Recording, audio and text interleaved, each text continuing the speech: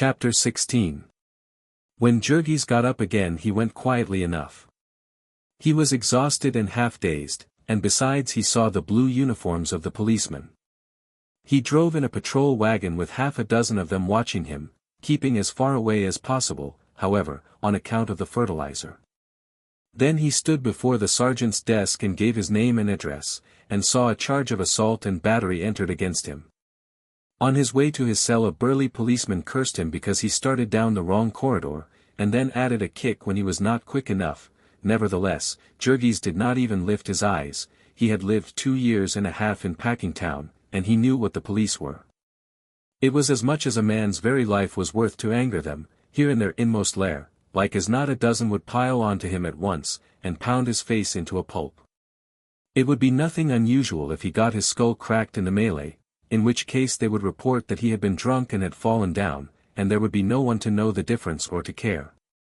So a barred door clanged upon Jurgis and he sat down upon a bench and buried his face in his hands.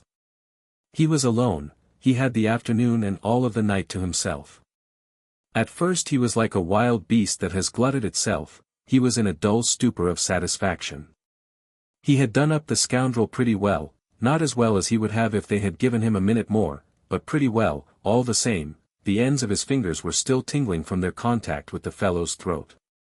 But then, little by little, as his strength came back and his senses cleared, he began to see beyond his momentary gratification, that he had nearly killed the boss would not help Ona, not the horrors that she had borne, nor the memory that would haunt her all her days.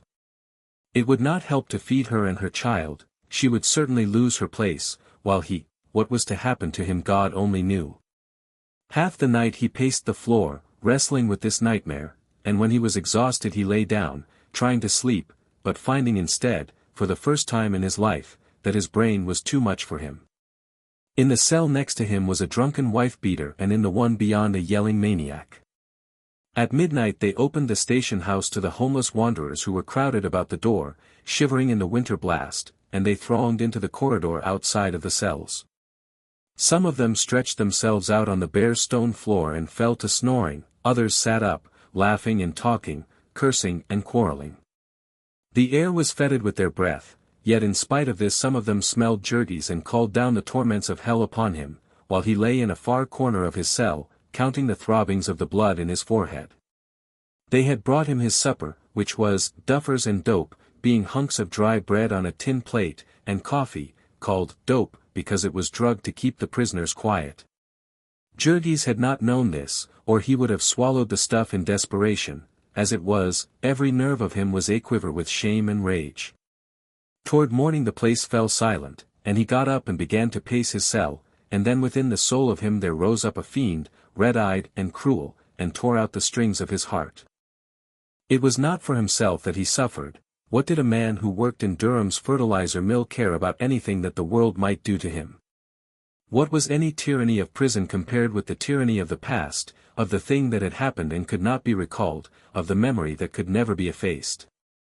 The horror of it drove him mad. He stretched out his arms to heaven, crying out for deliverance from it, and there was no deliverance, there was no power even in heaven that could undo the past. It was a ghost that would not drown, it followed him, it seized upon him and beat him to the ground. Ah, if only he could have foreseen it, but then, he would have foreseen it, if he had not been a fool. He smote his hands upon his forehead, cursing himself because he had ever allowed Ona to work where she had, because he had not stood between her and a fate which everyone knew to be so common.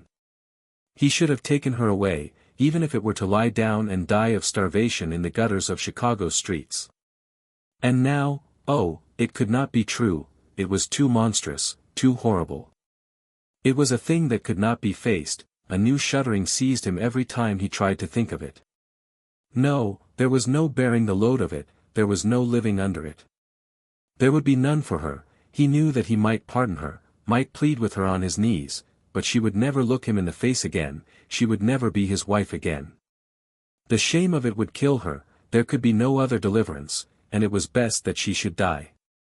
This was simple and clear, and yet, with cruel inconsistency, whenever he escaped from this nightmare it was to suffer and cry out at the vision of Ona starving. They had put him in jail, and they would keep him here a long time, years maybe. And Ona would surely not go to work again, broken and crushed as she was. And Elsbeta and Maria, too, might lose their places. If that hell-fiend Connor chose to set to work to ruin them, they would all be turned out. And even if he did not, they could not live. Even if the boys left school again, they could surely not pay all the bills without him and Ona. They had only a few dollars now. They had just paid the rent of the house a week ago, and that after it was 2 weeks overdue. So it would be due again in a week. They would have no money to pay it then, and they would lose the house, after all their long, heartbreaking struggle. 3 times now the agent had warned him that he would not tolerate another delay. Perhaps it was very base of Jurgis to be thinking about the house when he had the other unspeakable thing to fill his mind, yet, how much he had suffered for this house, how much they had all of them suffered. It was their one hope of respite. As long as they lived, they had put all their money into it, and they were working people, poor people, whose money was their strength, the very substance of them, body and soul, the thing by which they lived and for lack of which they died. And they would lose it all. They would be turned out into the streets, and have to hide in some icy garret, and live or die as best they could. Jurgis had all the night, and all of many more nights, to think about this, and he saw the thing in its details. He lived it all, as if he were there. They would sell their furniture, and then run into debt at the stores, and then be refused credit. They would borrow a little from the Sedvalases, whose delicatessen store was tottering on the brink of ruin. The neighbors would come and help them a little. Poor, sick Jadwiga would bring a few spare pennies, as she always did when people were starving, and Tomasius Kaslika would bring them the proceeds of a night's fiddling. So they would struggle to hang on until he got out of jail, or would they know that he was in jail? Would they be able to find out anything about him? Would they be allowed to see him, or was it to be part of his punishment to be kept in ignorance about their fate? His mind would hang upon the worst possibilities. He saw Ona ill and tortured, Maria out of her place, little Stanislovas unable to get to work for the snow, the whole family turned out on the street. God Almighty! Would they actually let them lie down in the street and die? Would there be no help even then? Would they wander about in the snow till they froze? Jurgis had never seen any dead bodies in the streets, but he had seen people evicted and disappear, no one knew where, and though the city had a relief bureau, though there was a charity organization society in the Stockyards district, in all his life there he had never heard of either of them. They did not advertise their activities, having more calls than they could attend to without that. So on until morning. Then he had another ride in the patrol wagon, along with the drunken wife-beater and the maniac, several plain drunks and saloon fighters, a burglar, and 2 men who had been arrested for stealing meat from the packing houses. Along with them he was driven into a large, white-walled room, stale-smelling and crowded. In front, upon a raised platform behind a rail, sat a stout, florid-faced personage, with a nose broken out in purple blotches. Our friend realized vaguely that he was about to be tried. He wondered what for, whether or not his victim might be dead, and if so, what they would do with him. Hang him, perhaps, or beat him to death. Nothing would have surprised Jurgis, who knew little of the laws. Yet he had picked up gossip enough to have it occur to him that the loud-voiced man upon the bench might be the notorious Justice Callahan, about whom the people of Packingtown spoke with bated breath. Pat Callahan, Growler Pat, as he had been known before he ascended the bench, had begun life as a butcher boy and a bruiser of local reputation.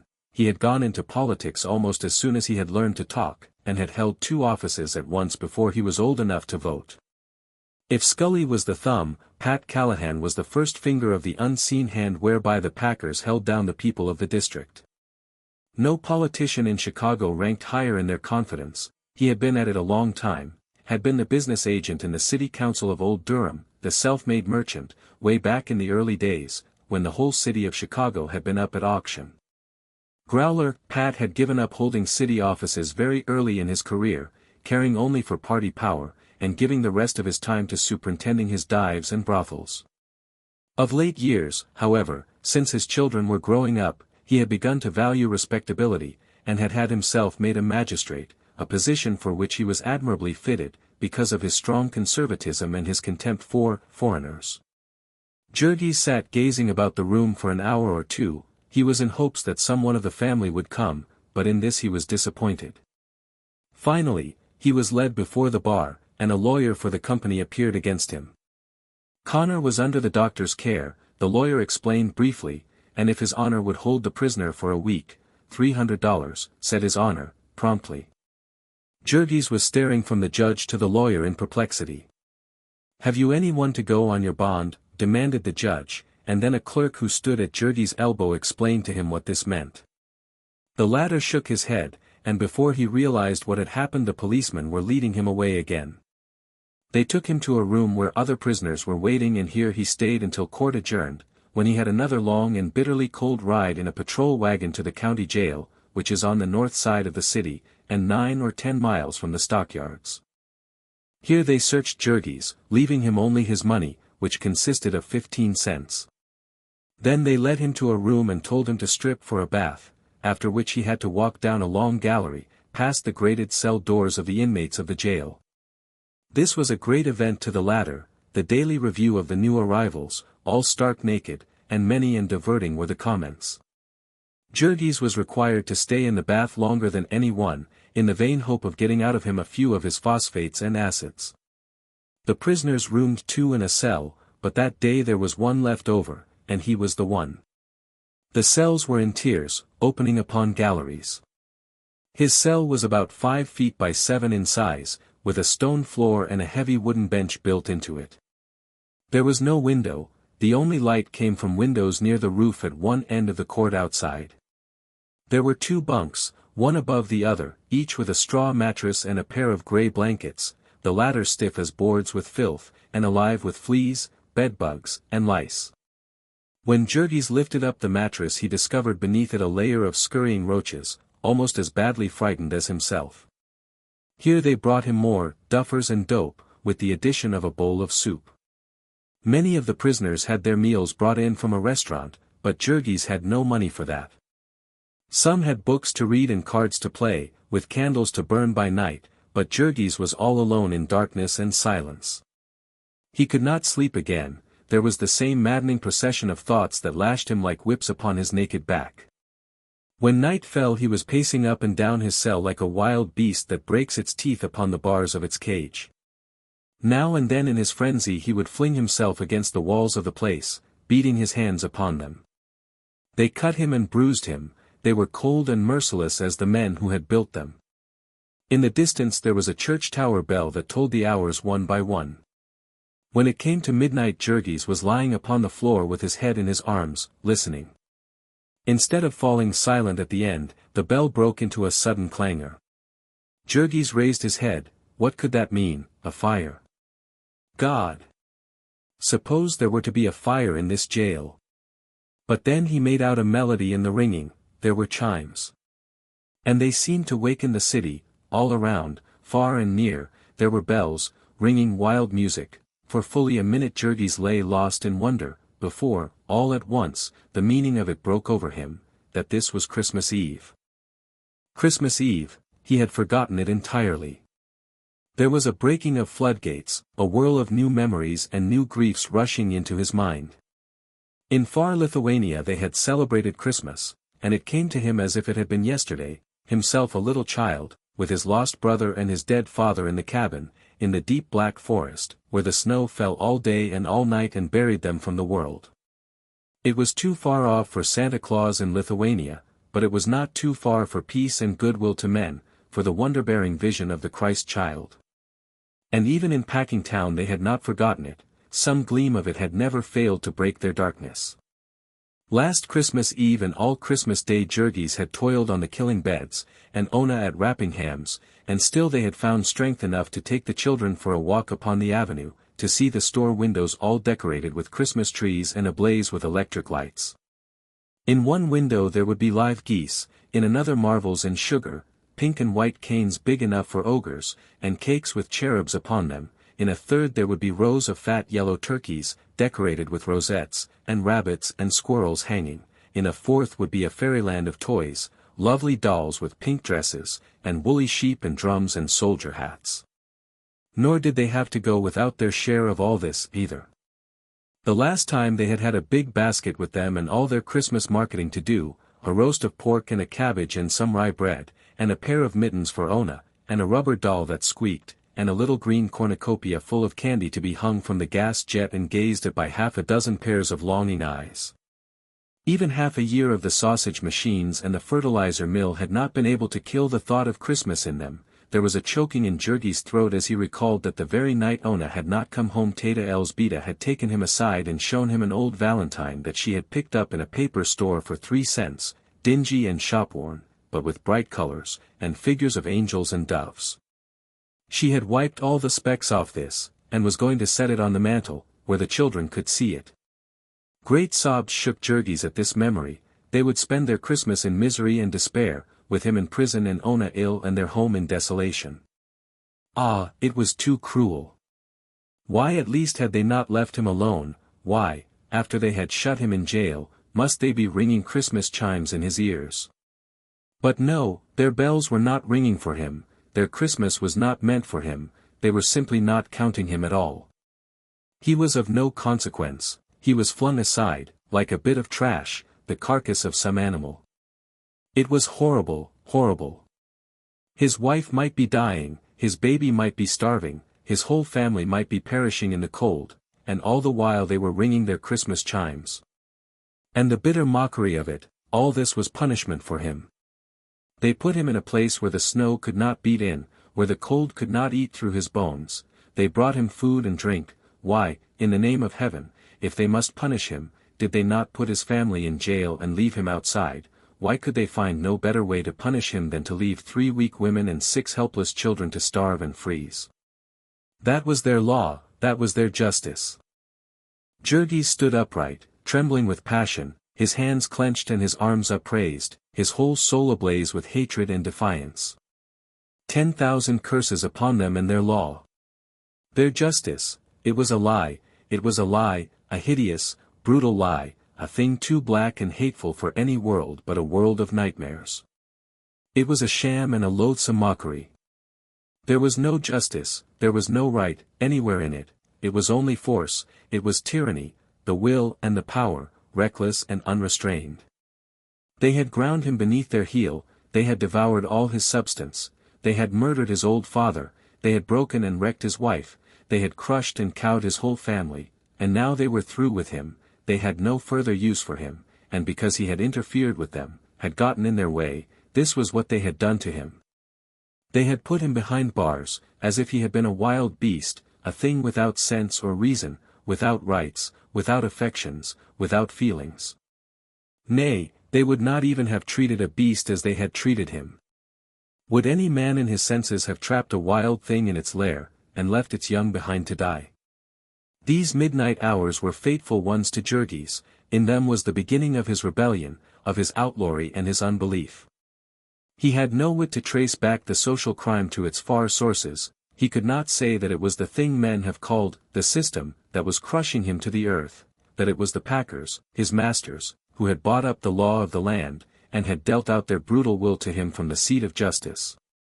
He only knew that he was wronged, and that the world had wronged him, that the law, that society, with all its powers, had declared itself his foe. And every hour his soul grew blacker, every hour he dreamed new dreams of vengeance, of defiance, of raging, frenzied hate. The vilest deeds, like poison weeds, bloom well in prison air, it is only what is good in man that wastes and withers there, pale anguish keeps the heavy gate, and the warder is despair. So wrote a poet, to whom the world had dealt its justice.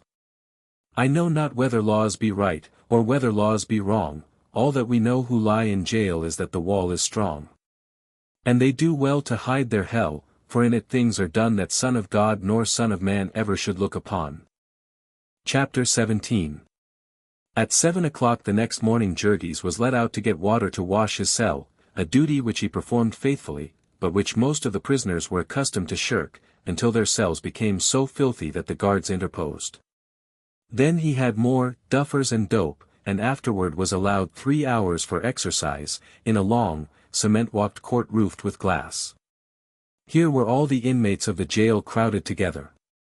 At one side of the court was a place for visitors, cut off by 2 heavy wire screens, a foot apart, so that nothing could be passed into the prisoners. Here Jurgie's watched anxiously, but there came no one to see him. Soon after he went back to his cell, a keeper opened the door to let in another prisoner. He was a dapper young fellow, with a light brown mustache and blue eyes, and a graceful figure. He nodded to Jurgis, and then, as the keeper closed the door upon him, began gazing critically about him. "Well, pal," he said, as his glance encountered Jurgis again, "good morning." "Good morning," said Jurgis. "A rum go for Christmas, eh?" added the other. Jurgis nodded. The newcomer went to the bunks and inspected the blankets. He lifted up the mattress, and then dropped it with an exclamation. "My God," he said, "that's the worst yet." He glanced at Jurgis again. "Looks as if it hadn't been slept in last night." "Couldn't stand it, eh?" "I didn't want to sleep last night," said Jurgis. "When did you come in?" "Yesterday." The other had another look around, and then wrinkled up his nose. "There's the devil of a stink in here," he said, suddenly. "What is it?" "It's me," said Jurgis. "You?" "Yes, me." "Didn't they make you wash?" "Yes, but this don't wash." "What is it?" "Fertilizer." "Fertilizer." "The deuce. What are you?" "I work in the stockyards, at least I did until the other day." "It's in my clothes." "That's a new one on me," said the newcomer. "I thought I'd been up against them all." "What are you in for?" "I hit my boss." "Oh, that's it. What did he do?"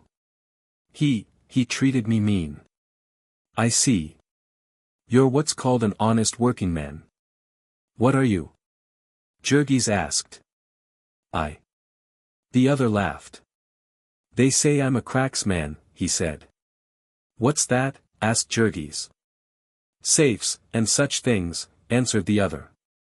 "Oh," said Jurgis, wonderingly, and stared at the speaker in awe. "You mean you break into them, you?" "Yes," laughed the other, "that's what they say." He did not look to be over 22 or 3, though, as Jurgis found afterward, he was 30. He spoke like a man of education, like what the world calls a gentleman. "Is that what you're here for?" Jurgis inquired. "No," was the answer. "I'm here for disorderly conduct." They were mad because they couldn't get any evidence. "What's your name?" the young fellow continued after a pause. "My name's Duane, Jack Duane. I've more than a dozen, but that's my company one."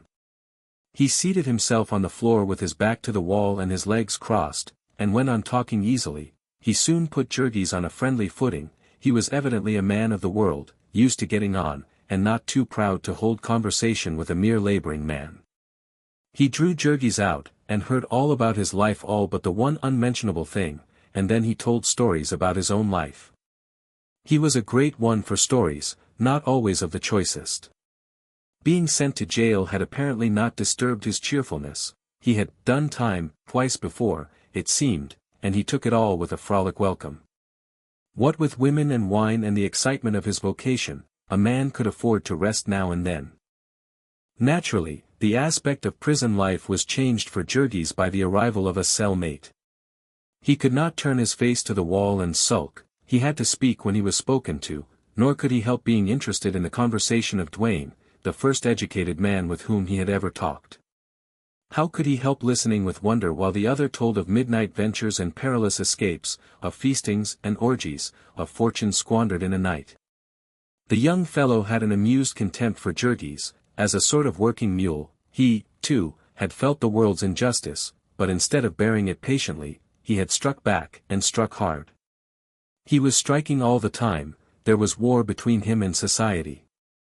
He was a genial freebooter, living off the enemy, without fear or shame. He was not always victorious, but then defeat did not mean annihilation, and need not break his spirit. Withal he was a good-hearted fellow, too much so, it appeared. His story came out, not in the first day, nor the second, but in the long hours that dragged by, in which they had nothing to do but talk and nothing to talk of but themselves. Jack Duane was from the East. He was a college-bred man, had been studying electrical engineering. Then his father had met with misfortune in business and killed himself, and there had been his mother and a younger brother and sister. Also, there was an invention of Dwayne's. Jurgis could not understand it clearly, but it had to do with telegraphing, and it was a very important thing. There were fortunes in it, millions upon millions of dollars. And Dwayne had been robbed of it by a great company, and got tangled up in lawsuits and lost all his money. Then somebody had given him a tip on a horse race, and he had tried to retrieve his fortune with another person's money, and had to run away, and all the rest had come from that. The other asked him what had led him to safe-breaking, to Jurgis a wild and appalling occupation to think about. A man he had met, his cell-mate had replied, one thing leads to another. Didn't he ever wonder about his family, Jurgis asked. Sometimes, the other answered, but not often, he didn't allow it. Thinking about it would make it no better. This wasn't a world in which a man had any business with a family. Sooner or later Jurgis would find that out also, and give up the fight and shift for himself. Jurgis was so transparently what he pretended to be that his cell-mate was as open with him as a child. It was pleasant to tell him adventures. He was so full of wonder and admiration, he was so new to the ways of the country. Dwayne did not even bother to keep back names and places. He told all his triumphs and his failures, his loves and his griefs. Also he introduced Jurgis to many of the other prisoners, nearly half of whom he knew by name. The crowd had already given Jurgis a name. They called him, the Stinker. This was cruel, but they meant no harm by it, and he took it with a good-natured grin. Our friend had caught now and then a whiff from the sewers over which he lived, but this was the first time that he had ever been splashed by their filth. This jail was a Noah's Ark of the city's crime. There were murderers, hold-up men and burglars, embezzlers, counterfeiters and forgers, bigamists, shoplifters, confidence men, petty thieves and pickpockets, gamblers and procurers, brawlers, beggars, tramps and drunkards. They were black and white, old and young, Americans and natives of every nation under the sun. There were hardened criminals and innocent men too poor to give bail, old men, and boys literally not yet in their teens. They were the drainage of the great festering ulcer of society. They were hideous to look upon, sickening to talk to. All life had turned to rottenness and stench in them. Love was a beastliness, joy was a snare, and God was an imprecation.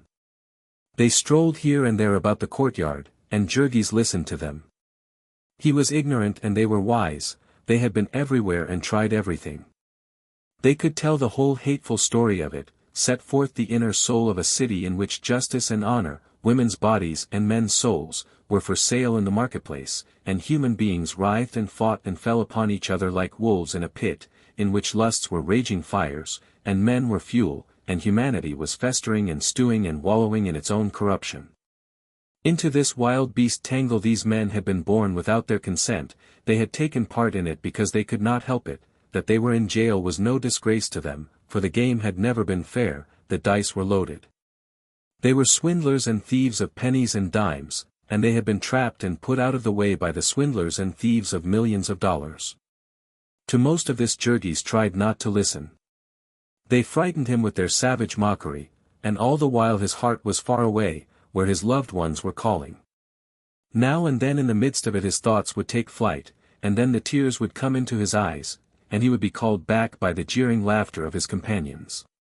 He spent a week in this company, and during all that time he had no word from his home. He paid one of his 15 cents for a postal card, and his companion wrote a note to the family, telling them where he was and when he would be tried. There came no answer to it, however, and at last, the day before New Year's, Jurgis bade goodbye to Jack Dwayne. The latter gave him his address, or rather the address of his mistress, and made Jurgis promise to look him up. "Maybe I could help you out of a hole some day," he said, and added that he was sorry to have him go. Jurgis rode in the patrol wagon back to Justice Callahan's court for trial. One of the first things he made out as he entered the room was Tata Elsbeta and little Katrina, looking pale and frightened, seated far in the rear. His heart began to pound, but he did not dare to try to signal to them, and neither did Elsbeta. He took his seat in the prisoner's pen and sat gazing at them in helpless agony. He saw that Ona was not with them, and was full of foreboding as to what that might mean. He spent half an hour brooding over this, and then suddenly he straightened up and the blood rushed into his face. A man had come in. Jurgis could not see his features for the bandages that swathed him, but he knew the burly figure. It was Connor. A trembling seized him, and his limbs bent as if for a spring. Then suddenly he felt a hand on his collar, and heard a voice behind him, "Sit down, you son of a—" He subsided, but he never took his eyes off his enemy. The fellow was still alive, which was a disappointment, in one way, and yet it was pleasant to see him, all in penitential plasters. He and the company lawyer, who was with him, came and took seats within the judge's railing, and a minute later the clerk called Jurgis' name, and the policeman jerked him to his feet and led him before the bar, gripping him tightly by the arm, lest he should spring upon the boss. Jurgis listened while the man entered the witness chair, took the oath, and told his story. The wife of the prisoner had been employed in a department near him, and had been discharged for impudence to him. Half an hour later he had been violently attacked, knocked down, and almost choked to death. He had brought witnesses. "They will probably not be necessary," observed the judge, and he turned to Jurgis. "You admit attacking the plaintiff?" he asked. "Him?" inquired Jurgis, pointing at the boss. "Yes," said the judge. "I hit him, sir," said Jurgis. "Say, Your Honor," said the officer, pinching his arm hard. "Your Honor," said Jurgis, obediently. "You tried to choke him?" "Yes, sir, Your Honor." "Ever been arrested before?" "No, sir, Your Honor." "What have you to say for yourself?" Jurgis hesitated. What had he to say? In 2 years and a half he had learned to speak English for practical purposes, but these had never included the statement that someone had intimidated and seduced his wife. He tried once or twice, stammering and balking, to the annoyance of the judge, who was gasping from the odor of fertilizer. Finally, the prisoner made it understood that his vocabulary was inadequate, and there stepped up a dapper young man with waxed mustaches, bidding him speak in any language he knew. Jurgis began. Supposing that he would be given time, he explained how the boss had taken advantage of his wife's position to make advances to her and had threatened her with the loss of her place. When the interpreter had translated this, the judge, whose calendar was crowded, and whose automobile was ordered for a certain hour, interrupted with the remark, "Oh, I see. Well, if he made love to your wife, why didn't she complain to the superintendent or leave the place?" Jurgis hesitated, somewhat taken aback. He began to explain that they were very poor, that work was hard to get. "I see," said Justice Callahan, "so instead you thought you would knock him down." He turned to the plaintiff, inquiring, "Is there any truth in this story, Mr. Connor?" "Not a particle, Your Honor," said the boss. "It is very unpleasant, they tell some such tale every time you have to discharge a woman." "Yes, I know," said the judge. "I hear it often enough. The fellow seems to have handled you pretty roughly. 30 days and costs." Next case. Jurgis had been listening in perplexity. It was only when the policeman who had him by the arm turned and started to lead him away that he realized that sentence had been passed.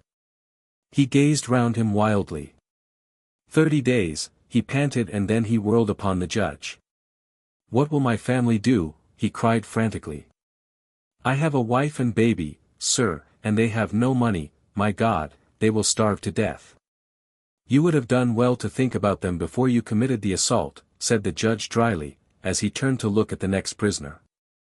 Jurgis would have spoken again, but the policeman had seized him by the collar and was twisting it, and a second policeman was making for him with evidently hostile intentions.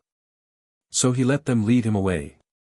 Far down the room he saw Elzbieta and Katrina, risen from their seats, staring in fright. He made one effort to go to them, and then, brought back by another twist at his throat, he bowed his head and gave up the struggle.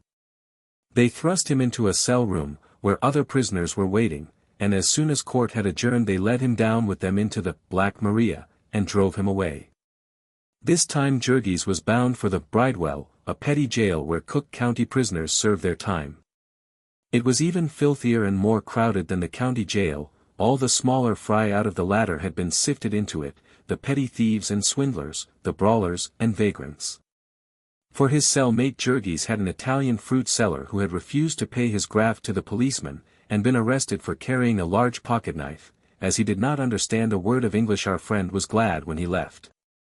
He gave place to a Norwegian sailor, who had lost half an ear in a drunken brawl, and who proved to be quarrelsome, cursing Jurgis because he moved in his bunk and caused the roaches to drop upon the lower one.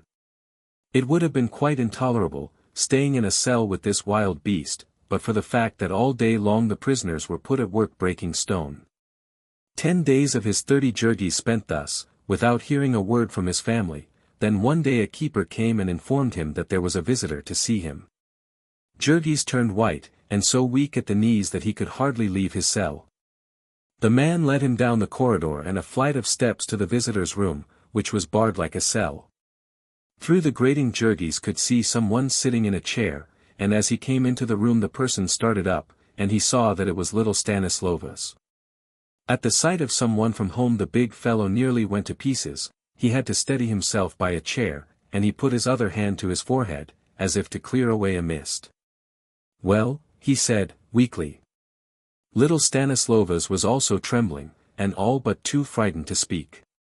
They sent me to tell you," he said, with a gulp. "Well?" Jurgis repeated. He followed the boy's glance to where the keeper was standing watching them. "Never mind that," Jurgis cried, wildly. "How are they?" "Ona is very sick," Stanislovas said, "and we are almost starving.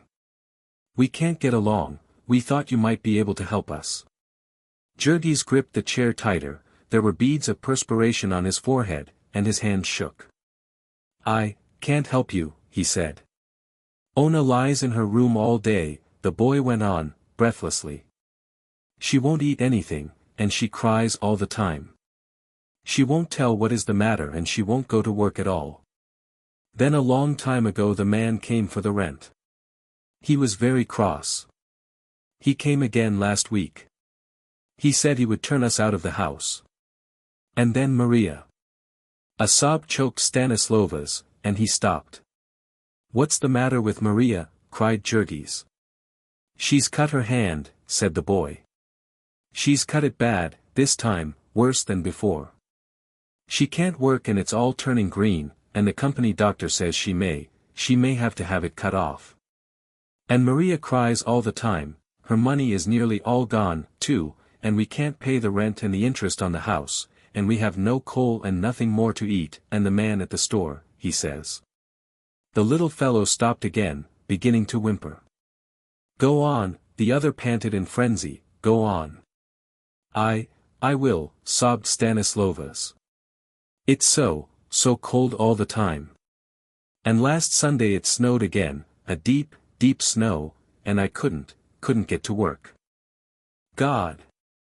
Jurgis half shouted, and he took a step toward the child. There was an old hatred between them because of the snow, ever since that dreadful morning when the boy had had his fingers frozen and Jurgis had had to beat him to send him to work. Now he clenched his hands, looking as if he would try to break through the grating. "You little villain," he cried, "you didn't try." I did, wailed Stanislovas, shrinking from him in terror. "I tried all day, 2 days. Elzbieta was with me, and she couldn't either. We couldn't walk at all, it was so deep. And we had nothing to eat, and oh, it was so cold. I tried, and then the 3rd day Ona went with me." "Ona?" "Yes. She tried to get to work, too. She had to. We were all starving. But she had lost her place." Jurgis reeled, and gave a gasp. "She went back to that place," he screamed. "She tried to," said Stanislovas, gazing at him in perplexity. "Why not, Jurgis?" The man breathed hard, 3 or 4 times. "Go on," he panted, finally. "I went with her," said Stanislovas, "but Miss Henderson wouldn't take her back. And Connor saw her and cursed her. He was still bandaged up." "Why did you hit him, Jurgis?" There was some fascinating mystery about this, the little fellow knew, but he could get no satisfaction. Jurgis could not speak, he could only stare, his eyes starting out.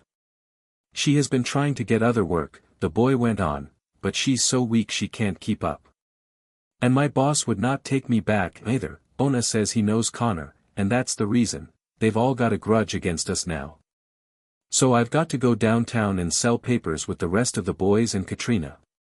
Katrina. Yes, she's been selling papers, too. She does best, because she's a girl. Only the cold is so bad, it's terrible coming home at night, Jurgis. Sometimes they can't come home at all. I'm going to try to find them tonight and sleep where they do. It's so late and it's such a long ways home. I've had to walk, and I didn't know where it was. I don't know how to get back, either. Only mother said I must come, because you would want to know, and maybe somebody would help your family when they had put you in jail so you couldn't work. And I walked all day to get here, and I only had a piece of bread for breakfast, Jurgis. Mother hasn't any work either, because the sausage department is shut down, and she goes and begs at houses with a basket, and people give her food. Only she didn't get much yesterday, it was too cold for her fingers, and today she was crying. So little Stanislovas went on, sobbing as he talked, and Jurgis stood, gripping the table tightly, saying not a word, but feeling that his head would burst. It was like having weights piled upon him, one after another, crushing the life out of him. He struggled and fought within himself, as if in some terrible nightmare, in which a man suffers an agony, and cannot lift his hand, nor cry out, but feels that he is going mad, that his brain is on fire. Just when it seemed to him that another turn of the screw would kill him, little Stanislovas stopped. "You cannot help us," he said weakly. Jurgis shook his head. "They won't give you anything here." He shook it again. "When are you coming out?" 3 weeks yet, Jurgis answered. And the boy gazed around him uncertainly. "Then I might as well go," he said. Jurgis nodded. Then, suddenly recollecting, he put his hand into his pocket and drew it out, shaking. "Here," he said, holding out the 14 cents. "Take this to them." And Stanislovas took it, and after a little more hesitation, started for the door. "Goodbye, Jurgis," he said, and the other noticed that he walked unsteadily as he passed out of sight. For a minute or so Jurgis stood clinging to his chair, reeling and swaying, then the keeper touched him on the arm, and he turned and went back to breaking stone. Chapter 18. Jurgis did not get out of the bridewell quite as soon as he had expected.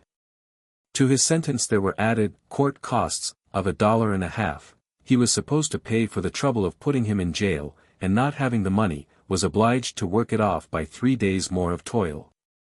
Nobody had taken the trouble to tell him this. Only after counting the days and looking forward to the end in an agony of impatience, when the hour came that he expected to be free, he found himself still set at the stone heap, and laughed at when he ventured to protest. Then he concluded he must have counted wrong, but as another day passed, he gave up all hope, and was sunk in the depths of despair, when one morning after breakfast a keeper came to him with the word that his time was up at last. So he doffed his prison garb, and put on his old fertilizer clothing, and heard the door of the prison clang behind him. He stood upon the steps, bewildered. He could hardly believe that it was true, that the sky was above him again and the open street before him, that he was a free man. But then the cold began to strike through his clothes, and he started quickly away. There had been a heavy snow, and now a thaw had set in. Fine sleety rain was falling, driven by a wind that pierced Jurgis to the bone. He had not stopped for his overcoat when he set out to do up Connor, and so his rides in the patrol wagons had been cruel experiences. His clothing was old and worn thin, and it never had been very warm. Now as he trudged on the rain soon wet it through, there were 6 inches of watery slush on the sidewalks, so that his feet would soon have been soaked, even had there been no holes in his shoes. Jurgis had had enough to eat in the jail, and the work had been the least trying of any that he had done since he came to Chicago, but even so, he had not grown strong. The fear and grief that had preyed upon his mind had worn him thin. Now he shivered and shrunk from the rain, hiding his hands in his pockets and hunching his shoulders together. The Bridewell grounds were on the outskirts of the city, and the country around them was unsettled and wild. On one side was the big drainage canal, and on the other a maze of railroad tracks, and so the wind had full sweep. After walking a ways, Jurgis met a little ragamuffin whom he hailed, "Hey, sonny." The boy cocked one eye at him. He knew that Jurgis was a jailbird by his shaven head. "What you want?" he queried. "How do you go to the stockyards?" Jurgis demanded. "I don't go," replied the boy. Jurgis hesitated a moment, nonplussed. Then he said, "I mean, which is the way?" "Why don't you say so then?" was the response, and the boy pointed to the northwest, across the tracks. "That way." "How far is it?" Jurgis asked. "I dunno," said the other. "Meb 20 miles or so." 20 miles. Jurgis echoed, and his face fell. He had to walk every foot of it, for they had turned him out of jail without a penny in his pockets. Yet, when he once got started, and his blood had warmed with walking, he forgot everything in the fever of his thoughts. All the dreadful imaginations that had haunted him in his cell now rushed into his mind at once. The agony was almost over, he was going to find out, and he clenched his hands in his pockets as he strode, following his flying desire, almost at a run. Ona, the baby, the family, the house, he would know the truth about them all. And he was coming to the rescue, he was free again. His hands were his own, and he could help them, he could do battle for them against the world. For an hour or so he walked thus, and then he began to look about him. He seemed to be leaving the city altogether. The street was turning into a country road, leading out to the westward. There were snow-covered fields on either side of him. Soon he met a farmer driving a 2-horse wagon loaded with straw, and he stopped him. "Is this the way to the stockyards?" he asked. The farmer scratched his head. "I dunno just where they be," he said. "But they're in the city somewhere, and you're going dead away from it now." Jurgis looked dazed. "I was told this was the way," he said. "Who told you?" "A boy." "Well, meb he was playing a joke on ye. The best thing ye kin do is to go back, and when ye get into town ask a policeman.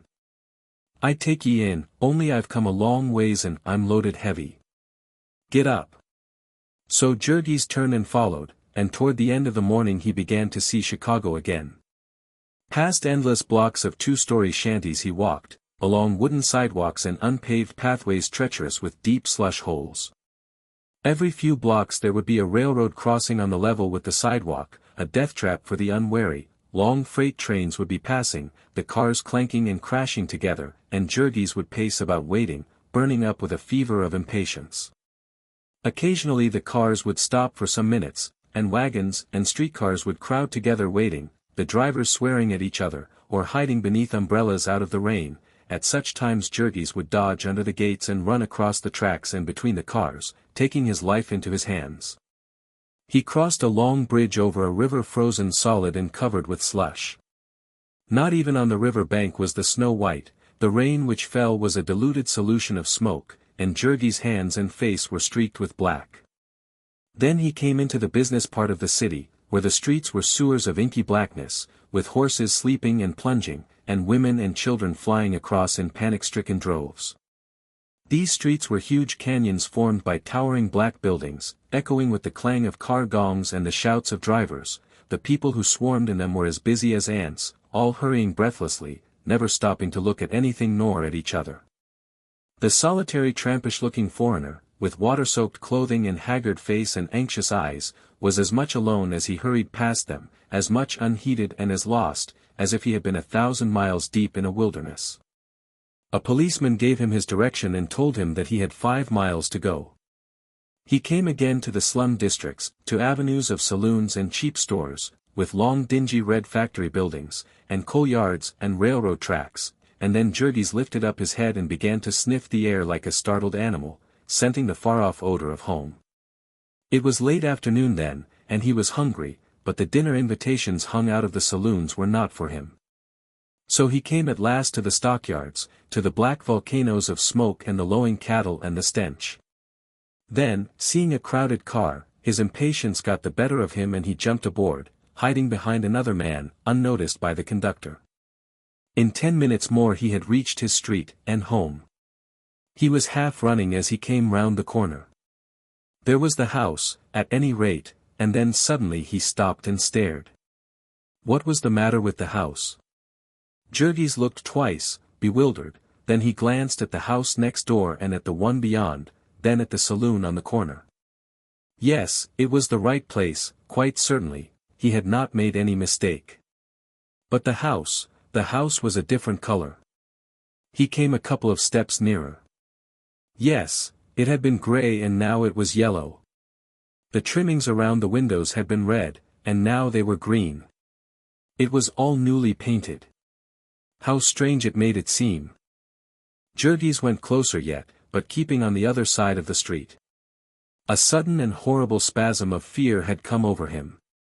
His knees were shaking beneath him, and his mind was in a whirl.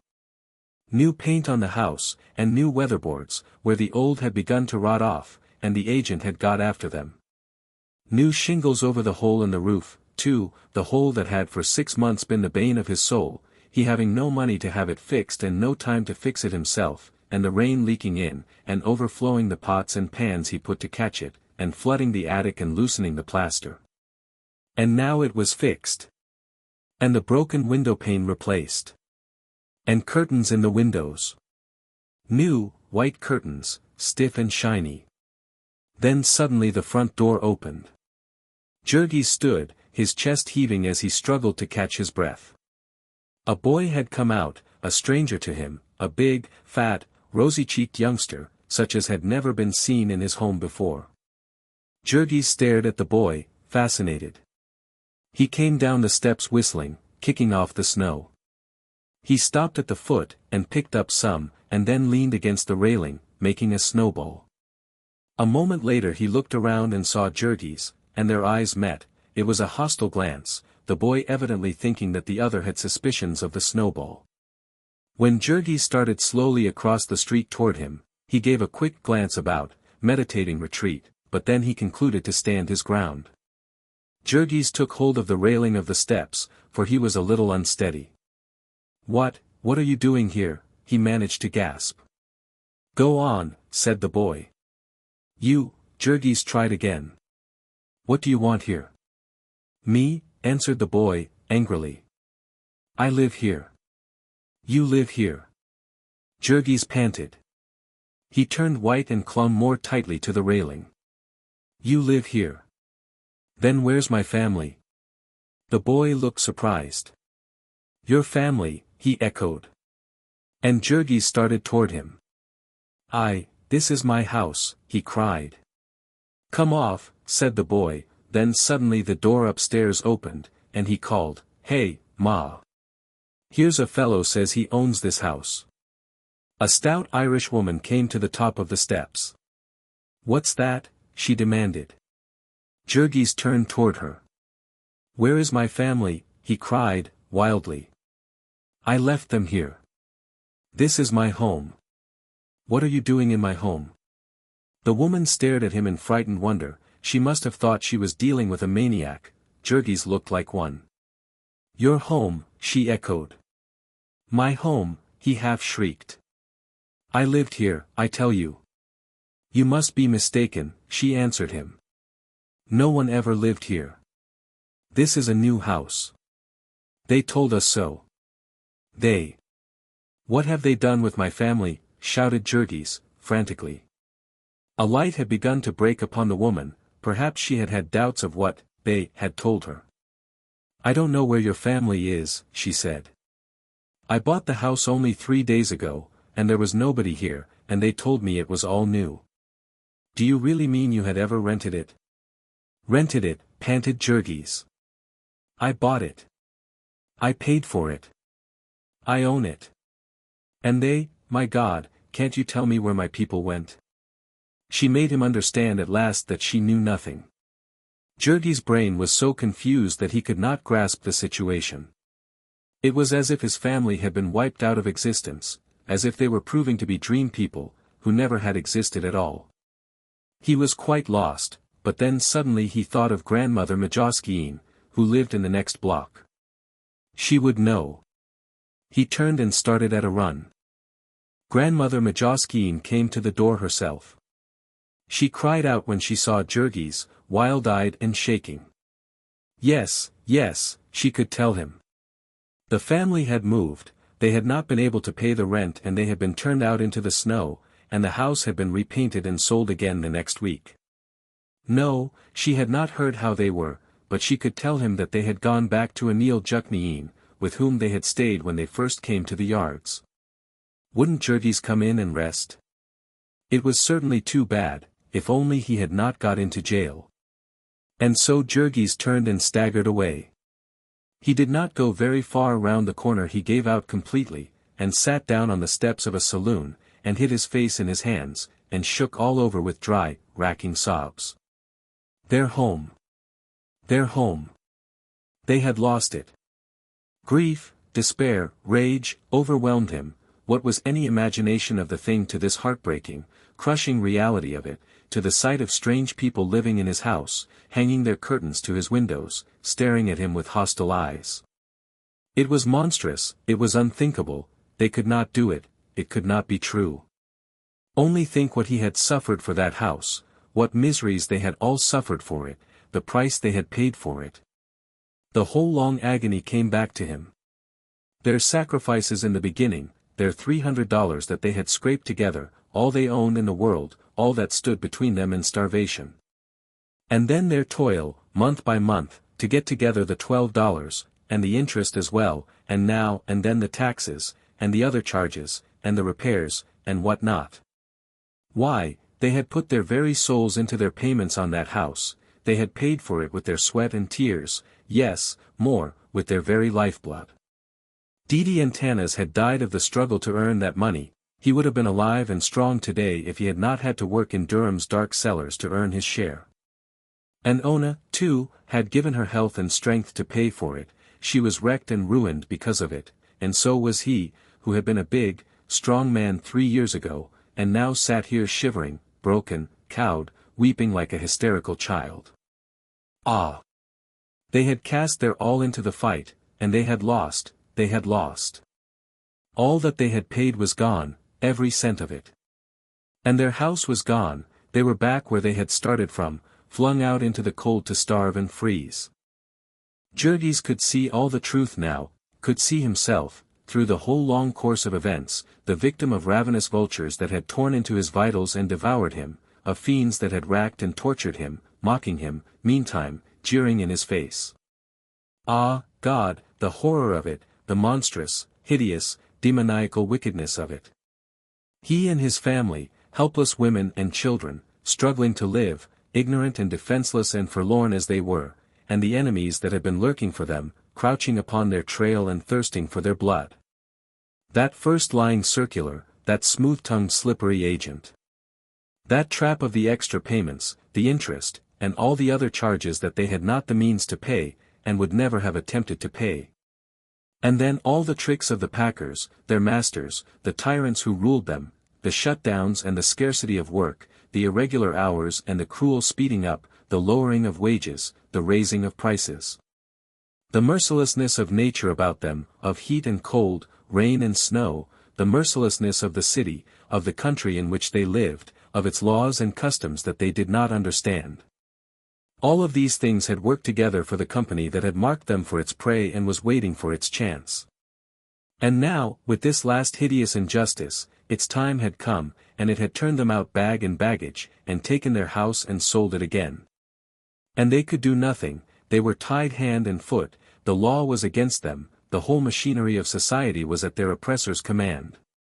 If Jurgis so much as raised a hand against them, back he would go into that wild beast pen from which he had just escaped. To get up and go away was to give up, to acknowledge defeat, to leave the strange family in possession, and Jurgis might have sat shivering in the rain for hours before he could do that, had it not been for the thought of his family. It might be that he had worse things yet to learn, and so he got to his feet and started away, walking on, wearily, half-dazed. To Anil's house, in back of the yards, was a good 2 miles, the distance had never seemed longer to Jurgis, and when he saw the familiar dingy grey shanty his heart was beating fast. He ran up the steps and began to hammer upon the door. The old woman herself came to open it. She had shrunk all up with her rheumatism since Jurgis had seen her last, and her yellow parchment face stared up at him from a little above the level of the doorknob. She gave a start when she saw him. "Is Ona here?" he cried, breathlessly. "Yes," was the answer, "she's here." "How?" Jurgis began, and then stopped short, clutching convulsively at the side of the door. From somewhere within the house had come a sudden cry, a wild, horrible scream of anguish.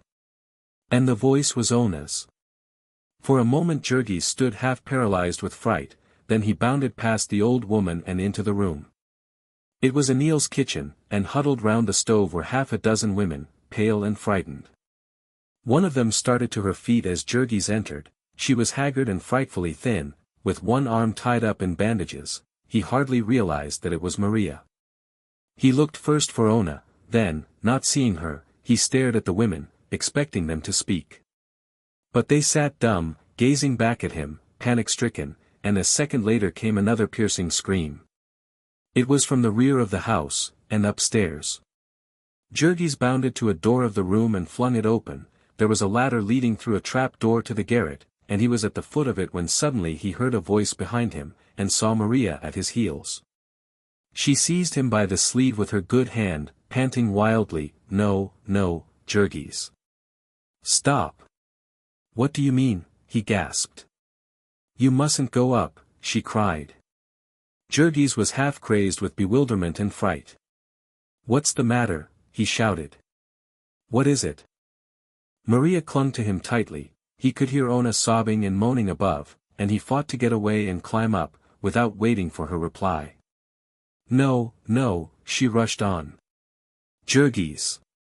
You mustn't go up. It's the child." "The child," he echoed in perplexity. "Antanas?" Maria answered him, in a whisper, "The new one." And then Jurgis went limp, and caught himself on the ladder. He stared at her as if she were a ghost. "The new one," he gasped. "But it isn't time," he added, wildly. Maria nodded. "I know," she said, "but it's come." And then again came Ona's scream, smiting him like a blow in the face, making him wince and turn white. Her voice died away into a wail, then he heard her sobbing again, "My God, let me die, let me die." And Maria hung her arms about him, crying, "Come out. Come away." She dragged him back into the kitchen, half carrying him, for he had gone all to pieces. It was as if the pillars of his soul had fallen in. He was blasted with horror. In the room he sank into a chair, trembling like a leaf, Maria still holding him, and the women staring at him in dumb, helpless fright. And then again Ona cried out. He could hear it nearly as plainly here, and he staggered to his feet. "How long has this been going on?" he panted. "Not very long," Maria answered, and then, at a signal from Anil, she rushed on, "You go away, Jurgis, you can't help, go away and come back later. It's all right, it's—" "Who's with her?" Jurgis demanded, and then, seeing Maria hesitating, he cried again, "Who's with her?" She's all right," she answered. "Elzbieta's with her." "But the doctor," he panted. "Someone who knows." He seized Maria by the arm. She trembled, and her voice sank beneath a whisper as she replied, We have no money." Then, frightened at the look on his face, she exclaimed, "It's all right, Jurgis. You don't understand, go away, go away. Ah, if you only had waited." Above her protests Jurgis heard Ona again. He was almost out of his mind. It was all new to him, raw and horrible, it had fallen upon him like a lightning stroke. When little Antanas was born he had been at work, and had known nothing about it until it was over, and now he was not to be controlled. The frightened women were at their wits' end. One after another they tried to reason with him, to make him understand that this was the lot of woman. In the end they half drove him out into the rain, where he began to pace up and down, bareheaded and frantic. Because he could hear Ona from the street, he would first go away to escape the sounds, and then come back because he could not help it. At the end of a quarter of an hour he rushed up the steps again, and for fear that he would break in the door they had to open it and let him in. There was no arguing with him. They could not tell him that all was going well. How could they know? He cried. Why, she was dying, she was being torn to pieces. Listen to her, listen. Why, it was monstrous, it could not be allowed, there must be some help for it. Had they tried to get a doctor? They might pay him afterward, they could promise. We couldn't promise, Jurgis, protested Maria.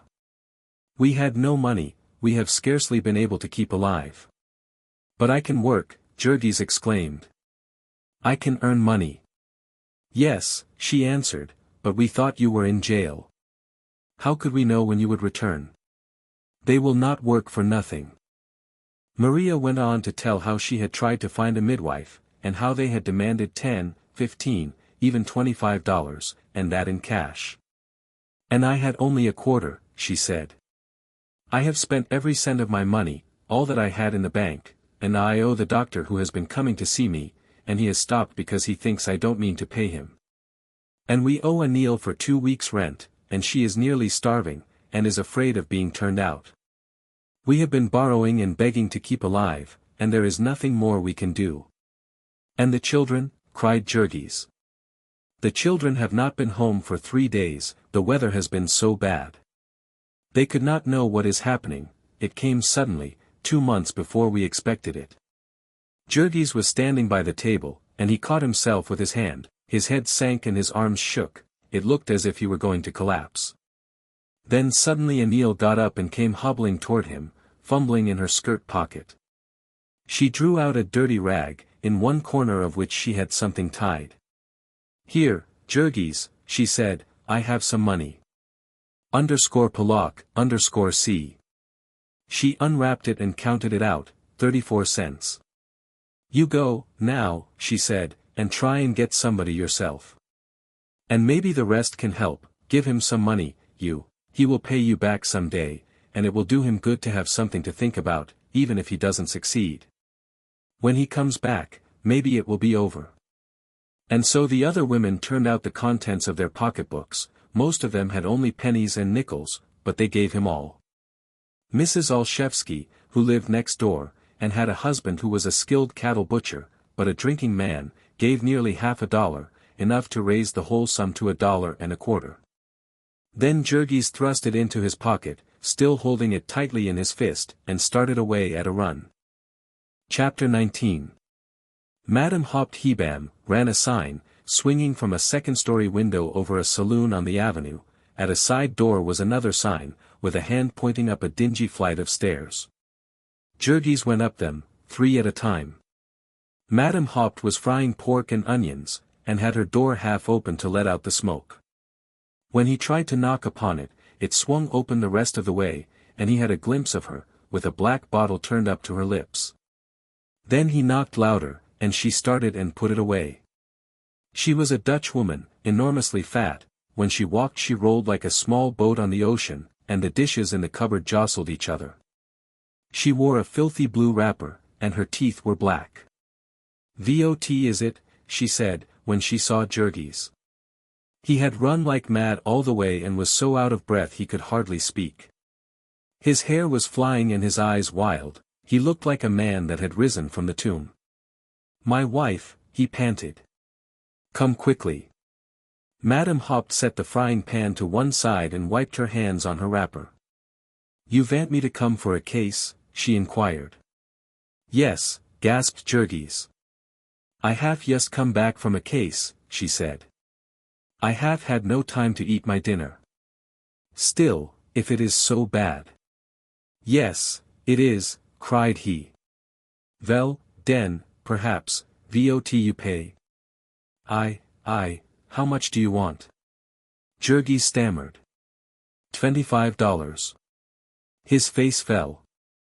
"I can't pay that," he said. The woman was watching him narrowly. "How much do you pay?" she demanded. "Must I pay now, right away?" "Yes, all my customers do." I haven't much money," Jurgis began in an agony of dread. "I've been in trouble, and my money is gone.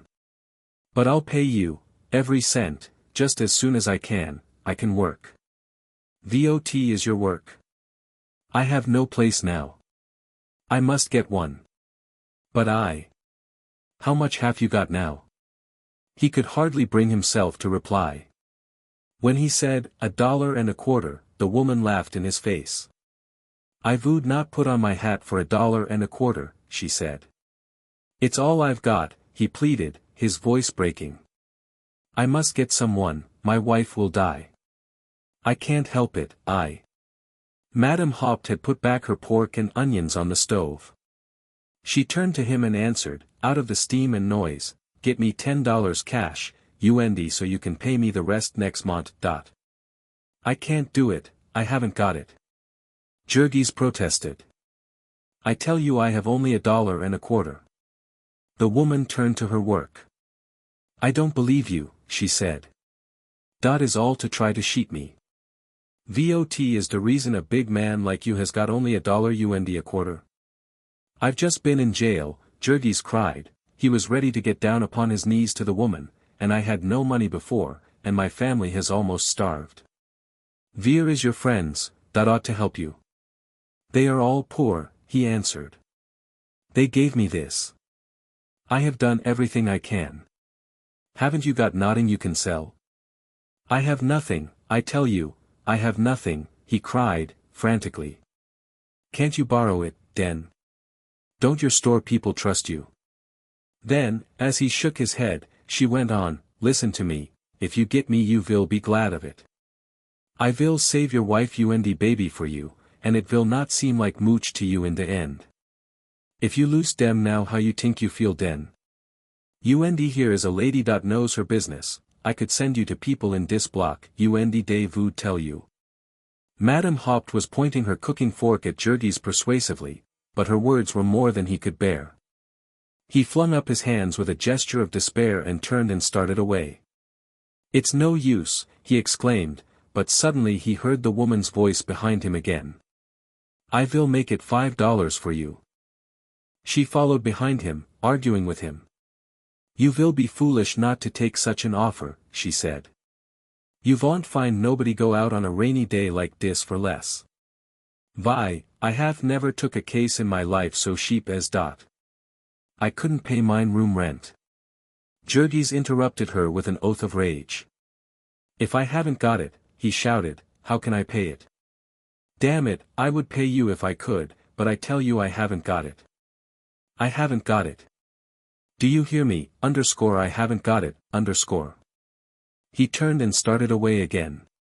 He was halfway down the stairs before Madame Haupt could shout to him, wait. I will go you. Come back. He went back into the room again. It is not good to think of anybody suffering, she said, in a melancholy voice. I might as well go you for nothing as what you offer me, but I will try to help you. How far is it? 3 or 4 blocks from here. 3 or 4. Und so I shall get soaked. God in Himmel, it ought to be worth more. $1 und a quarter, und a day like this, but you understand now, you will pay me the rest of $25 soon. As soon as I can. Sometime this month. Yes, within a month, said poor Jurgis. Anything. Hurry up. Where is the $1 und a quarter, persisted Madame Haupt, relentlessly. Jurgis put the money on the table and the woman counted it and stowed it away. Then she wiped her greasy hands again and proceeded to get ready, complaining all the time. She was so fat that it was painful for her to move, and she grunted and gasped at every step. She took off her wrapper without even taking the trouble to turn her back to Jurgis, and put on her corsets and dress. Then there was a black bonnet which had to be adjusted carefully, and an umbrella which was mislaid, and a bag full of necessaries which had to be collected from here and there, the man being nearly crazy with anxiety in the meantime. When they were on the street he kept about 4 paces ahead of her, turning now and then, as if he could hurry her on by the force of his desire. But Madame Haupt could only go so far at a step, and it took all her attention to get the needed breath for that. They came at last to the house, and to the group of frightened women in the kitchen. It was not over yet, Jurgis learned. He heard Ona crying still, and meantime Madame Haupt removed her bonnet and laid it on the mantelpiece, and got out of her bag, first an old dress and then a saucer of goose grease, which she proceeded to rub upon her hands. The more cases this goose grease is used in, the better luck it brings to the midwife, and so she keeps it upon her kitchen mantelpiece or stowed away in a cupboard with her dirty clothes, for months, and sometimes even for years. Then they escorted her to the ladder, and Jurgis heard her give an exclamation of dismay. "God in Himmel, what for have you brought me to a place like this? I could not climb up that ladder. I could not get through a trap door. I will not try it, why, I might kill myself already. What sort of a place is that for a woman to bear a child in, up in a garret, mit only a ladder to it? You ought to be ashamed of yourselves." Jurgis stood in the doorway and listened to her scolding, half drowning out the horrible moans and screams of Ona. At last Anil succeeded in pacifying her, and she essayed the ascent. Then, however, she had to be stopped while the old woman cautioned her about the floor of the garret. They had no real floor, they had laid old boards in one part to make a place for the family to live. It was all right and safe there, but the other part of the garret had only the joists of the floor, and the lath and plaster of the ceiling below, and if one stepped on this there would be a catastrophe. As it was half dark up above, perhaps one of the others had best go up first with a candle. Then there were more outcries and threatening, until at last Jurgis had a vision of a pair of elephantine legs disappearing through the trap door, and felt the house shake as Madame Haupt started to walk. Then suddenly Anil came to him and took him by the arm. "Now," she said, "you go away. Do as I tell you, you have done all you can, and you are only in the way. Go away and stay away." "But where shall I go?" Jurgis asked, helplessly. "I don't know where," she answered. "Go on the street, if there is no other place, only go. And stay all night." In the end she and Maria pushed him out of the door and shut it behind him. It was just about sundown, and it was turning cold, the rain had changed to snow, and the slush was freezing. Jurgis shivered in his thin clothing, and put his hands into his pockets and started away. He had not eaten since morning, and he felt weak and ill. With a sudden throb of hope he recollected he was only a few blocks from the saloon where he had been wont to eat his dinner. They might have mercy on him there, or he might meet a friend. He set out for the place as fast as he could walk.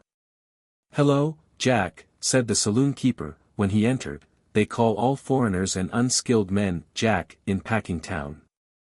"Where've you been?" Jurgis went straight to the bar. "I've been in jail," he said, "and I've just got out. I walked home all the way, and I've not a cent, and had nothing to eat since this morning. And I've lost my home, and my wife's ill, and I'm done up." The saloon keeper gazed at him, with his haggard white face and his blue trembling lips. Then he pushed a big bottle toward him. "Fill her up," he said. Jurgis could hardly hold the bottle, his hands shook so. "Don't be afraid," said the saloon keeper, "fill her up." So Jurgis drank a large glass of whiskey, and then turned to the lunch counter, in obedience to the other's suggestion. He ate all he dared, stuffing it in as fast as he could, and then, after trying to speak his gratitude, he went and sat down by the big red stove in the middle of the room. It was too good to last, however, like all things in this hard world. His soaked clothing began to steam, and the horrible stench of fertilizer to fill the room. In an hour or so the packing houses would be closing and the men coming in from their work, and they would not come into a place that smelt of Jurgis. Also it was Saturday night, and in a couple of hours would come a violin and a cornet, and in the rear part of the saloon the families of the neighborhood would dance and feast upon wienerwurst and lager, until 2 or 3 o'clock in the morning. The saloon keeper coughed once or twice, and then remarked, "Say, Jack, I'm afraid you'll have to quit." He was used to the sight of human wrecks, this saloon keeper. He fired dozens of them every night, just as haggard and cold and forlorn as this one. But they were all men who had given up and been counted out, while Jurgis was still in the fight, and had reminders of decency about him.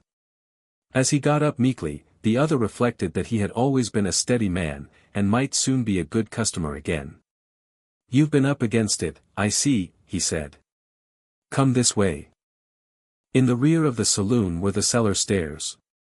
There was a door above and another below, both safely padlocked, making the stairs an admirable place to stow away a customer who might still chance to have money, or a political light whom it was not advisable to kick out of doors. So Jurgis spent the night. The whiskey had only half warmed him, and he could not sleep. Exhausted as he was, he would nod forward, and then start up, shivering with the cold, and begin to remember again. Hour after hour passed, until he could only persuade himself that it was not morning by the sounds of music and laughter and singing that were to be heard from the room. When at last these ceased, he expected that he would be turned out into the street. As this did not happen, he fell to wondering whether the man had forgotten him. In the end, when the silence and suspense were no longer to be borne, he got up and hammered on the door, and the proprietor came, yawning and rubbing his eyes. He was keeping open all night, and dozing between customers. "I want to go home," Jurgis said. "I'm worried about my wife, I can't wait any longer." "Why the hell didn't you say so before?" said the man. "I thought you didn't have any home to go to." Jurgis went outside. It was 4 o'clock in the morning, and as black as night. There were 3 or 4 inches of fresh snow on the ground, and the flakes were falling thick and fast. He turned toward Anil's and started at a run. There was a light burning in the kitchen window and the blinds were drawn. The door was unlocked and Jurgis rushed in. Anil, Maria, and the rest of the women were huddled about the stove, exactly as before. With them were several newcomers, Jurgis noticed. Also he noticed that the house was silent. "Well?" he said. No one answered him, they sat staring at him with their pale faces. He cried again, "Well?" And then, by the light of the smoky lamp, he saw Maria who sat nearest him, shaking her head slowly. "Not yet," she said. And Jurgis gave a cry of dismay. "Not yet, Again Maria's head shook. The poor fellow stood dumbfounded. "I don't hear her," he gasped. "She's been quiet a long time," replied the other. There was another pause, broken suddenly by a voice from the attic, "Hello, there." Several of the women ran into the next room, while Maria sprang toward Jurgis. "Wait here," she cried, and the two stood, pale and trembling, listening. In a few moments it became clear that Madame Haupt was engaged in descending the ladder, scolding and exhorting again, while the ladder creaked in protest. In a moment or two she reached the ground, angry and breathless, and they heard her coming into the room. Jurgis gave one glance at her, and then turned white and reeled. She had her jacket off, like one of the workers on the killing beds. Her hands and arms were smeared with blood, and blood was splashed upon her clothing and her face. She stood breathing hard, and gazing about her. No one made a sound. "I have done my best," she began suddenly. "I can do nothing more, dear, is no use to try." Again there was silence. "It ain't my fault," she said. "You had ought to have had a doctor, you not waited so long, it was too late already when I come." Once more there was death-like stillness. Maria was clutching Jurgis with all the power of her one well arm. Then suddenly Madame Haupt turned to Anil. "You have not got something to drink, hey?" she queried. "Some brandy?" Anil shook her head. "Her Gott!" exclaimed Madame Haupt. "Such people! Perhaps you will give me something to eat den, I have had nothing since yesterday morning, I have barked myself near to death here. If I could have known it was like this, I would never have come for such money as you give me." At this moment she chanced to look round, and saw Jurgis. She shook her finger at him. "You understand me," she said, "you pays me dot money just the same. It is not my fault that you send for me so late, I can't help your wife. It is not my fault if der baby comes mit one arm first, so that I can't save it. I have tried all night, in dot place where it is not fit for dogs to be born, mit nodding to eat only what I brings in mine own pockets." Here Madame Haupt paused for a moment to get her breath, and Maria, seeing the beads of sweat on Jurgis's forehead, and feeling the quivering of his frame, broke out in a low voice, "How is Ona? how is she? Echoed Madame Haupt. How do you think she can be when you leave her to kill herself so? I told them that when they sent for the priest. She is young, and she might have got over it, and been well and strong, if she had been treated right. She fight hard, that girl, she is not yet quite dead. And Jurgis gave a frantic scream. Dead, She will die, of course, said the other angrily. Der baby is dead now. The garret was lighted by a candle stuck upon a board, it had almost burned itself out, and was sputtering and smoking as Jurgis rushed up the ladder. He could make out dimly in one corner a pallet of rags and old blankets, spread upon the floor, at the foot of it was a crucifix, and near it a priest muttering a prayer. In a far corner crouched Elzbieta, moaning and wailing. Upon the pallet lay Ona.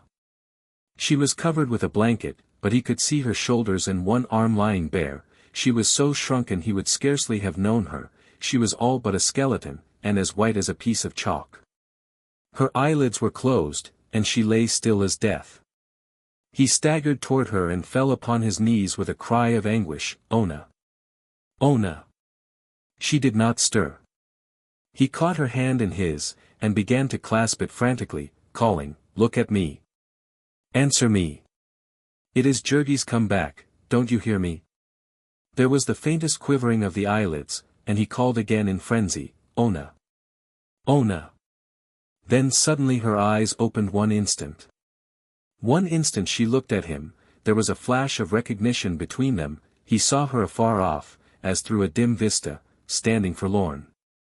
He stretched out his arms to her, he called her in wild despair, a fearful yearning surged up in him, hunger for her that was agony, desire that was a new being born within him, tearing his heartstrings, torturing him. But it was all in vain, she faded from him, she slipped back and was gone.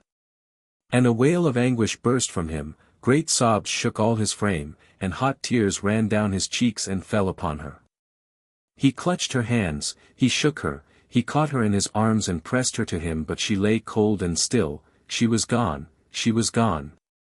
The word rang through him like the sound of a bell, echoing in the far depths of him, making forgotten chords to vibrate, old shadowy fears to stir, fears of the dark, fears of the void, fears of annihilation. She was dead. She was dead. He would never see her again, never hear her again. An icy horror of loneliness seized him, he saw himself standing apart and watching all the world fade away from him, a world of shadows, of fickle dreams. He was like a little child, in his fright and grief, he called, and got no answer, and his cries of despair echoed through the house, making the women downstairs draw nearer to each other in fear. He was inconsolable, beside himself. The priest came and laid his hand upon his shoulder and whispered to him, but he heard not a sound. He was gone away himself, stumbling through the shadows, and groping after the soul that had fled. So he lay. The grey dawn came up and crept into the attic. The priest left, the women left, and he was alone with the still, white figure, quieter now, but moaning and shuddering, wrestling with the grisly fiend. Now and then he would raise himself and stare at the white mask before him, then hide his eyes because he could not bear it. Dead. Dead, and she was only a girl, she was barely 18. Her life had hardly begun, and here she lay murdered, mangled, tortured to death. It was morning when he rose up and came down into the kitchen, haggard and ashen grey, reeling and dazed. More of the neighbors had come in, and they stared at him in silence as he sank down upon a chair by the table and buried his face in his arms. A few minutes later the front door opened, a blast of cold and snow rushed in, and behind it little Katrina, breathless from running, and blue with the cold. "I'm home again," she exclaimed. "I could hardly." And then, seeing Jurgis, she stopped with an exclamation. Looking from one to another she saw that something had happened, and she asked, in a lower voice, "What's the matter?" Before anyone could reply, Jurgis started up, he went toward her, walking unsteadily. "Where have you been?" he demanded. "Selling papers with the boys," she said. "The snow." "Have you any money?" he demanded. "Yes." "How much?" Nearly $3, Jurgis. Give it to me. Katrina, frightened by his manner, glanced at the others. Give it to me, he commanded again, and she put her hand into her pocket and pulled out a lump of coins tied in a bit of rag. Jurgis took it without a word, and went out of the door and down the street. 3 doors away was a saloon. "Whiskey," he said, as he entered, and as the man pushed him some, he tore at the rag with his teeth and pulled out $50. "How much is the bottle?" he said. "I want to get drunk." Chapter 20. But a big man cannot stay drunk very long on $3. That was Sunday morning, and Monday night Jurgis came home, sober and sick, realizing that he had spent every cent the family owned, and had not bought a single instant's forgetfulness with it. Ona was not yet buried, but the police had been notified, and on the morrow they would put the body in a pine coffin and take it to the potter's field. Elzbieta was out begging now, a few pennies from each of the neighbors, to get enough to pay for a mass for her, and the children were upstairs starving to death, while he, good-for-nothing rascal, had been spending their money on drink. So spoke Anil, scornfully, and when he started toward the fire she added the information that her kitchen was no longer for him to fill with his phosphate stinks. She had crowded all her boarders into one room on Ona's account, but now he could go up in the garret where he belonged, and not there much longer, either, if he did not pay her some rent. Jurgis went without a word, and, stepping over 6 sleeping boarders in the next room, ascended the ladder. It was dark up above, they could not afford any light, also it was nearly as cold as outdoors. In a corner, as far away from the corpse as possible, sat Maria, holding little antennas in her one good arm and trying to soothe him to sleep. In another corner crouched poor little Jozapas, wailing because he had had nothing to eat all day. Maria said not a word to Jurgis. He crept in like a whipped cur, and went and sat down by the body. Perhaps he ought to have meditated upon the hunger of the children, and upon his own baseness, but he thought only of Ona. He gave himself up again to the luxury of grief. He shed no tears, being ashamed to make a sound. He sat motionless and shuddering with his anguish. He had never dreamed how much he loved Ona, until now that she was gone, until now that he sat here, knowing that on the morrow they would take her away, and that he would never lay eyes upon her again, never all the days of his life.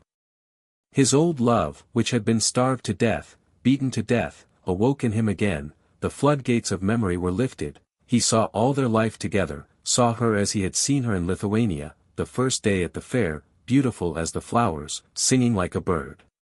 He saw her as he had married her, with all her tenderness, with her heart of wonder. The very words she had spoken seemed to ring now in his ears, the tears she had shed to be wet upon his cheek.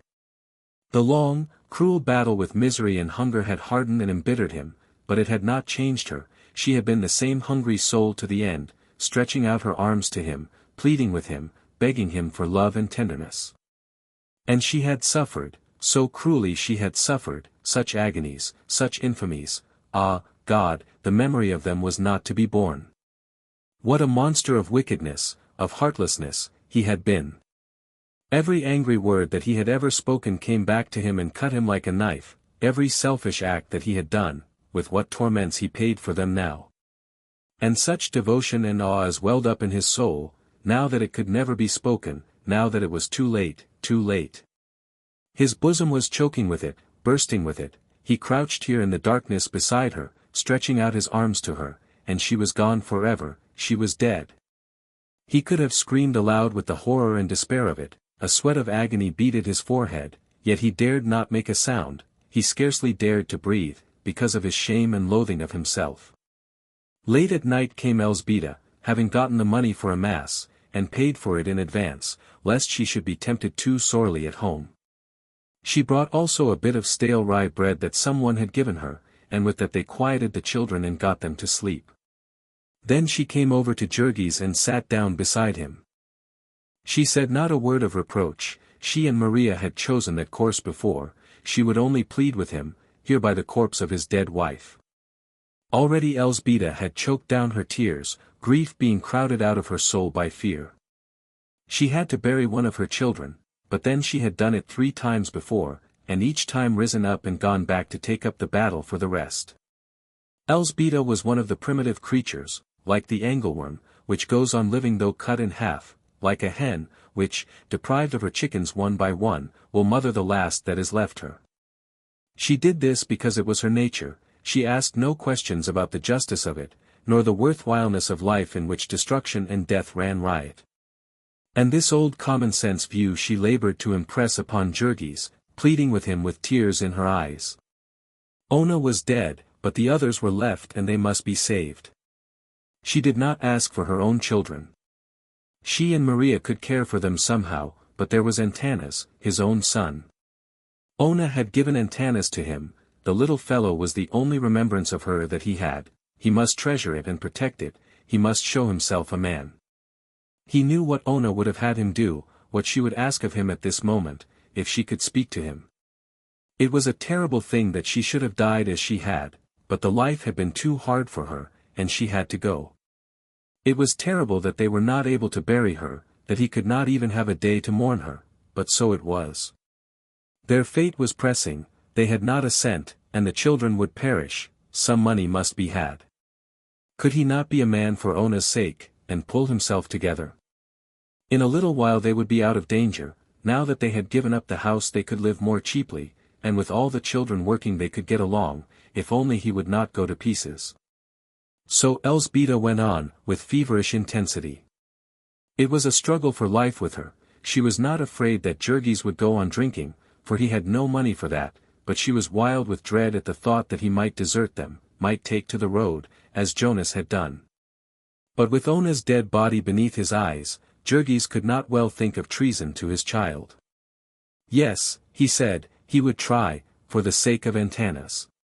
He would give the little fellow his chance, would get to work at once, yes, tomorrow, without even waiting for Ona to be buried.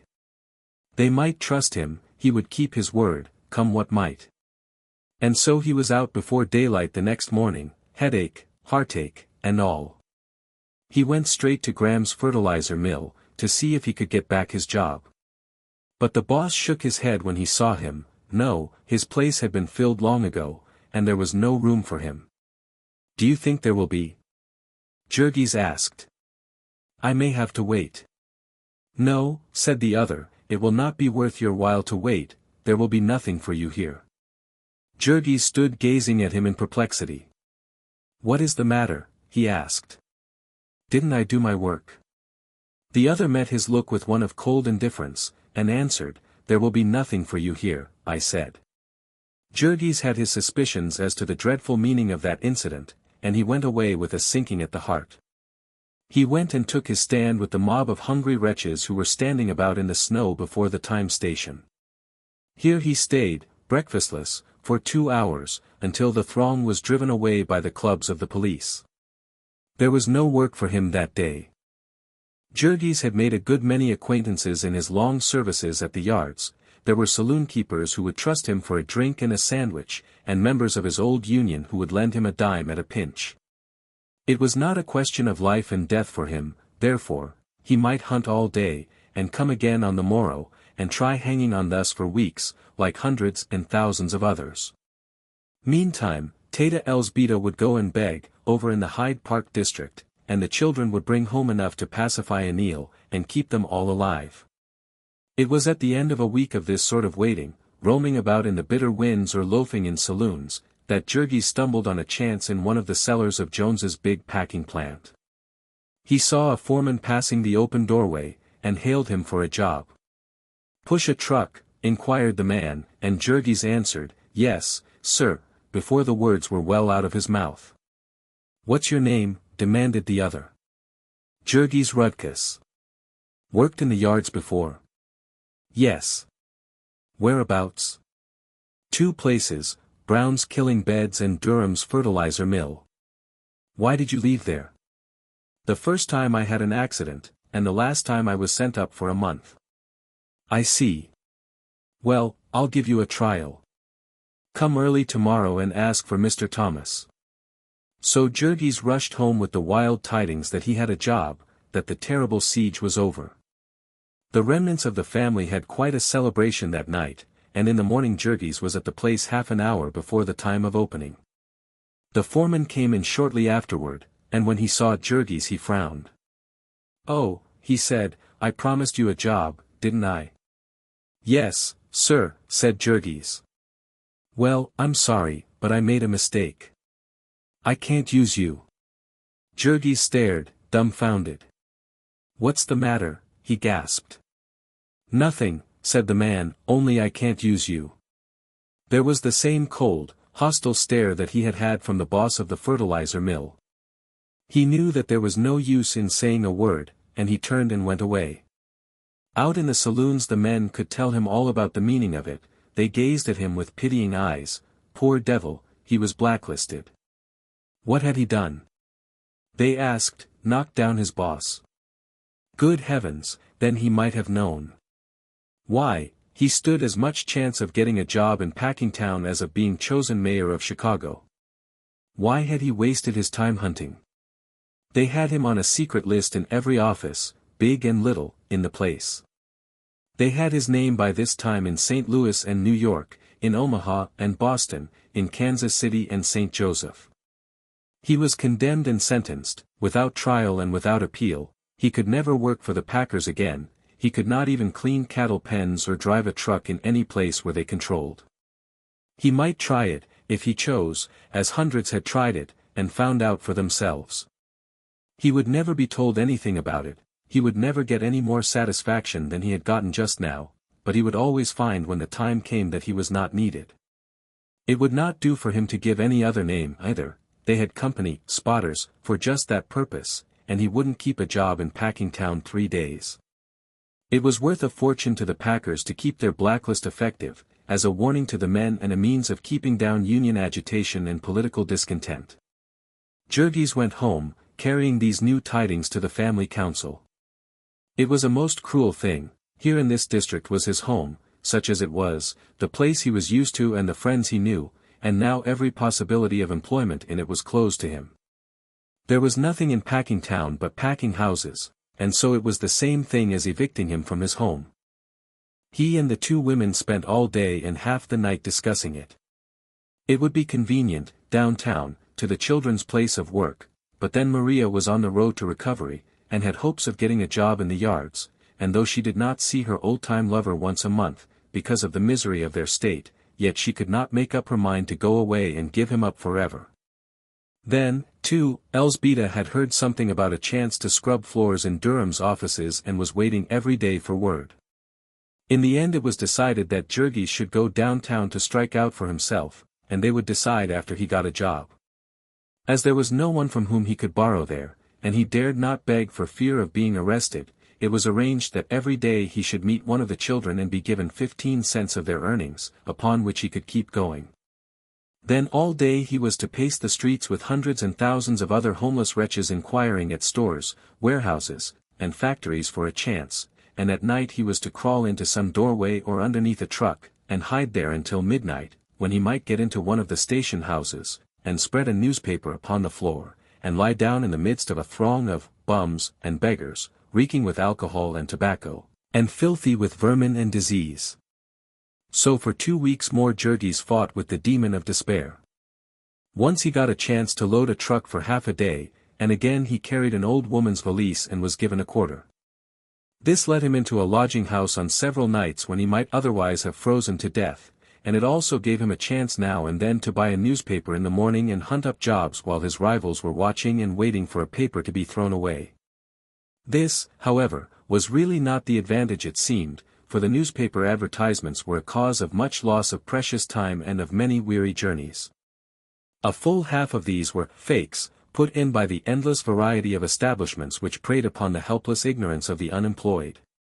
If Jurgis lost only his time, it was because he had nothing else to lose. Whenever a smooth-tongued agent would tell him of the wonderful positions he had on hand, he could only shake his head sorrowfully and say that he had not the necessary dollar to deposit. When it was explained to him what big money he and all his family could make by coloring photographs, he could only promise to come in again when he had $2 to invest in the outfit. In the end Jurgis got a chance through an accidental meeting with an old-time acquaintance of his union days. He met this man on his way to work in the giant factories of the Harvester Trust, and his friend told him to come along and he would speak a good word for him to his boss, whom he knew well. So Jurgis trudged 4 or 5 miles, and passed through a waiting throng of unemployed at the gate under the escort of his friend. His knees nearly gave way beneath him when the foreman, after looking him over and questioning him, told him that he could find an opening for him. How much this accident meant to Jurgis he realized only by stages, for he found that the harvester works were the sort of place to which philanthropists and reformers pointed with pride. It had some thought for its employees, its workshops were big and roomy, it provided a restaurant where the workmen could buy good food at cost, it had even a reading room, and decent places where its girl hands could rest. Also the work was free from many of the elements of filth and repulsiveness that prevailed at the stockyards. Day after day Jurgis discovered these things never expected nor dreamed of by him, until this new place came to seem a kind of a heaven to him. It was an enormous establishment, covering 160 acres of ground, employing 5,000 people, and turning out over 300,000 machines every year, a good part of all the harvesting and mowing machines used in the country. Jurgis saw very little of it, of course, it was all specialized work, the same as at the stockyards. Each one of the hundreds of parts of a mowing machine was made separately, and sometimes handled by hundreds of men. Where Jurgis worked there was a machine which cut and stamped a certain piece of steel about 2 square inches in size. The pieces came tumbling out upon a tray, and all that human hands had to do was to pile them in regular rows, and change the trays at intervals. This was done by a single boy, who stood with eyes and thought centered upon it, and fingers flying so fast that the sounds of the bits of steel striking upon each other was like the music of an express train as one hears it in a sleeping car at night. This was piecework, of course, and besides it was made certain that the boy did not idle, by setting the machine to match the highest possible speed of human hands. 30,000 of these pieces he handled every day, 9 or 10 million every year, how many in a lifetime it rested with the gods to say. Nearby him men sat bending over whirling grindstones, putting the finishing touches to the steel knives of the reaper, picking them out of a basket with the right hand, pressing first one side and then the other against the stone and finally dropping them with the left hand into another basket. One of these men told Jurgis that he had sharpened 3,000 pieces of steel a day for 13 years. In the next room were wonderful machines that ate up long steel rods by slow stages, cutting them off, seizing the pieces, stamping heads upon them, grinding them and polishing them, threading them, and finally dropping them into a basket, all ready to bolt the harvesters together. From yet another machine came tens of thousands of steel burrs to fit upon these bolts. In other places all these various parts were dipped into troughs of paint and hung up to dry, and then slid along on trolleys to a room where men streaked them with red and yellow, so that they might look cheerful in the harvest fields. Jurgis's friend worked upstairs in the casting rooms, and his task was to make the molds of a certain part. He shoveled black sand into an iron receptacle and pounded it tight and set it aside to harden, then it would be taken out, and molten iron poured into it. This man, too, was paid by the mold, or rather for perfect castings, nearly half his work going for naught. You might see him, along with dozens of others, toiling like one possessed by a whole community of demons, his arms working like the driving rods of an engine, his long, black hair flying wild, his eyes starting out, the sweat rolling in rivers down his face. When he had shoveled the mold full of sand, and reached for the pounder to pound it with, it was after the manner of a canoeist running rapids and seizing a pole at sight of a submerged rock. All day long this man would toil thus, his whole being centered upon the purpose of making 23 instead of 22.5 cents an hour, and then his product would be reckoned up by the census taker, and jubilant captains of industry would boast of it in their banquet halls, telling how our workers are nearly twice as efficient as those of any other country. If we are the greatest nation the sun ever shone upon, it would seem to be mainly because we have been able to goad our wage earners to this pitch of frenzy, though there are a few other things that are great among us including our drink bill, which is $1.25 billion a year, and doubling itself every decade. There was a machine which stamped out the iron plates, and then another which, with a mighty thud, mashed them to the shape of the sitting-down portion of the American farmer. Then they were piled upon a truck, and it was Jurgis's task to wheel them to the room where the machines were assembled. This was child's play for him, and he got $1.75 a day for it, on Saturday he paid Anil the 75 cents a week he owed her for the use of her garret, and also redeemed his overcoat, which Elzbieta had put in pawn when he was in jail. This last was a great blessing. A man cannot go about in midwinter in Chicago with no overcoat and not pay for it, and Jurgis had to walk or ride 5 or 6 miles back and forth to his work. It so happened that half of this was in one direction and half in another, necessitating a change of cars. The law required that transfers be given at all intersecting points, but the railway corporation had gotten round this by arranging a pretense at separate ownership. So whenever he wished to ride, he had to pay 10 cents each way, or over 10% of his income to this power, which had gotten its franchises long ago by buying up the city council, in the face of popular clamor amounting almost to a rebellion. Tired as he felt at night, and dark and bitter cold as it was in the morning, Jurgis generally chose to walk. At the hours other workmen were traveling, the streetcar monopoly saw fit to put on so few cars that there would be men hanging to every foot of the backs of them and often crouching upon the snow-covered roof. Of course the doors could never be closed, and so the cars were as cold as outdoors. Jurgis, like many others, found it better to spend his fare for a drink and a free lunch, to give him strength to walk. These, however, were all slight matters to a man who had escaped from Durham's fertilizer mill. Jurgis began to pick up heart again and to make plans.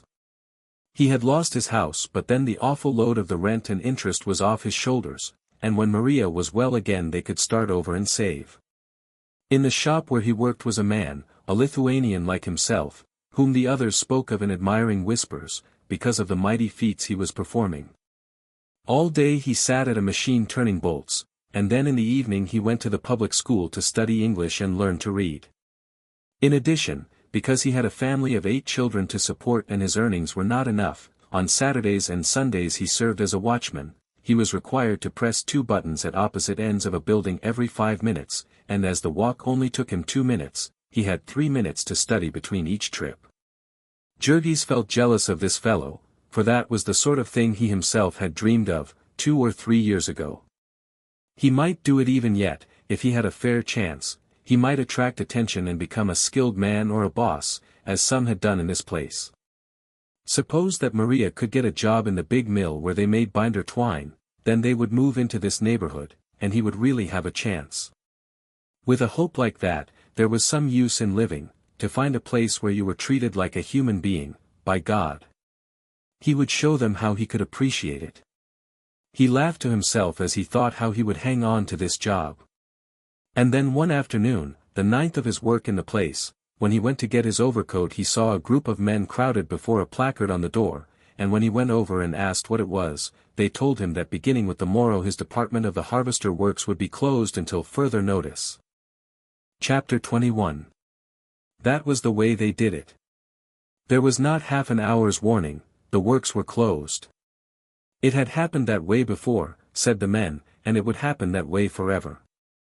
They had made all the harvesting machines that the world needed, and now they had to wait till some wore out.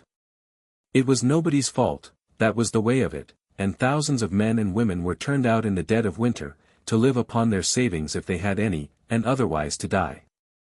So many tens of thousands already in the city, homeless and begging for work, and now several thousand more added to them. Jurgis walked home with his pittance of pay in his pocket, heartbroken, overwhelmed. One more bandage had been torn from his eyes, one more pitfall was revealed to him. Of what help was kindness and decency on the part of employers, when they could not keep a job for him, when there were more harvesting machines made than the world was able to buy? What a hellish mockery it was, anyway, that a man should slave to make harvesting machines for the country, only to be turned out to starve for doing his duty too well. It took him 2 days to get over this heart-sickening disappointment. He did not drink anything, because Elzbieta got his money for safekeeping, and knew him too well to be in the least frightened by his angry demands. He stayed up in the garret however, and sulked. What was the use of a man's hunting a job when it was taken from him before he had time to learn the work? But then their money was going again, and little Antanas was hungry, and crying with the bitter cold of the garret. Also Madame Haupt, the midwife, was after him for some money. So he went out once more. For another 10 days he roamed the streets and alleys of the huge city, sick and hungry, begging for any work. He tried in stores and offices, in restaurants and hotels, along the docks and in the railroad yards, in warehouses and mills and factories where they made products that went to every corner of the world. There were often 1 or 2 chances, but there were always 100 men for every chance, and his turn would not come. At night he crept into sheds and cellars and doorways, until there came a spell of belated winter weather, with a raging gale, and the thermometer 5 degrees below zero at sundown and falling all night. Then Jurgis fought like a wild beast to get into the big Harrison Street police station, and slept down in a corridor, crowded with 2 other men upon a single step. He had to fight often in these days to fight for a place near the factory gates, and now and again with gangs on the street. He found, for instance, that the business of carrying satchels for railroad passengers was a preempted one. Whenever he essayed it, 8 or 10 men and boys would fall upon him and force him to run for his life. They always had the policeman squared, and so there was no use in expecting protection. That Jurgis did not starve to death was due solely to the pittance the children brought him. And even this was never certain. For one thing, the cold was almost more than the children could bear, and then they, too, were in perpetual peril from rivals who plundered and beat them. The law was against them, too. Little Villemas, who was really 11, but did not look to be 8, was stopped on the streets by a severe old lady in spectacles, who told him that he was too young to be working and that if he did not stop selling paper she would send a truant officer after him. Also one night a strange man caught little Katrina by the arm and tried to persuade her into a dark cellar way, an experience which filled her with such terror that she was hardly to be kept at work. At last, on a Sunday, as there was no use looking for work, Jurgis went home by stealing rides on the cars. He found that they had been waiting for him for 3 days. There was a chance of a job for him. It was quite a story. Little Josapas, who was near crazy with hunger these days, had gone out on the street to beg for himself. Josapas had only 1 leg, having been run over by a wagon when a little child, but he had got himself a broomstick, which he put under his arm for a crutch. He had fallen in with some other children and found the way to Mike Scully's dump, which lay 3 or 4 blocks away. To this place there came every day many hundreds of wagon loads of garbage and trash from the lake front, where the rich people lived, and in the heaps the children raked for food. There were hunks of bread and potato peelings and apple cores and meat bones, all of it half frozen and quite unspoiled. Little Josapas gorged himself, and came home with a newspaper full, which he was feeding to Antanas when his mother came in. Elzbieta was horrified, for she did not believe that the food out of the dumps was fit to eat. The next day, however, when no harm came of it and Josapas began to cry with hunger, she gave in and said that he might go again. And that afternoon he came home with a story of how while he had been digging away with a stick, a lady upon the street had called him. A real fine lady, the little boy explained, a beautiful lady, and she wanted to know all about him, and whether he got the garbage for chickens, and why he walked with a broomstick, and why Ona had died, and how Jurgis had come to go to jail, and what was the matter with Maria, and everything. In the end she had asked where he lived, and said that she was coming to see him, and bring him a new crutch to walk with. She had on a hat with a bird upon it, Josapas added, and a long fur snake around her neck. She really came, the very next morning, and climbed the ladder to the garret, and stood and stared about her, turning pale at the sight of the blood stains on the floor where Ona had died. She was a settlement worker, she explained to Elzbieta. She lived around on Ashland Avenue. Elzbieta knew the place, over a feed store. Somebody had wanted her to go there, but she had not cared to, for she thought that it must have something to do with religion, and the priest did not like her to have anything to do with strange religions. They were rich people who came to live there to find out about the poor people, but what good they expected it would do them to know, one could not imagine. So spoke Elzbieta, naively, and the young lady laughed and was rather at a loss for an answer. She stood and gazed about her, and thought of a cynical remark that had been made to her, that she was standing upon the brink of the pit of hell and throwing in snowballs to lower the temperature. Elzbieta was glad to have somebody to listen, and she told all their woes, what had happened to Ona, and the jail, and the loss of their home, and Maria's accident, and how Ona had died, and how Jurgis could get no work. As she listened the pretty young lady's eyes filled with tears, and in the midst of it she burst into weeping and hid her face on Elzbieta's shoulder, quite regardless of the fact that the woman had on a dirty old wrapper and that the garret was full of fleas. Poor Elsbeta was ashamed of herself for having told so woeful a tale, and the other had to beg and plead with her to get her to go on. The end of it was that the young lady sent them a basket of things to eat, and left a letter that Jurgis was to take to a gentleman who was superintendent in one of the mills of the great steelworks in South Chicago. "He will get Jurgis something to do," the young lady had said, and added, smiling through her tears, "if he doesn't, he will never marry me."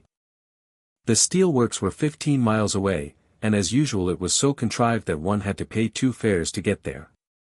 Far and wide the sky was flaring with the red glare that leaped from rows of towering chimneys, for it was pitch dark when Jurgis arrived. The vast works, a city in themselves, were surrounded by a stockade, and already a full 100 men were waiting at the gate where new hands were taken on. Soon after daybreak whistles began to blow, and then suddenly thousands of men appeared, streaming from saloons and boarding houses across the way, leaping from trolley cars that passed. It seemed as if they rose out of the ground, in the dim grey light. A river of them poured in through the gate, and then gradually ebbed away again, until there were only a few late ones running, and the watchmen pacing up and down, and the hungry strangers stamping and shivering. Jurgis presented his precious letter. The gatekeeper was surly, and put him through a catechism, but he insisted that he knew nothing, and as he had taken the precaution to seal his letter, there was nothing for the gatekeeper to do but send it to the person to whom it was addressed. A messenger came back to say that Jurgis should wait, and so he came inside of the gate, perhaps not sorry enough that there were others less fortunate watching him with greedy eyes. The great mills were getting under way. One could hear a vast stirring, a rolling and rumbling and hammering. Little by little the scene grew plain, towering, black buildings here and there, long rows of shops and sheds, little railways branching everywhere, bare grey cinders underfoot and oceans of billowing black smoke above. On one side of the grounds ran a railroad with a dozen tracks, and on the other side lay the lake, where steamers came to load. Jurgis had time enough to stare and speculate, for it was 2 hours before he was summoned.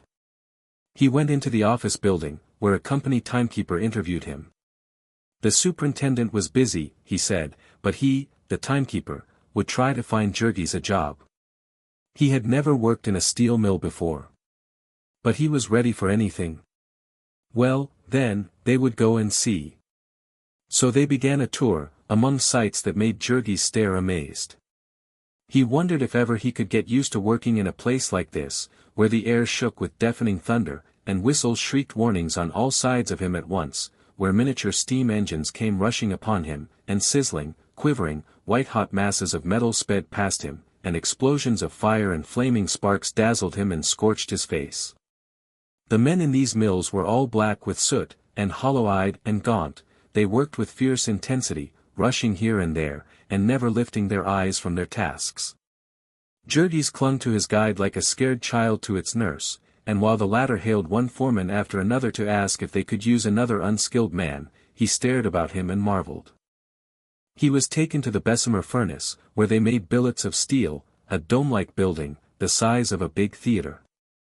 Jurgis stood where the balcony of the theater would have been, and opposite, by the stage, he saw 3 giant cauldrons, big enough for all the devils of hell to brew their broth in, full of something white and blinding, bubbling and splashing, roaring as if volcanoes were blowing through it. One had to shout to be heard in the place. Liquid fire would leap from these cauldrons and scatter like bombs below, and men were working there, seeming careless, so that Jurgis caught his breath with fright.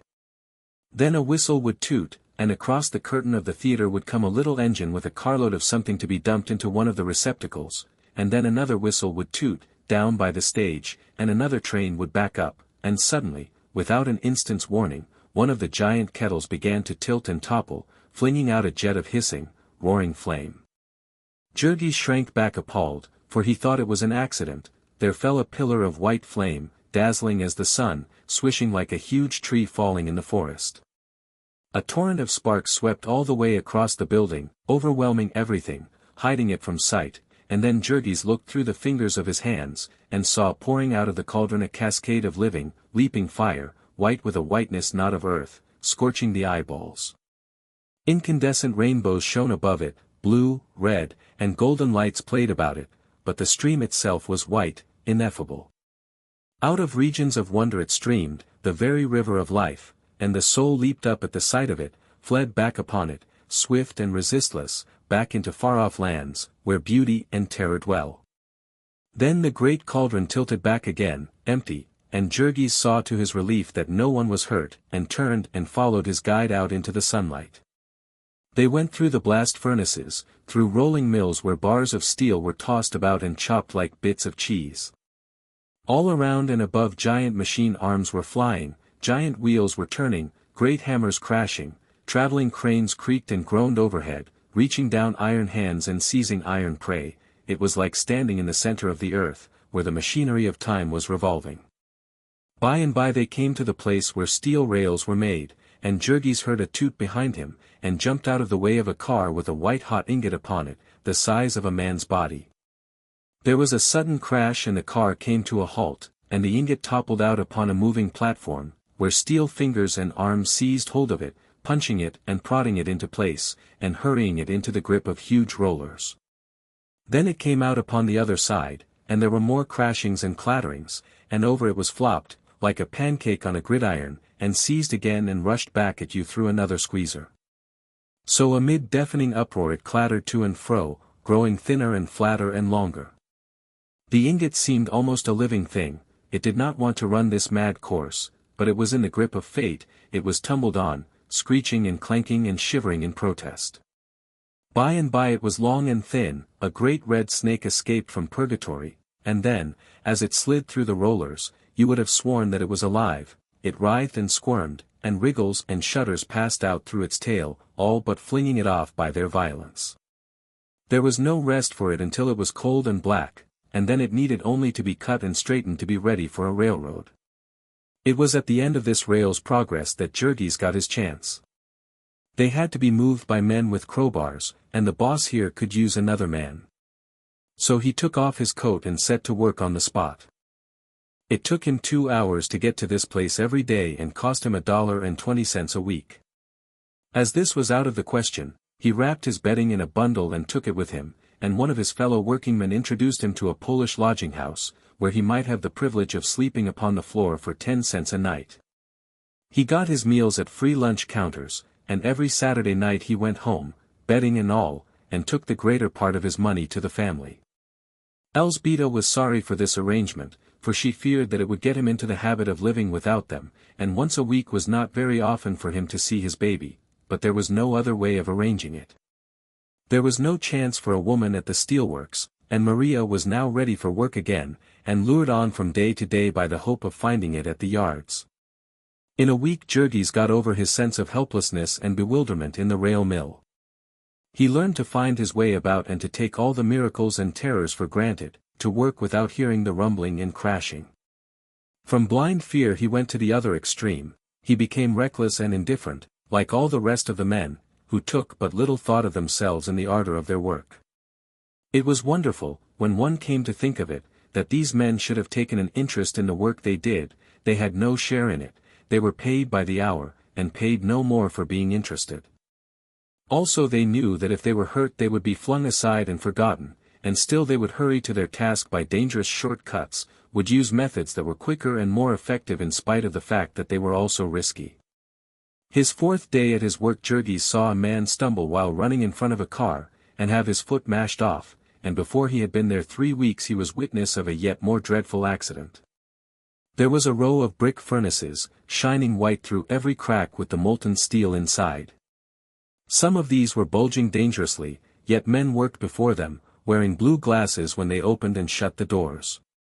One morning as Jurgis was passing, a furnace blew out, spraying 2 men with a shower of liquid fire. As they lay screaming and rolling upon the ground in agony, Jurgis rushed to help them, and as a result he lost a good part of the skin from the inside of one of his hands. The company doctor bandaged it up, but he got no other thanks from anyone, and was laid up for 8 working days without any pay. Most fortunately, at this juncture, Elzbieta got the long-awaited chance to go at 5 o'clock in the morning and help scrub the office floors of one of the packers. Jurgis came home and covered himself with blankets to keep warm, and divided his time between sleeping and playing with little antennas. Juozapas was away raking in the dump a good part of the time, and Elzbieta and Maria were hunting for more work. Antanas was now over a year and a half old, and was a perfect talking machine. He learned so fast that every week when Jurgis came home it seemed to him as if he had a new child. He would sit down and listen and stare at him, and give vent to delighted exclamations, _Polak. Muma. Tu mano serdial, the little fellow was now really the one delight that Jurgis had in the world, his one hope, his one victory. Thank God, Antanas was a boy. And he was as tough as a pine knot, and with the appetite of a wolf. Nothing had hurt him, and nothing could hurt him. He had come through all the suffering and deprivation unscathed, only shriller voiced and more determined in his grip upon life.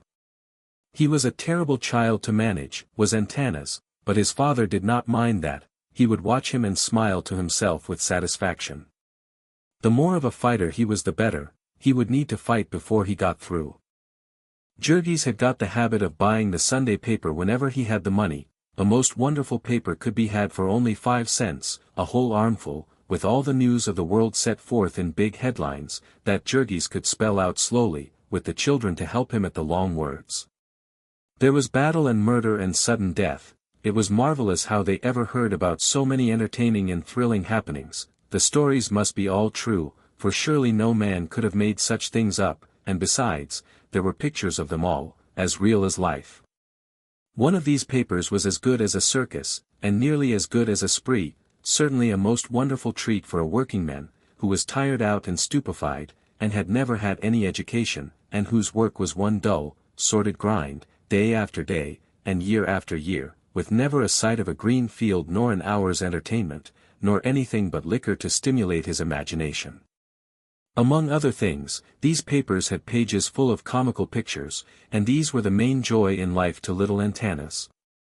He treasured them up, and would drag them out and make his father tell him about them. There were all sorts of animals among them, and Antanas could tell the names of all of them, lying upon the floor for hours and pointing them out with his chubby little fingers.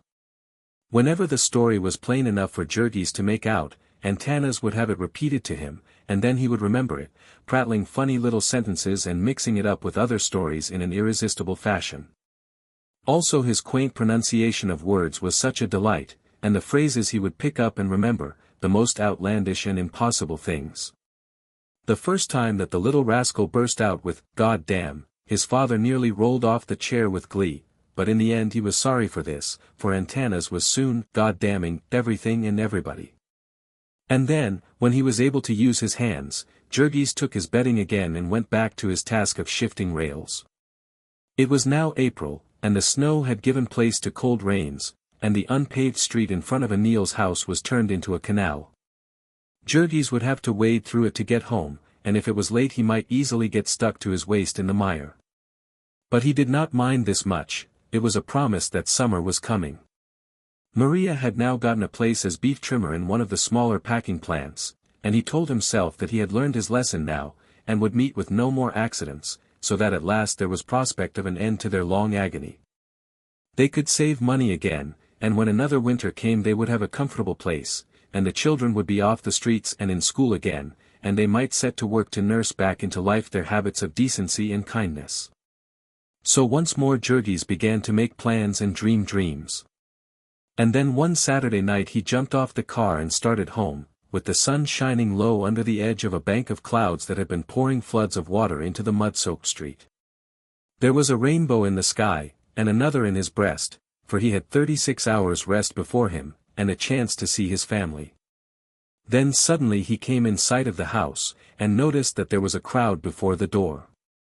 He ran up the steps and pushed his way in, and saw Anil's kitchen crowded with excited women. It reminded him so vividly of the time when he had come home from jail and found Ona dying, that his heart almost stood still. "What's the matter?" he cried. A dead silence had fallen in the room, and he saw that every one was staring at him. "What's the matter?" he exclaimed again. And then, up in the garret, he heard sounds of wailing, in Maria's voice. He started for the ladder, and Anil seized him by the arm. "No, no," she exclaimed. "Don't go up there." "What is it?" he shouted. And the old woman answered him weakly, "It's Antanas. He's dead.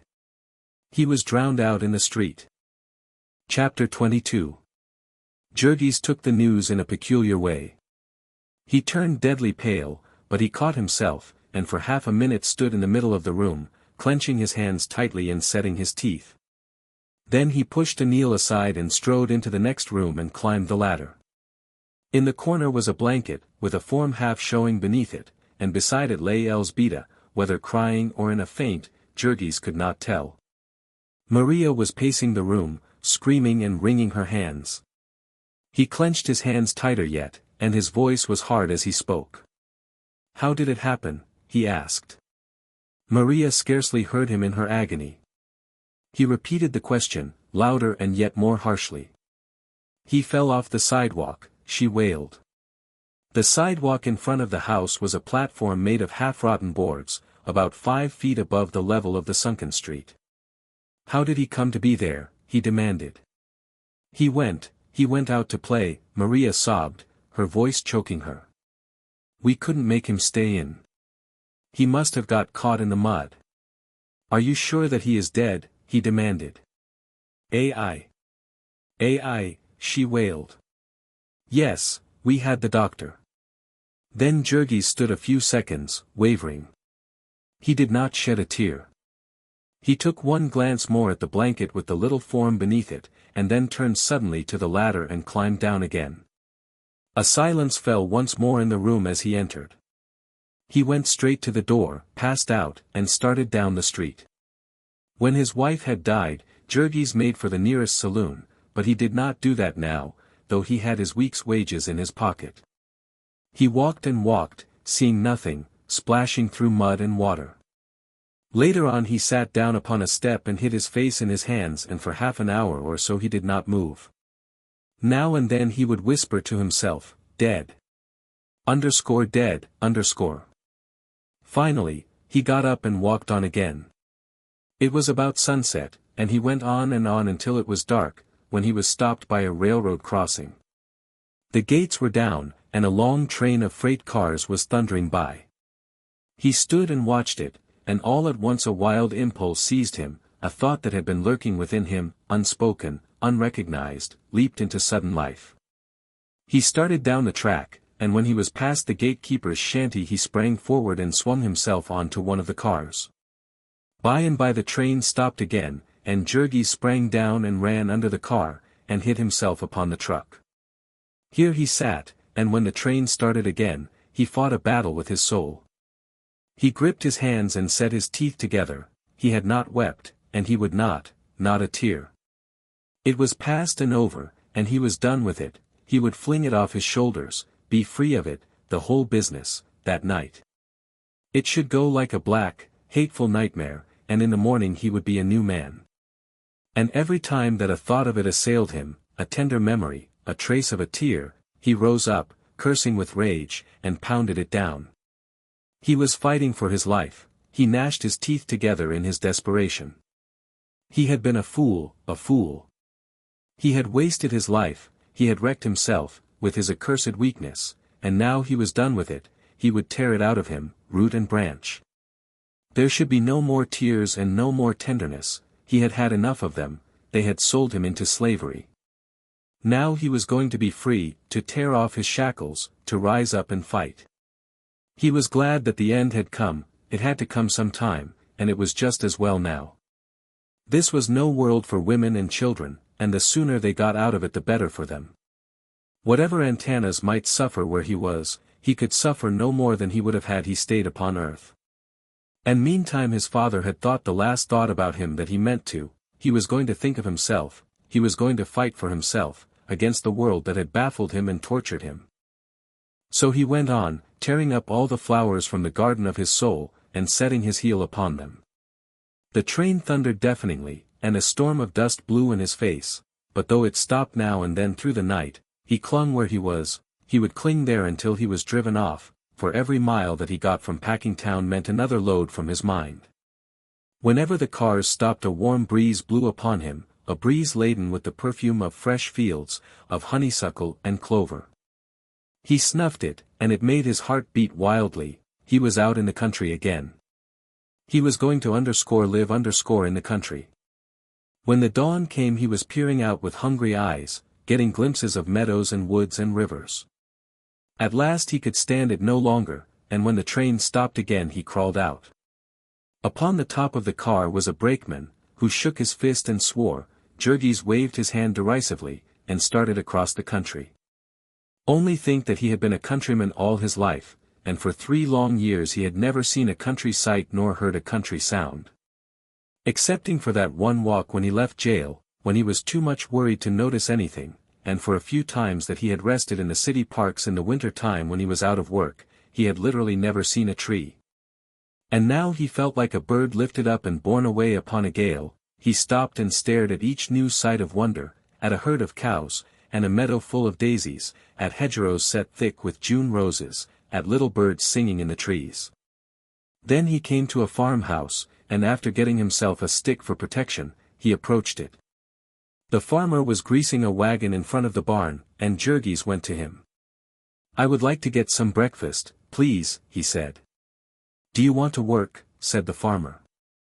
"No," said Jurgis. "I don't." "Then you can't get anything here," snapped the other. "I meant to pay for it," said Jurgis. "Oh," said the farmer, and then added sarcastically, "we don't serve breakfast after 7 a.m. "I am very hungry," said Jurgis gravely, "I would like to buy some food." "Ask the woman," said the farmer, nodding over his shoulder. The woman was more tractable, and for a dime Jurgis secured 2 thick sandwiches and a piece of pie and 2 apples. He walked off eating the pie, as the least convenient thing to carry. In a few minutes he came to a stream, and he climbed a fence and walked down the bank, along a woodland path.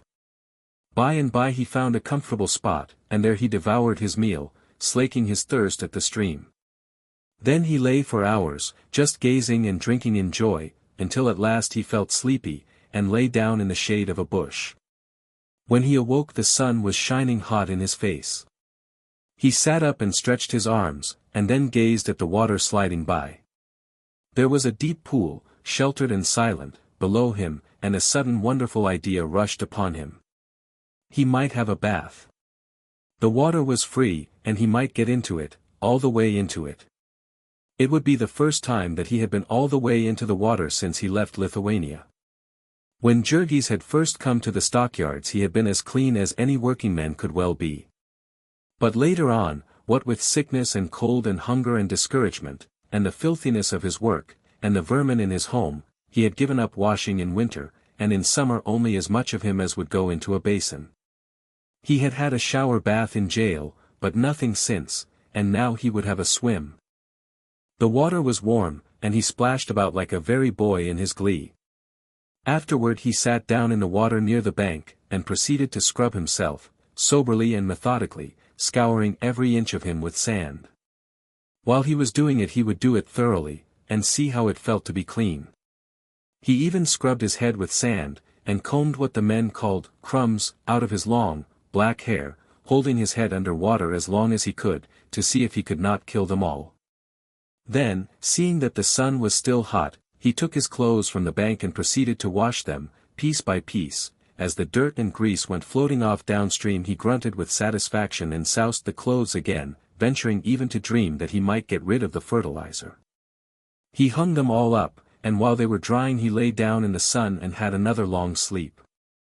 They were hot and stiff as boards on top, and a little damp on the underside, when he awakened, but being hungry, he put them on and set out again. He had no knife, but with some labor he broke himself a good stout club, and, armed with this, he marched down the road again.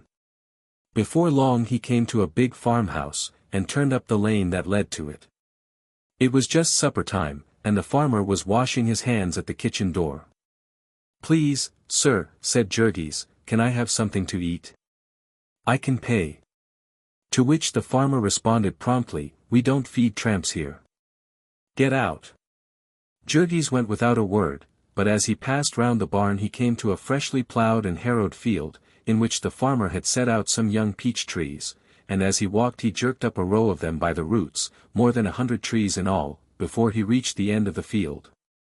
That was his answer, and it showed his mood. From now on he was fighting, and the man who hit him would get all that he gave, every time.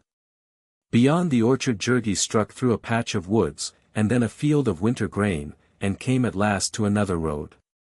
Before long he saw another farmhouse, and, as it was beginning to cloud over a little, he asked here for shelter as well as food. Seeing the farmer eyeing him dubiously, he added, "I'll be glad to sleep in the barn."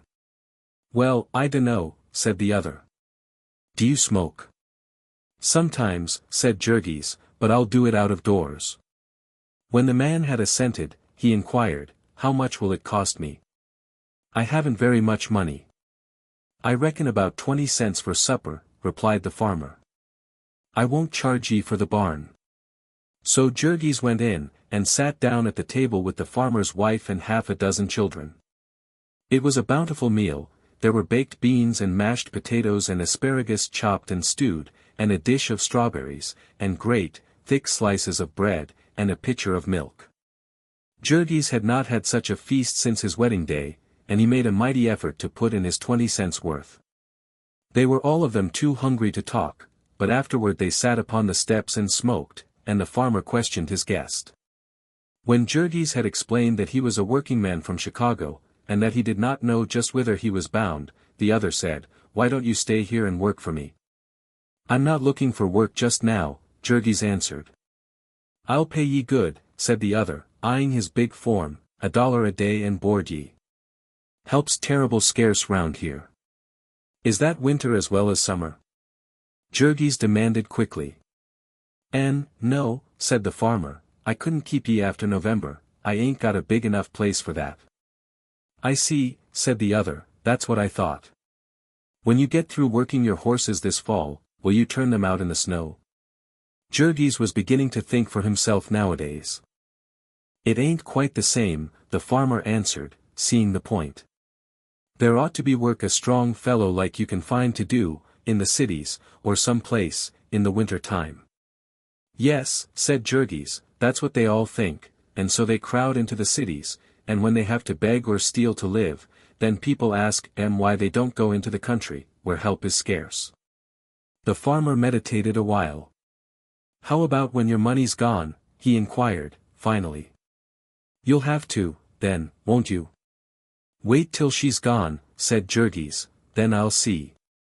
He had a long sleep in the barn and then a big breakfast of coffee and bread and oatmeal and stewed cherries, for which the man charged him only 15 cents, perhaps having been influenced by his arguments.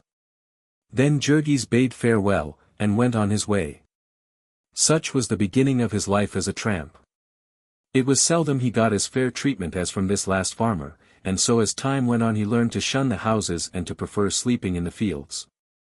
When it rained he would find a deserted building, if he could, and if not, he would wait until after dark and then, with his stick ready, begin a stealthy approach upon a barn. Generally he could get in before the dog got scent of him, and then he would hide in the hay and be safe until morning. If not, and the dog attacked him, he would rise up and make a retreat in battle order. Jurgis was not the mighty man he had once been, but his arms were still good, and there were few farm dogs he needed to hit more than once. Before long there came raspberries, and then blackberries, to help him save his money, and there were apples in the orchards and potatoes in the ground. He learned to note the places and fill his pockets after dark. Twice he even managed to capture a chicken, and had a feast, once in a deserted barn and the other time in a lonely spot alongside of a stream. When all of these things failed him he used his money carefully, but without worry, for he saw that he could earn more whenever he chose. Half an hour's chopping wood in his lively fashion was enough to bring him a meal, and when the farmer had seen him working he would sometimes try to bribe him to stay. But Jurgis was not staying. He was a free man now, a buccaneer. The old _wanderlust_ had got into his blood, the joy of the unbound life, the joy of seeking, of hoping without limit. There were mishaps and discomforts, but at least there was always something new, and only think what it meant to a man who for years had been penned up in one place, seeing nothing but one dreary prospect of shanties and factories, to be suddenly set loose beneath the open sky, to behold new landscapes, new places, and new people every hour. To a man whose whole life had consisted of doing one certain thing all day, until he was so exhausted that he could only lie down and sleep until the next day, and to be now his own master, working as he pleased and when he pleased, and facing a new adventure every hour. Then, too, his health came back to him, all his lost youthful vigor, his joy and power that he had mourned and forgotten. It came with a sudden rush, bewildering him, startling him. It was as if his dead childhood had come back to him, laughing and calling. What with plenty to eat and fresh air and exercise that was taken as it pleased him, he would waken from his sleep and start off not knowing what to do with his energy, stretching his arms, laughing, singing old songs of home that came back to him. Now and then, of course, he could not help but think of little Antanas, whom he should never see again, whose little voice he should never hear, and then he would have to battle with himself. Sometimes at night he would waken dreaming of Ona, and stretch out his arms to her, and wet the ground with his tears. But in the morning he would get up and shake himself, and stride away again to battle with the world. He never asked where he was nor where he was going. The country was big enough, he knew, and there was no danger of his coming to the end of it. And of course he could always have company for the asking. Everywhere he went there were men living just as he lived, and whom he was welcome to join. He was a stranger at the business, but they were not clannish, and they taught him all their tricks, what towns and villages it was best to keep away from, and how to read the secret signs upon the fences, and when to beg and when to steal, and just how to do both. They laughed at his ideas of paying for anything with money or with work, for they got all they wanted without either. Now and then Jurgis camped out with a gang of them in some woodland haunt, and foraged with them in the neighborhood at night. And then among them someone would take a shine to him, and they would go off together and travel for a week, exchanging reminiscences. Of these professional tramps a great many had, of course, been shiftless and vicious all their lives. But the vast majority of them had been workingmen, had fought the long fight as Jurgis had, and found that it was a losing fight, and given up. Later on he encountered yet another sort of men, those from whose ranks the tramps were recruited, men who were homeless and wandering, but still seeking work, seeking it in the harvest fields. Of these there was an army, the huge surplus labor army of society, called into being under the stern system of nature, to do the casual work of the world, the tasks which were transient and irregular, and yet which had to be done. They did not know that they were such, of course, they only knew that they sought the job, and that the job was fleeting. In the early summer they would be in Texas, and as the crops were ready they would follow north with the season, ending with the fall in Manitoba. Then they would seek out the big lumber camps, where there was winter work, or failing in this, would drift to the cities, and live upon what they had managed to save, with the help of such transient work as was there, the loading and unloading of steamships and drays, the digging of ditches and the shoveling of snow. If there were more of them on hand than chanced to be needed, the weaker ones died off of cold and hunger, again according to the stern system of nature. It was in the latter part of July, when Jurgis was in Missouri, that he came upon the harvest work. Here were crops that men had worked for 3 or 4 months to prepare, and of which they would lose nearly all unless they could find others to help them for a week or two. So all over the land there was a cry for labor, agencies were set up and all the cities were drained of men, even college boys were brought by the carload, and hordes of frantic farmers would hold up trains and carry off wagon loads of men by main force. Not that they did not pay them well, any man could get $2 a day and his board, and the best men could get $2.50 or $3. The harvest fever was in the very air, and no man with any spirit in him could be in that region and not catch it. Jurgis joined a gang and worked from dawn till dark, 18 hours a day, for 2 weeks without a break. Then he had a sum of money that would have been a fortune to him in the old days of misery, but what could he do with it now? To be sure he might have put it in a bank, and, if he were fortunate, get it back again when he wanted it. But Jurgis was now a homeless man, wandering over a continent, and what did he know about banking and drafts and letters of credit? If he carried the money about with him, he would surely be robbed in the end, and so what was there for him to do but enjoy it while he could? On a Saturday night he drifted into a town with his fellows, and because it was raining, and there was no other place provided for him, he went to a saloon. And there were some who treated him and whom he had to treat, and there was laughter and singing and good cheer, and then out of the rear part of the saloon a girl's face, red-cheeked and merry, smiled at Jurgis, and his heart thumped suddenly in his throat. He nodded to her, and she came and sat by him, and they had more drink, and then he went upstairs into a room with her, and the wild beast rose up within him and screamed, as it has screamed in the jungle from the dawn of time. And then because of his memories and his shame, he was glad when others joined them, men and women, and they had more drink and spent the night in wild rioting and debauchery. In the van of the surplus labor army, there followed another, an army of women, they also struggling for life under the stern system of nature. Because there were rich men who sought pleasure, there had been ease and plenty for them so long as they were young and beautiful, and later on, when they were crowded out by others younger and more beautiful, they went out to follow upon the trail of the workingmen. Sometimes they came of themselves, and the saloon keepers shared with them, or sometimes they were handled by agencies, the same as the labor army. They were in the towns in harvest time, near the lumber camps in the winter, in the cities when the men came there, if a regiment were encamped, or a railroad or canal being made, or a great exposition getting ready, the crowd of women were on hand, living in shanties or saloons or tenement rooms, sometimes 8 or 10 of them together. In the morning Jurgis had not a cent, and he went out upon the road again. He was sick and disgusted, but after the new plan of his life, he crushed his feelings down. He had made a fool of himself, but he could not help it now, all he could do was to see that it did not happen again. So he tramped on until exercise and fresh air banished his headache, and his strength and joy returned. This happened to him every time, for Jurgis was still a creature of impulse, and his pleasures had not yet become business. It would be a long time before he could be like the majority of these men of the road, who roamed until the hunger for drink and for women mastered them, and then went to work with a purpose in mind, and stopped when they had the price of a spree. On the contrary, try as he would, Jurgis could not help being made miserable by his conscience. It was the ghost that would not down. It would come upon him in the most unexpected places, sometimes it fairly drove him to drink. One night he was caught by a thunderstorm, and he sought shelter in a little house just outside of a town.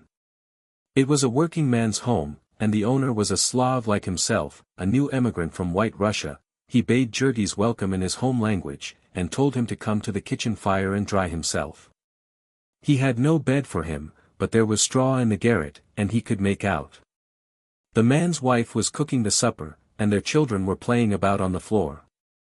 Jurgis sat and exchanged thoughts with him about the old country, and the places where they had been and the work they had done. Then they ate, and afterward sat and smoked and talked more about America, and how they found it. In the middle of a sentence, however, Jurgis stopped, seeing that the woman had brought a big basin of water and was proceeding to undress her youngest baby. The rest had crawled into the closet where they slept, but the baby was to have a bath, the workingman explained.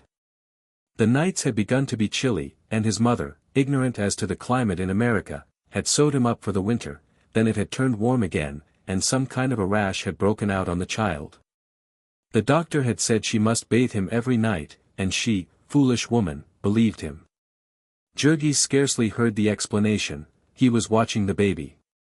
He was about a year old, and a sturdy little fellow, with soft fat legs, and a round ball of a stomach, and eyes as black as coals. His pimples did not seem to bother him much, and he was wild with glee over the bath, kicking and squirming and chuckling with delight, pulling at his mother's face and then at his own little toes. When she put him into the basin he sat in the midst of it and grinned, splashing the water over himself and squealing like a little pig. He spoke in Russian, of which Jurgis knew some, he spoke it with the quaintest of baby accents, and every word of it brought back to Jurgis some word of his own dead little one, and stabbed him like a knife. He sat perfectly motionless, silent, but gripping his hands tightly, while a storm gathered in his bosom and a flood heaped itself up behind his eyes. And in the end he could bear it no more, but buried his face in his hands and burst into tears, to the alarm and amazement of his hosts. Between the shame of this and his woe Jurgis could not stand it, and got up and rushed out into the rain. He went on and on down the road, finally coming to a black woods, where he hid and wept as if his heart would break. Ah, what agony was that, what despair, when the tomb of memory was rent open and the ghosts of his old life came forth to scourge him. What terror to see what he had been and now could never be, to see Ona and his child and his own dead self stretching out their arms to him, calling to him across a bottomless abyss, and to know that they were gone from him forever, and he writhing and suffocating in the mire of his own vileness. Chapter 23. Early in the fall Jurgis set out for Chicago again. All the joy went out of tramping as soon as a man could not keep warm in the hay, and, like many thousands of others, he deluded himself with the hope that by coming early he could avoid the rush. He brought $15 with him, hidden away in one of his shoes, a sum which had been saved from the saloon keepers, not so much by his conscience, as by the fear which filled him at the thought of being out of work in the city in the winter time. He traveled upon the railroad with several other men, hiding in freight cars at night, and liable to be thrown off at any time, regardless of the speed of the train. When he reached the city he left the rest, for he had money and they did not, and he meant to save himself in this fight. He would bring to it all the skill that practice had brought him, and he would stand, whoever fell. On fair nights he would sleep in the park or on a truck or an empty barrel or box, and when it was rainy or cold he would stow himself upon a shelf in a 10-cent lodging house, or pay 3 cents for the privileges of a squatter in a tenement hallway. He would eat at free lunches, 5 cents a meal, and never a cent more, so he might keep alive for 2 months and more, and in that time he would surely find a job. He would have to bid farewell to his summer cleanliness, of course, for he would come out of the first night's lodging with his clothes alive with vermin. There was no place in the city where he could wash even his face, unless he went down to the lake front, and there it would soon be all ice. First he went to the steel mill and the harvester works, and found that his places there had been filled long ago. He was careful to keep away from the stockyards. He was a single man now, he told himself, and he meant to stay one, to have his wages for his own when he got a job. He began the long, weary round of factories and warehouses, tramping all day, from one end of the city to the other, finding everywhere from 10 to 100 men ahead of him. He watched the newspapers, too, but no longer was he to be taken in by smooth-spoken agents. He had been told of all those tricks while on the road. In the end it was through a newspaper that he got a job, after nearly a month of seeking. It was a call for 100 laborers, and though he thought it was a fake, he went because the place was nearby. He found a line of men a block long, but as a wagon chanced to come out of an alley and break the line, he saw his chance and sprang to seize a place.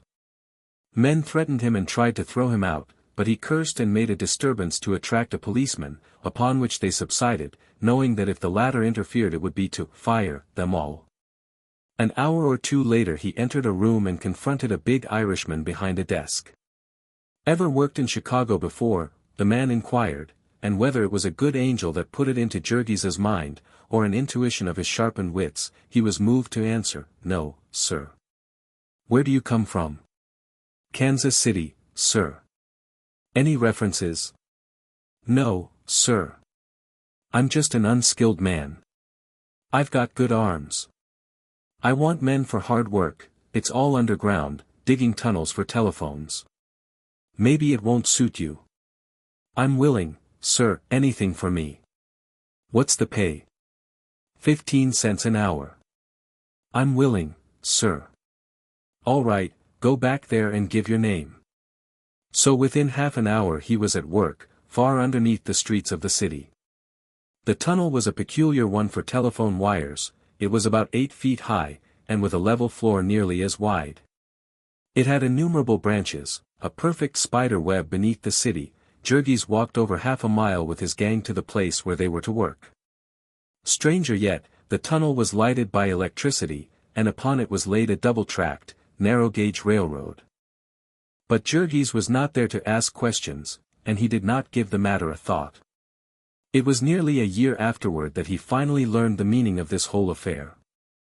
The city council had passed a quiet and innocent little bill allowing a company to construct telephone conduits under the city streets, and upon the strength of this, a great corporation had proceeded to tunnel all Chicago with a system of railway freight subways. In the city there was a combination of employers, representing hundreds of millions of capital, and formed for the purpose of crushing the labor unions. The chief union which troubled it was the Teamsters, and when these freight tunnels were completed, connecting all the big factories and stores with the railroad depots, they would have the Teamsters Union by the throat. Now and then there were rumors and murmurs in the Board of Aldermen, and once there was a committee to investigate, but each time another small fortune was paid over, and the rumors died away, until at last the city woke up with a start to find the work completed. There was a tremendous scandal, of course. It was found that the city records had been falsified and other crimes committed, and some of Chicago's big capitalists got into jail, figuratively speaking. The aldermen declared that they had had no idea of it all, in spite of the fact that the main entrance to the work had been in the rear of the saloon of one of them. It was in a newly opened cut that Jurgis worked, and so he knew that he had an all-winter job. He was so rejoiced that he treated himself to a spree that night, and with the balance of his money he hired himself a place in a tenement room, where he slept upon a big homemade straw mattress along with 4 other workingmen. This was $1 a week, and for 4 more he got his food in a boarding house near his work. This would leave him $4 extra each week, an unthinkable sum for him. At the outset he had to pay for his digging tools, and also to buy a pair of heavy boots, since his shoes were falling to pieces, and a flannel shirt, since the one he had worn all summer was in shreds. He spent a week meditating whether or not he should also buy an overcoat. There was one belonging to a Hebrew collar-button peddler, who had died in the room next to him, and which the landlady was holding for her rent. In the end, however, Jurgis decided to do without it, as he was to be underground by day and in bed at night. This was an unfortunate decision, however, for it drove him more quickly than ever into the saloons.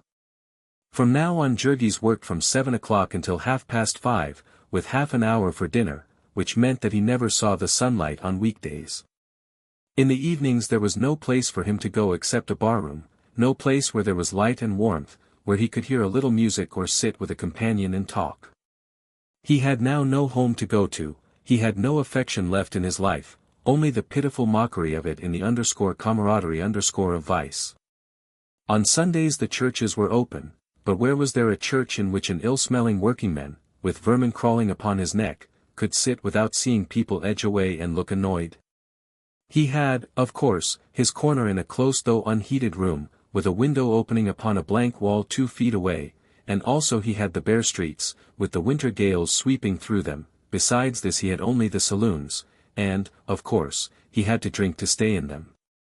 If he drank now and then he was free to make himself at home, to gamble with dice or a pack of greasy cards, to play at a dingy pool table for money, or to look at a beer-stained pink sporting paper, with pictures of murderers and half-naked women. It was for such pleasures as these that he spent his money, and such was his life during the 6 weeks and a half that he toiled for the merchants of Chicago, to enable them to break the grip of their Teamsters Union. In a work thus carried out, not much thought was given to the welfare of the laborers. On an average, the tunneling cost a life a day and several manglings. It was seldom, however, that more than a dozen or 2 men heard of any one accident. The work was all done by the new boring machinery, with as little blasting as possible, but there would be falling rocks and crushed supports, and premature explosions, and in addition all the dangers of railroading. So it was that one night, as Jurgis was on his way out with his gang, an engine and a loaded car dashed round one of the innumerable right-angle branches and struck him upon the shoulder, hurling him against the concrete wall and knocking him senseless. When he opened his eyes again it was to the clanging of the bell of an ambulance. He was lying in it, covered by a blanket, and it was threading its way slowly through the holiday shopping crowds. They took him to the county hospital, where a young surgeon set his arm, then he was washed and laid upon a bed in a ward with a score or 2 more of maimed and mangled men. Jurgis spent his Christmas in this hospital, and it was the pleasantest Christmas he had had in America. Every year there were scandals and investigations in this institution, the newspapers charging that doctors were allowed to try fantastic experiments upon the patients, but Jurgis knew nothing of this. His only complaint was that they used to feed him upon tinned meat, which no man who had ever worked in Packingtown would feed to his dog. Jurgis had often wondered just who ate the canned corned beef and roast beef of the stockyards. Now he began to understand that it was what you might call graft meat, put up to be sold to public officials and contractors, and eaten by soldiers and sailors, prisoners and inmates of institutions, shantymen and gangs of railroad laborers. Jurgis was ready to leave the hospital at the end of 2 weeks. This did not mean that his arm was strong and that he was able to go back to work, but simply that he could get along without further attention, and that his place was needed for someone worse off than he. That he was utterly helpless, and had no means of keeping himself alive in the meantime, was something which did not concern the hospital authorities, nor anyone else in the city. As it chanced, he had been hurt on a Monday, and had just paid for his last week's board and his room rent, and spent nearly all the balance of his Saturday's pay. He had less than 75 cents in his pockets, and $1.50 due him for the day's work he had done before he was hurt. He might possibly have sued the company, and got some damages for his injuries, but he did not know this, and it was not the company's business to tell him. He went and got his pay and his tools, which he left in a pawnshop for 50 cents. Then he went to his landlady, who had rented his place and had no other for him, and then to his boarding-house keeper, who looked him over and questioned him. As he must certainly be helpless for a couple of months, and had boarded there only 6 weeks, she decided very quickly that it would not be worth the risk to keep him on trust. So Jurgis went out into the streets, in a most dreadful plight. It was bitterly cold, and a heavy snow was falling, beating into his face. He had no overcoat, and no place to go, and $2.65 in his pocket, with the certainty that he could not earn another cent for months. The snow meant no chance to him now. He must walk along and see others shoveling, vigorous and active, and he with his left arm bound to his side. He could not hope to tide himself over by odd jobs of loading trucks, he could not even sell newspapers or carry satchels, because he was now at the mercy of any rival. Words could not paint the terror that came over him as he realized all this. He was like a wounded animal in the forest, he was forced to compete with his enemies upon unequal terms. There would be no consideration for him because of his weakness, it was no one's business to help him in such distress, to make the fight the least bit easier for him. Even if he took to begging, he would be at a disadvantage, for reasons which he was to discover in good time. In the beginning he could not think of anything except getting out of the awful cold. He went into one of the saloons he had been wont to frequent and bought a drink, and then stood by the fire shivering and waiting to be ordered out. According to an unwritten law, the buying a drink included the privilege of loafing for just so long, then one had to buy another drink or move on. That Jurgis was an old customer entitled him to a somewhat longer stop, but then he had been away 2 weeks, and was evidently on the bum. He might plead and tell his hard luck story, but that would not help him much. A saloon keeper who was to be moved by such means would soon have his place jammed to the doors with hobos on a day like this. So Jurgis went out into another place, and paid another nickel. He was so hungry this time that he could not resist the hot beef stew, an indulgence which cut short his stay by a considerable time. When he was again told to move on, he made his way to a tough place in the Levy district, where now and then he had gone with a certain rat-eyed bohemian workingman of his acquaintance, seeking a woman. It was Jurgis's vain hope that here the proprietor would let him remain as a sitter. In low-class places, in the dead of winter, saloon keepers would often allow 1 or 2 forlorn-looking bums who came in covered with snow or soaked with rain to sit by the fire and look miserable to attract custom. A workingman would come in, feeling cheerful after his day's work was over, and it would trouble him to have to take his glass with such a sight under his nose, and so he would call out, "Hello, bub, what's the matter? You look as if you'd been up against it." And then the other would begin to pour out some tale of misery, and the man would say, "Come have a glass, and maybe that'll brace you up." And so they would drink together, and if the tramp was sufficiently wretched-looking, or good enough at the gab, they might have 2, and if they were to discover that they were from the same country, or had lived in the same city or worked at the same trade, they might sit down at a table and spend an hour or 2 in talk, and before they got through the saloon keeper would have taken in $1. All of this might seem diabolical, but the saloon keeper was in no wise to blame for it. He was in the same plight as the manufacturer who has to adulterate and misrepresent his product. If he does not, someone else will, and the saloon keeper, unless he is also an alderman, is apt to be in debt to the big brewers, and on the verge of being sold out. The market for sitters was glutted that afternoon, however, and there was no place for Jurgis. In all he had to spend 6 nickels in keeping a shelter over him that frightful day, and then it was just dark, and the station houses would not open until midnight.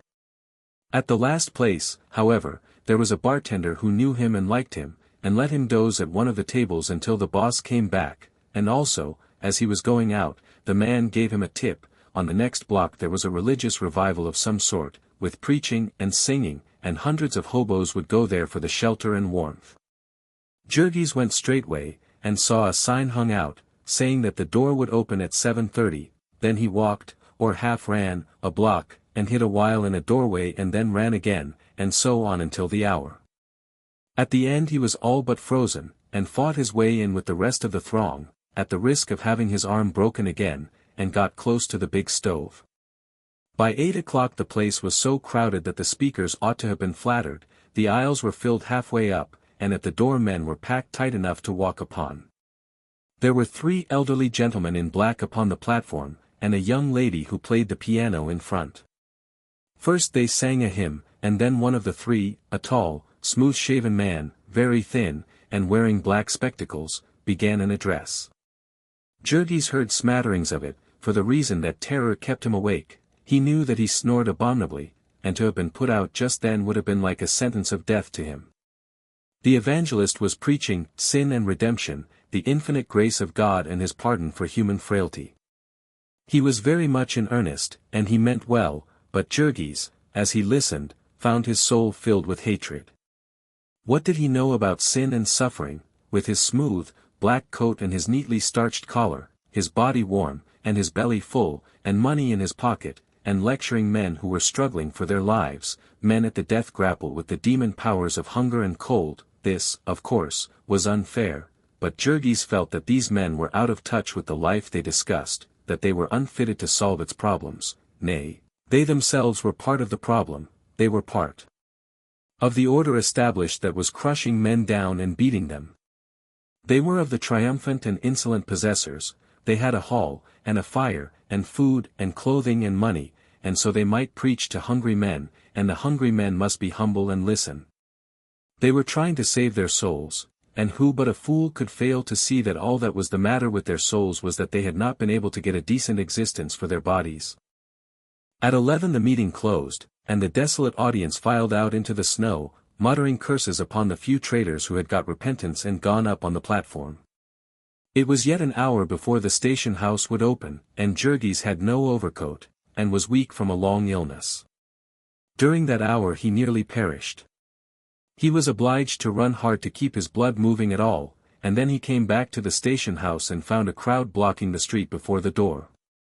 This was in the month of January, 1904, when the country was on the verge of hard times, and the newspapers were reporting the shutting down of factories every day. It was estimated that 1.5 million men were thrown out of work before the spring. So all the hiding places of the city were crowded, and before that station house door men fought and tore each other like savage beasts. When at last the place was jammed and they shut the doors, half the crowd was still outside, and Jurgis, with his helpless arm, was among them.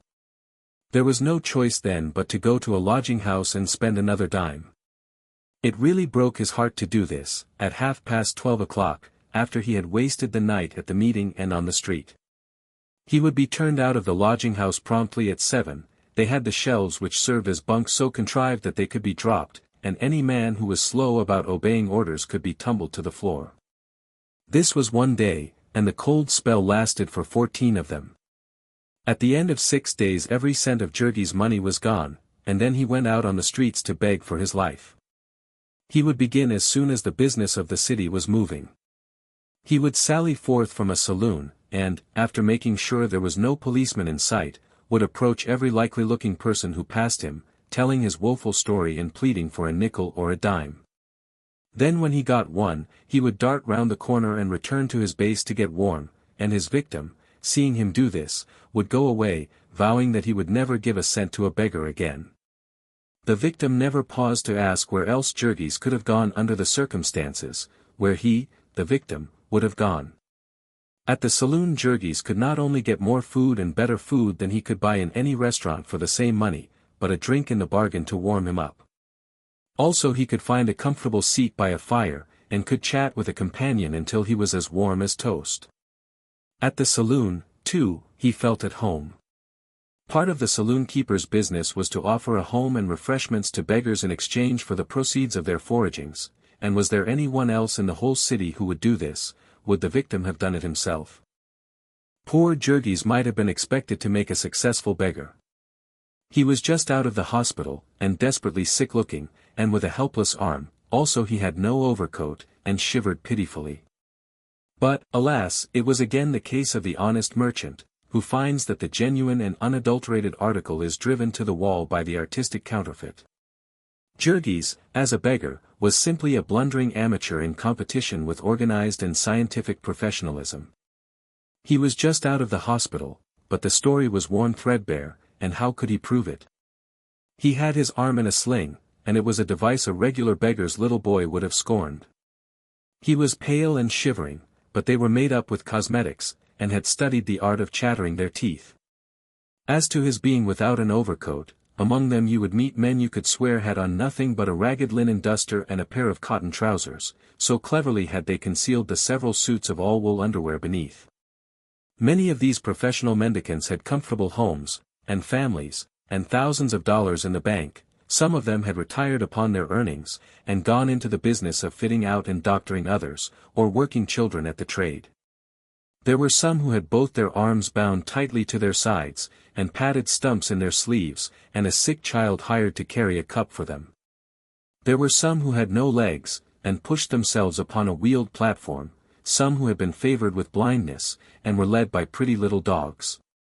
Some less fortunate had mutilated themselves or burned themselves, or had brought horrible sores upon themselves with chemicals. You might suddenly encounter upon the street a man holding out to you a finger rotting and discolored with gangrene, or one with livid scarlet wounds half escaped from their filthy bandages. These desperate ones were the dregs of the city's cesspools, wretches who hid at night in the rain-soaked cellars of old ramshackle tenements, in the stale beer dives and opium joints, with abandoned women in the last stages of the harlot's progress, women who had been kept by Chinamen and turned away at last to die. Every day the police net would drag hundreds of them off the streets, and in the detention hospital you might see them, herded together in a miniature inferno, with hideous, beastly faces, bloated and leprous with disease, laughing, shouting, screaming in all stages of drunkenness, barking like dogs, gibbering like apes, raving and tearing themselves in delirium. Chapter 24. In the face of all his handicaps, Jurgis was obliged to make the price of a lodging, and of a drink every hour or two, under penalty of freezing to death. Day after day he roamed about in the Arctic cold, his soul filled full of bitterness and despair. He saw the world of civilization then more plainly than ever he had seen it before, a world in which nothing counted but brutal might, an order devised by those who possessed it for the subjugation of those who did not. He was one of the latter, and all outdoors, all life, was to him one colossal prison, which he paced like a pent-up tiger, trying one bar after another, and finding them all beyond his power. He had lost in the fierce battle of greed, and so was doomed to be exterminated, and all society was busy to see that he did not escape the sentence. Everywhere that he turned were prison bars, and hostile eyes following him, the well-fed, sleek policemen, from whose glances he shrank, and who seemed to grip their clubs more tightly when they saw him, the saloon keepers, who never ceased to watch him while he was in their places, who were jealous of every moment he lingered after he had paid his money, the hurrying throngs upon the streets, who were deaf to his entreaties, oblivious of his very existence, and savage and contemptuous when he forced himself upon them. They had their own affairs, and there was no place for him among them. There was no place for him anywhere, every direction he turned his gaze, this fact was forced upon him, everything was built to express it to him, the residences, with their heavy walls and bolted doors, and basement windows barred with iron, the great warehouses filled with the products of the whole world, and guarded by iron shutters and heavy gates, the banks with their unthinkable billions of wealth, all buried in safes and vaults of steel. And then one day there befell Jurgis the one adventure of his life. It was late at night, and he had failed to get the price of a lodging. Snow was falling, and he had been out so long that he was covered with it, and was chilled to the bone. He was working among the theater crowds, flitting here and there, taking large chances with the police, in his desperation half hoping to be arrested. When he saw a blue coat start toward him, however, his heart failed him, and he dashed down a side street and fled a couple of blocks. When he stopped again he saw a man coming toward him, and placed himself in his path. "Please, sir," he began, in the usual formula, "will you give me the price of a lodging? I've had a broken arm, and I can't work, and I've not a cent in my pocket. I'm an honest working man, sir, and I never begged before. It's not my fault, sir." Jurgis usually went on until he was interrupted, but this man did not interrupt, and so at last he came to a breathless stop. The other had halted, and Jurgis suddenly noticed that he stood a little unsteadily. "Was it you say?" he queried suddenly, in a thick voice. Jurgis began again, speaking more slowly and distinctly. Before he was half through, the other put out his hand and rested it upon his shoulder. "Poor old chappie," he said. "Been up against it, hey?" Then he lurched toward Jurgis, and the hand upon his shoulder became an arm about his neck. "Up against it myself, old sport," he said. "She's a hard old world." They were close to a lamppost, and Jurgis got a glimpse of the other. He was a young fellow, not much over 18, with a handsome boyish face. He wore a silk hat and a rich soft overcoat with a fur collar, and he smiled at Jurgis with benignant sympathy. "I'm hard up, too, my goo friend," he said. "I've got cruel parents, or I'd set you up. What's the matter with yer?" "I've been in the hospital." "Hospital," exclaimed the young fellow, still smiling sweetly, "that's too bad. Same's my Aunt Polly, my Aunt Polly's in the hospital, too, ol' auntie's been havin' twins." "What's the matter with you?" "I've got a broken arm," Jurgis began. "So," said the other, sympathetically. "That ain't so bad, you get over that. I wish somebody'd break my arm, old chappie, damfidant. Then they'd treat me better, hole me up, old sport. Was it you do?" "I'm hungry, sir," said Jurgis. "Hungry? Why don't you has some supper?" "I've got no money, sir." "No money? Ho, let's be chums, old boy, jest like me. No money, either, most busted. Why don't you go home, then, same's me?" "I haven't any home," said Jurgis. "No home? Stranger in the city, hey? Goo God, that's bad. Better come home with me, yes, by Harry, that's the trick, you'll come home and has some supper, with me. Awful lonesome, nobody home. Guv'nor gone abroad, Bubby on's honeymoon, Polly havin' twins, every damn soul gone away. Nuff to drive a feller to drink, I say. Only ol' hem standin' by, passin' plates, damfican eat like that, no sir. The club for me every time, my boy, I say. But then they won't lemme sleep there, guv'nor's orders, by Harry, home every night, sir. Ever hear anythin' like that? Every mornin', do. I asked him. No, sir, every night, or no allowance at all, sir. Tha's my guv'nor, nice as nails, by Harry. Tole ol' hem to watch me, too, servant spyin' on me, was e'er think that, my friend? A nice, quiet, good-hearted young feller like me, and his daddy can't go to Europe, and leave him in peace. Ain't that a shame, sir?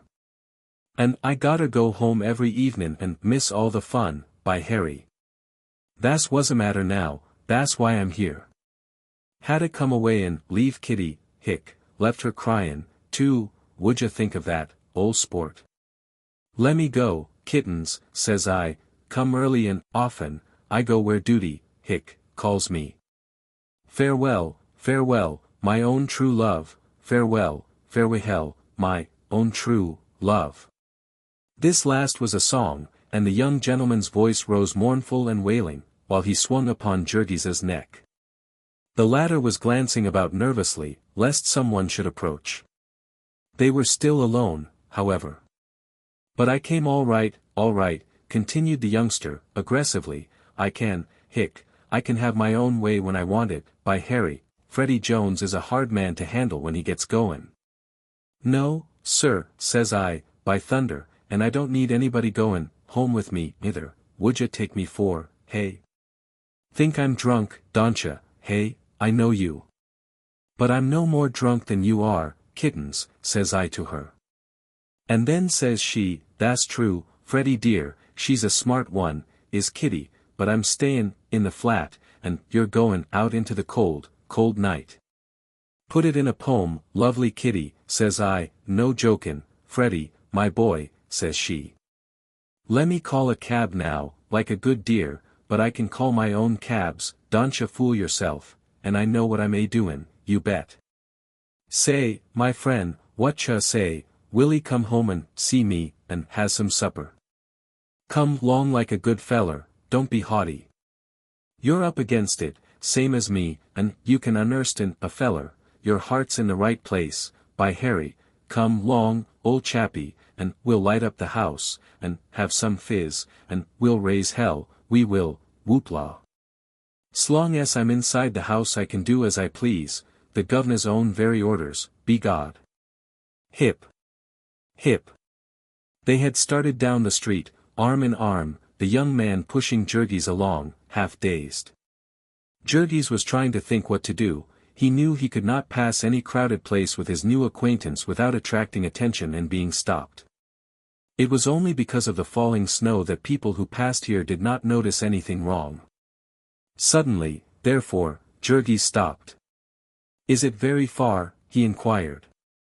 Not very, said the other, tired, are you, though?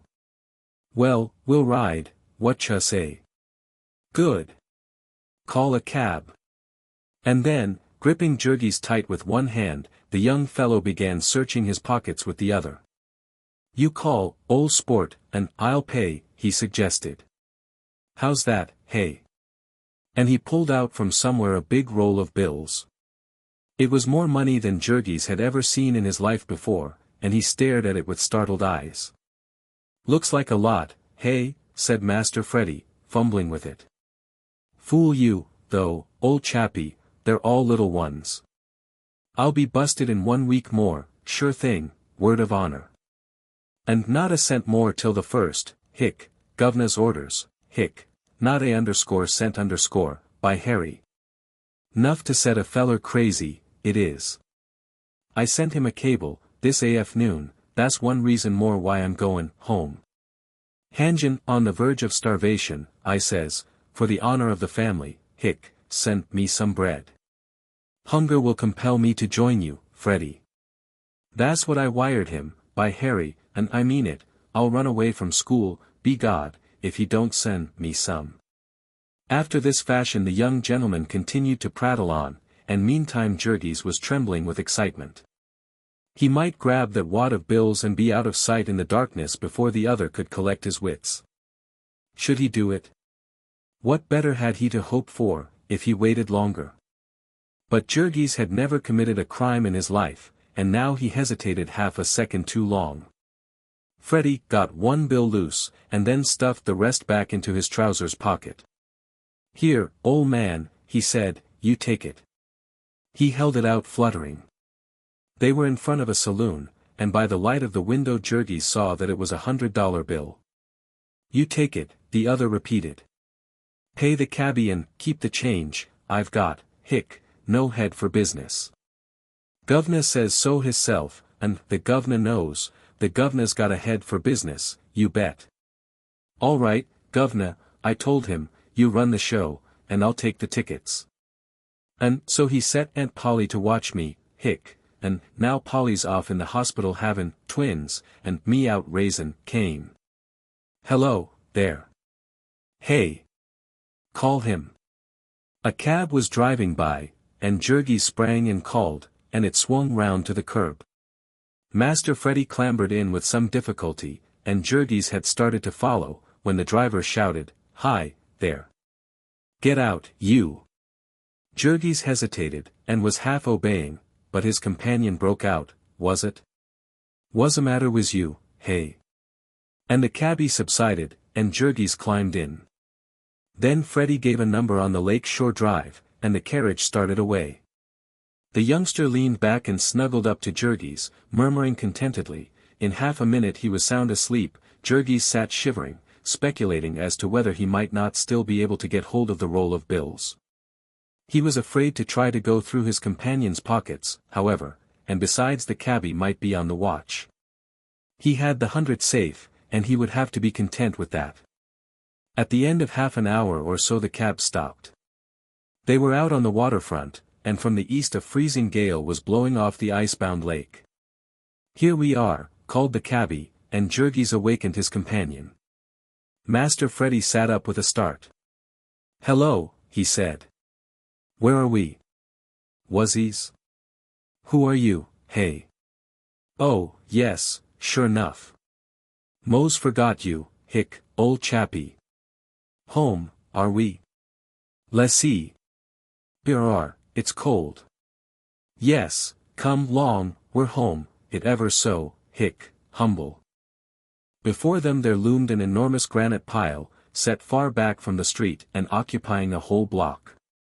By the light of the driveway lamps Jurgis could see that it had towers and huge gables, like a medieval castle. He thought that the young fellow must have made a mistake. It was inconceivable to him that any person could have a home like a hotel or the city hall. But he followed in silence, and they went up the long flight of steps, arm in arm. "There's a button here, old sport," said Master Freddy. "Hold my arm while I find her. Steady, now, oh, yes, here she is. Saved." A bell rang, and in a few seconds the door was opened. A man in blue livery stood holding it, and gazing before him, silent as a statue. They stood for a moment blinking in the light. Then Jurgis felt his companion pulling, and he stepped in, and the blue automaton closed the door. Jurgis's heart was beating wildly. It was a bold thing for him to do. Into what strange unearthly place he was venturing he had no idea.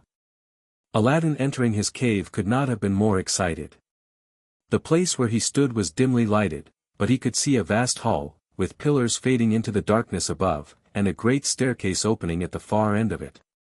The floor was of tessellated marble, smooth as glass, and from the walls strange shapes loomed out, woven into huge portieres in rich, harmonious colors, or gleaming from paintings, wonderful and mysterious looking in the half-light, purple and red and golden, like sunset glimmers in a shadowy forest. The man in livery had moved silently toward them. Master Freddy took off his hat and handed it to him, and then, letting go of Jurgis' arm, tried to get out of his overcoat. After 2 or 3 attempts he accomplished this, with the lackey's help, and meantime a second man had approached, a tall and portly personage, solemn as an executioner. He bore straight down upon Jurgis, who shrank away nervously. He seized him by the arm without a word, and started toward the door with him. Then suddenly came Master Freddy's voice, "Hamilton. My friend will remain with me." The man paused and half-released Jurgis. "Come long old chappie," said the other, and Jurgis started toward him. "Master Frederick," exclaimed the man. "See that the cabbie, hick, is paid," was the other's response, and he linked his arm in Jurgis'. Jurgis was about to say, "I have the money for him," but he restrained himself. The stout man in uniform signaled to the other, who went out to the cab, while he followed Jurgis and his young master. They went down the great hall, and then turned. Before them were 2 huge doors. "Hamilton," said Master Freddy. "Well, sir," said the other. "What's the matter with dinin' room doors?" "Nothing is the matter, sir." "Then why don't you open 'em?" The man rolled them back. Another vista lost itself in the darkness. "Lights," commanded Master Freddy, and the butler pressed a button, and a flood of brilliant incandescence streamed from above, half-blinding Jurgis. He stared, and little by little he made out the great apartment, with a domed ceiling from which the light poured, and walls that were one enormous painting, nymphs and dryads dancing in a flower-strewn glade, Diana with her hounds and horses, dashing headlong through a mountain streamlet, a group of maidens bathing in a forest pool, all life-size, and so real that Jurgis thought that it was some work of enchantment, that he was in a dream palace. Then his eye passed to the long table in the center of the hall, a table black as ebony, and gleaming with wrought silver and gold. In the center of it was a huge carven bowl, with the glistening gleam of ferns and the red and purple of rare orchids, glowing from a light hidden somewhere in their midst. This the dinin' room, observed Master Freddy. How you like it, hey, ol' sport? He always insisted on having an answer to his remarks, leaning over Jurgis and smiling into his face. Jurgis liked it. Rummy ol' place to feed in all 'lone, though, was Freddy's comment, rummy's hell. Wuzya think, hey. Then another idea occurred to him and he went on, without waiting, maybe you never saw anything, like this, for. Hey, old chappie. No, said Jurgis. Come from country, maybe, hey. Yes, said Jurgis. Aha. I thought so. Lossa folks from country never saw such a place. Govna brings, free show, Reglar circus. Go home tell folks about it. Ol' man Jones's place, Jones the packer, beef trust man. Made it all out of hogs, too, damn ol' scoundrel. Now we see where our pennies go, rebates, and private car lines, by Harry. Bully place, though, worth seein'. Ever hear of Jones the packer, hey, old chappie? Jurgis had started involuntarily, the other, whose sharp eyes missed nothing, demanded, what's a matter, hey? Heard of him? And Jurgis managed to stammer out, I have worked for him in the yards. What? Cried Master Freddy, with a yell. Underscore you, underscore in the yards. Ho, ho. Why, say, that's good. Shake hands on it, ol' man, by Harry. Govna ought to be here, glad to see you. Great friends with the men, Govna, labor and capital, community, interests, and all that, Funny things happen in this world, don't they, ol' man? Hamilton, lemme introduce you, friend, the family, old friend, the Govna's, works in the yards. Come to spend the night with me, Hamilton, have a hot time. Me friend, Mr., wuzya name, old chappie? Tell us your name. Rudkus, Jurgis Rudkus. My friend, Mr. Rednose, Hamilton, shake Hans. The stately butler bowed his head, but made not a sound, and suddenly Master Freddy pointed an eager finger at him. I know what's a matter with you, Hamilton, lay you $1 I know. You think, you think I'm drunk. Hey, now. And the butler again bowed his head. Yes, sir, he said, at which Master Freddy hung tightly upon Jurgis's neck and went into a fit of laughter. Hamilton, you damn old scoundrel, he roared, I'll charge you for impudence, you see, if I don't. Ho, ho, ho. I'm drunk. Ho, ho. The two waited until his fit had spent itself, to see what new whim would seize him. What shall want to do? He queried suddenly. Want to see the place, old chappie? Want play the govna, show you room. State parlors, Louis cans, Louis says, chairs cost 3,000 apiece. Tea room marionette, picture of shepherds dancing, Roystall, 23,000. Ballroom, Balk New York pillars, imported, special ship, 68,000. Ceiling, painted in Rome, was it feller's name, Hamilton, Mattoni? Macaroni? Then this place, silver bowl, Benvenuto Cellini, rummy old Dago. And the organ, $30,000, sir, start her up, Hamilton, let Mr. Rednose hear it. No, never mind, clean forgot, says he's hungry, Hamilton, let's have some supper. Only, don't let's have it here, come up to my place, old sport, nice and cozy. This way, steady now, don't slip on the floor.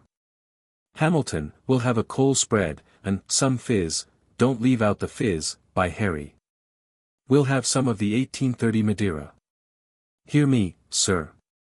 Yes, sir, said the butler, but, Master Frederick, your father left orders. And Master Frederick drew himself up to a stately height. My father's orders were left to me, and not to you, he said. Then, clasping Jurgis tightly by the neck, he staggered out of the room. On the way another idea occurred to him, and he asked, any, cable message for me, Hamilton? No, sir, said the butler. Guv'na must be travelin'. And how's the twins, Hamilton? They are doing well, sir. Good, said Master Freddy, and added fervently, God bless the little lambs. They went up the great staircase, one step at a time. At the top of it there gleamed at them out of the shadows the figure of a nymph crouching by a fountain, a figure ravishingly beautiful, the flesh warm and glowing with the hues of life. Above was a huge court, with domed roof, the various apartments opening into it.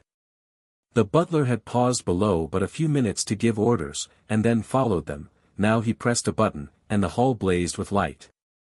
He opened a door before them, and then pressed another button, as they staggered into the apartment. It was fitted up as a study. In the center was a mahogany table, covered with books, and smokers' implements. The walls were decorated with college trophies and colors, flags, posters, photographs and knickknacks, tennis rackets, canoe paddles, golf clubs, and polo sticks. An enormous moose head, with horns 6 feet across, faced a buffalo head on the opposite wall, while bear and tiger skins covered the polished floor. There were lounging chairs and sofas, window seats covered with soft cushions of fantastic designs. There was one corner fitted in Persian fashion, with a huge canopy and a jeweled lamp beneath. Beyond, a door opened upon a bedroom, and beyond that was a swimming pool of the purest marble, that had cost about $40,000. Master Freddy stood for a moment or two, gazing about him. Then out of the next room a dog emerged, a monstrous bulldog, the most hideous object that Jurgis had ever laid eyes upon. He yawned, opening a mouth like a dragon's, and he came toward the young man, wagging his tail. "Hello, Dewey," cried his master. "Been havin' a snooze, ol' boy?" Well, hello there, what's the matter?" The dog was snarling at Jurgis. "Why, Dewey, this my friend, Mr. Rednose, old friend, the Guv'na's." "Mr. Rednose, Admiral Dewey, shake Hans, hick. Ain't he a daisy, though, blue ribbon at the New York show, 8,500 at a clip. How's that, hey?" The speaker sank into one of the big armchairs, and Admiral Dewey crouched beneath it. He did not snarl again, but he never took his eyes off Jurgis. He was perfectly sober, was the Admiral. The butler had closed the door, and he stood by it, watching Jurgis every second. Now there came footsteps outside, and, as he opened the door a man in livery entered, carrying a folding table, and behind him 2 men with covered trays. They stood like statues while the first spread the table and set out the contents of the trays upon it. There were cold pates, and thin slices of meat, tiny bread and butter sandwiches with the crust cut off, a bowl of sliced peaches and cream, in January, little fancy cakes, pink and green and yellow and white, and half a dozen ice-cold bottles of wine. "That's the stuff for you," cried Master Freddy, exultantly, as he spied them. "Come 'long, old chappie, move up." And he seated himself at the table. The waiter pulled a cork, and he took the bottle and poured 3 glasses of its contents in succession down his throat. Then he gave a long-drawn sigh, and cried again to Jurgis to seat himself. The butler held the chair at the opposite side of the table, and Jurgis thought it was to keep him out of it, but finally he understood that it was the other's intention to put it under him, and so he sat down, cautiously and mistrustingly. Master Freddy perceived that the attendants embarrassed him, and he remarked with a nod to them, "You may go."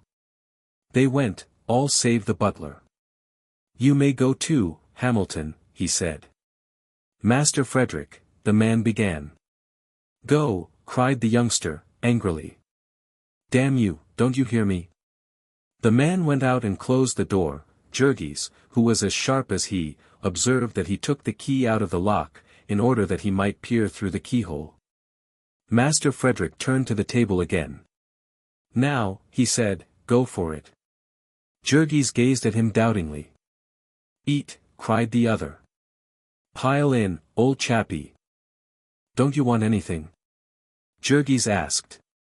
"Ain't hungry," was the reply, "only thirsty. Kitty and me had some candy, you go on." So Jurgis began, without further parley. He ate as with 2 shovels, his fork in one hand and his knife in the other.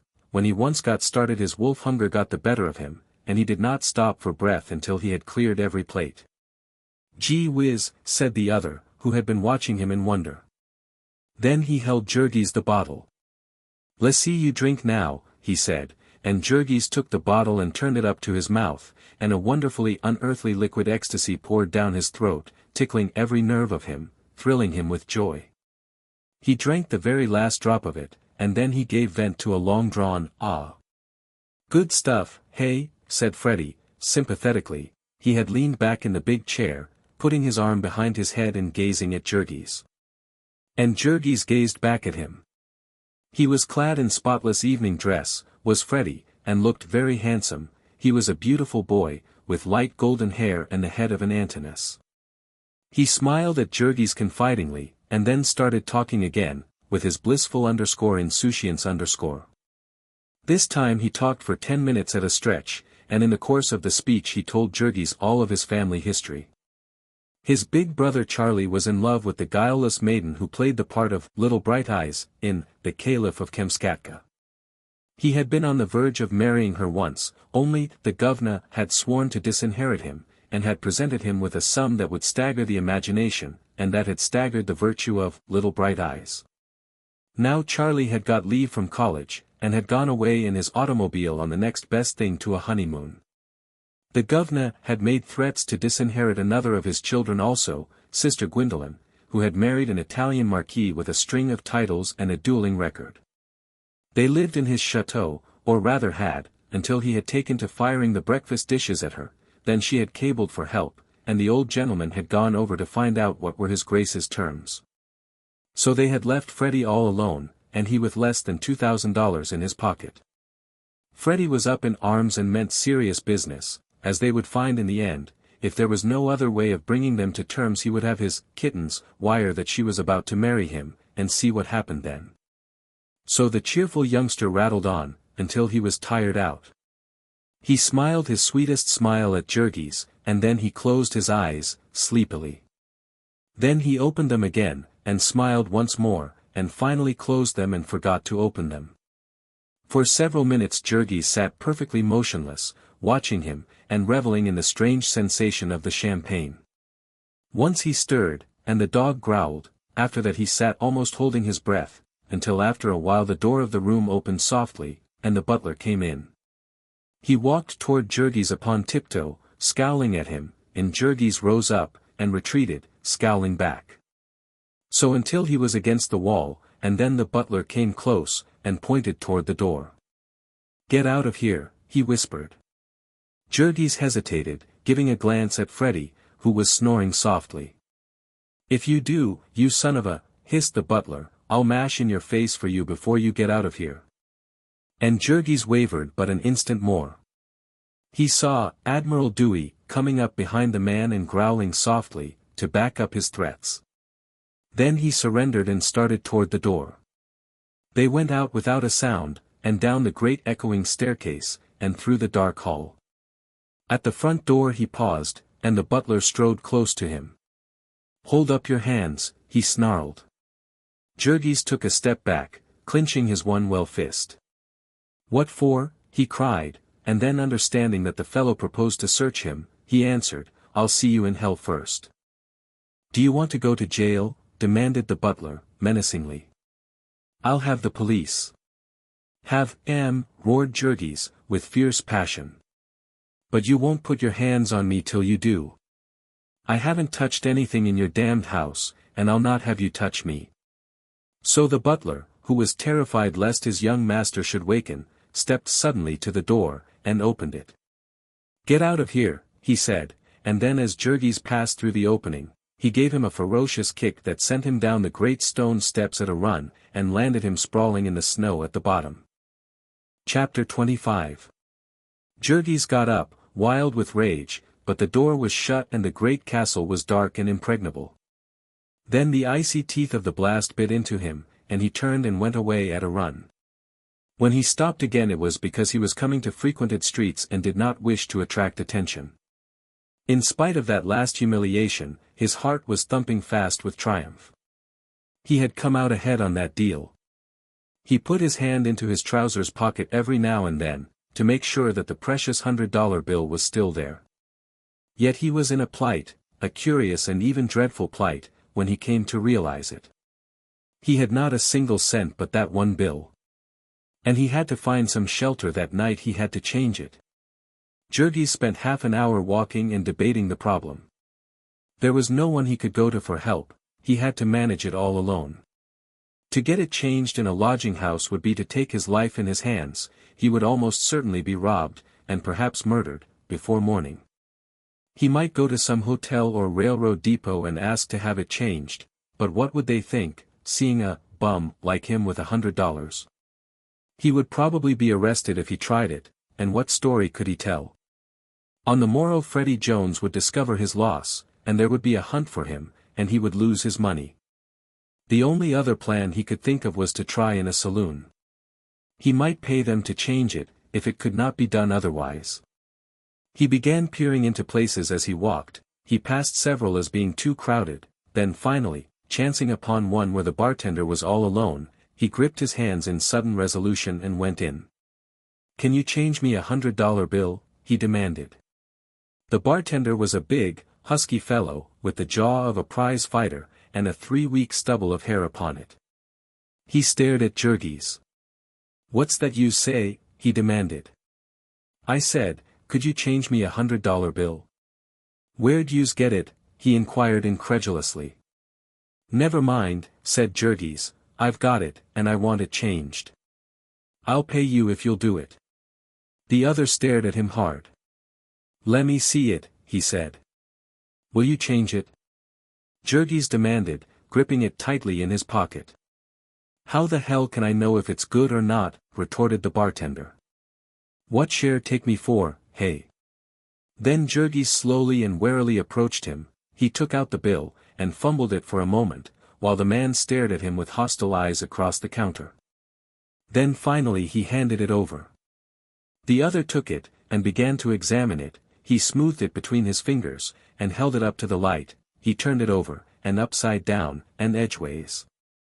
It was new and rather stiff, and that made him dubious.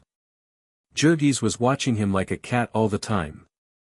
"Humph," he said, finally, and gazed at the stranger, sizing him up, a ragged, ill-smelling tramp, with no overcoat and one arm in a sling, and $100 bill. "Want to buy anything?" he demanded. "Yes," said Jurgis, "I'll take a glass of beer." "All right," said the other, "I'll change it." And he put the bill in his pocket, and poured Jurgis out a glass of beer, and set it on the counter. Then he turned to the cash register, and punched up 5 cents, and began to pull money out of the drawer. Finally, he faced Jurgis, counting it out, 2 dimes, a quarter, and 50 cents. "There," he said. For a second Jurgis waited, expecting to see him turn again. "My $99, he said. "What $99, demanded the bartender. "My change," he cried, "the rest of my 100. "Go on," said the bartender, "you're nutty." And Jurgis stared at him with wild eyes. For an instant horror reigned in him, black, paralyzing, awful horror, clutching him at the heart, and then came rage, in surging, blinding floods. He screamed aloud, and seized the glass and hurled it at the other's head. The man ducked, and it missed him by half an inch. He rose again and faced Jurgis, who was vaulting over the bar with his one well arm, and dealt him a smashing blow in the face, hurling him backward upon the floor. Then, as Jurgis scrambled to his feet again and started round the counter after him, he shouted at the top of his voice, "Help! Help!" Jurgis seized a bottle off the counter as he ran, and as the bartender made a leap he hurled the missile at him with all his force. It just grazed his head, and shivered into 1,000 pieces against the post of the door. Then Jurgis started back, rushing at the man again in the middle of the room. This time, in his blind frenzy, he came without a bottle, and that was all the bartender wanted. He met him halfway and floored him with a sledgehammer drive between the eyes. An instant later the screen doors flew open, and 2 men rushed in, just as Jurgis was getting to his feet again, foaming at the mouth with rage, and trying to tear his broken arm out of its bandages. "Look out!" shouted the bartender. "He's got a knife." Then, seeing that the 2 were disposed to join the fray, he made another rush at Jurgis, and knocked aside his feeble defense and sent him tumbling again, and the three flung themselves upon him, rolling and kicking about the place.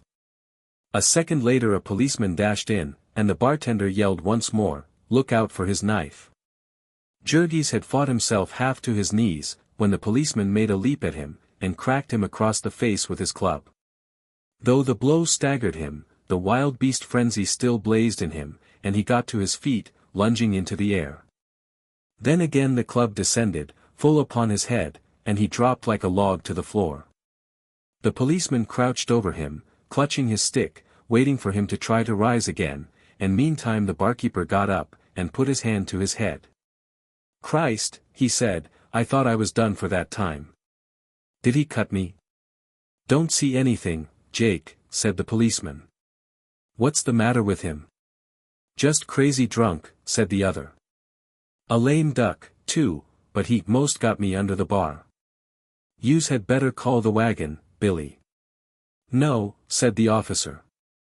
"He's got no more fight in him, I guess, and he's only got a block to go." He twisted his hand in Jurgis's collar and jerked at him. "Get up here, you," he commanded. But Jurgis did not move, and the bartender went behind the bar, and after stowing the $100 bill away in a safe hiding place, came and poured a glass of water over Jurgis. Then, as the latter began to moan feebly, the policeman got him to his feet and dragged him out of the place. The station house was just around the corner, and so in a few minutes Jurgis was in a cell. He spent half the night lying unconscious, and the balance moaning in torment, with a blinding headache and a racking thirst. Now and then he cried aloud for a drink of water, but there was no one to hear him. There were others in that same station house with split heads and a fever, there were hundreds of them in the great city, and tens of thousands of them in the great land, and there was no one to hear any of them. In the morning Jurgis was given a cup of water and a piece of bread, and then hustled into a patrol wagon and driven to the nearest police court.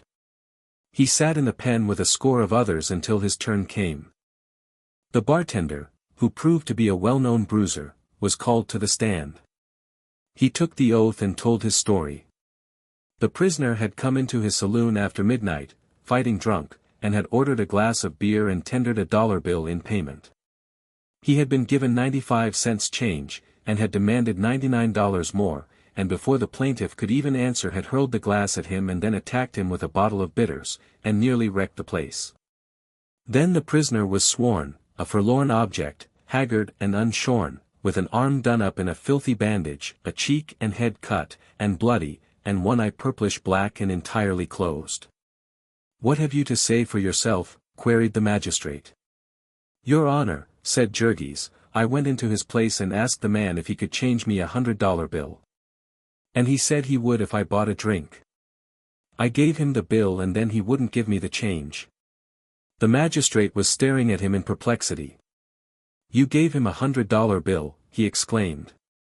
"Yes, Your Honor," said Jurgis. "Where did you get it?" "A man gave it to me, Your Honor." "A man? What man, and what for?" "A young man I met upon the street, Your Honor. I had been begging." There was a titter in the courtroom. The officer who was holding Jurgis put up his hand to hide a smile, and the magistrate smiled without trying to hide it. "It's true, Your Honor," cried Jurgis, passionately. "You had been drinking as well as begging last night, had you not?" inquired the magistrate. "No, Your Honor," protested Jurgis. "You had not had anything to drink?" "Why, yes, Your Honor, I had." "What did you have?" "I had a bottle of something, I don't know what it was, something that burned." There was again a laugh round the courtroom, stopping suddenly as the magistrate looked up and frowned. "Have you ever been arrested before?" he asked abruptly. The question took Jurgis aback. I, he stammered. "Tell me the truth, now," commanded the other, sternly. "Yes, Your Honor," said Jurgis. "How often?" "Only once, Your Honor." "What for?"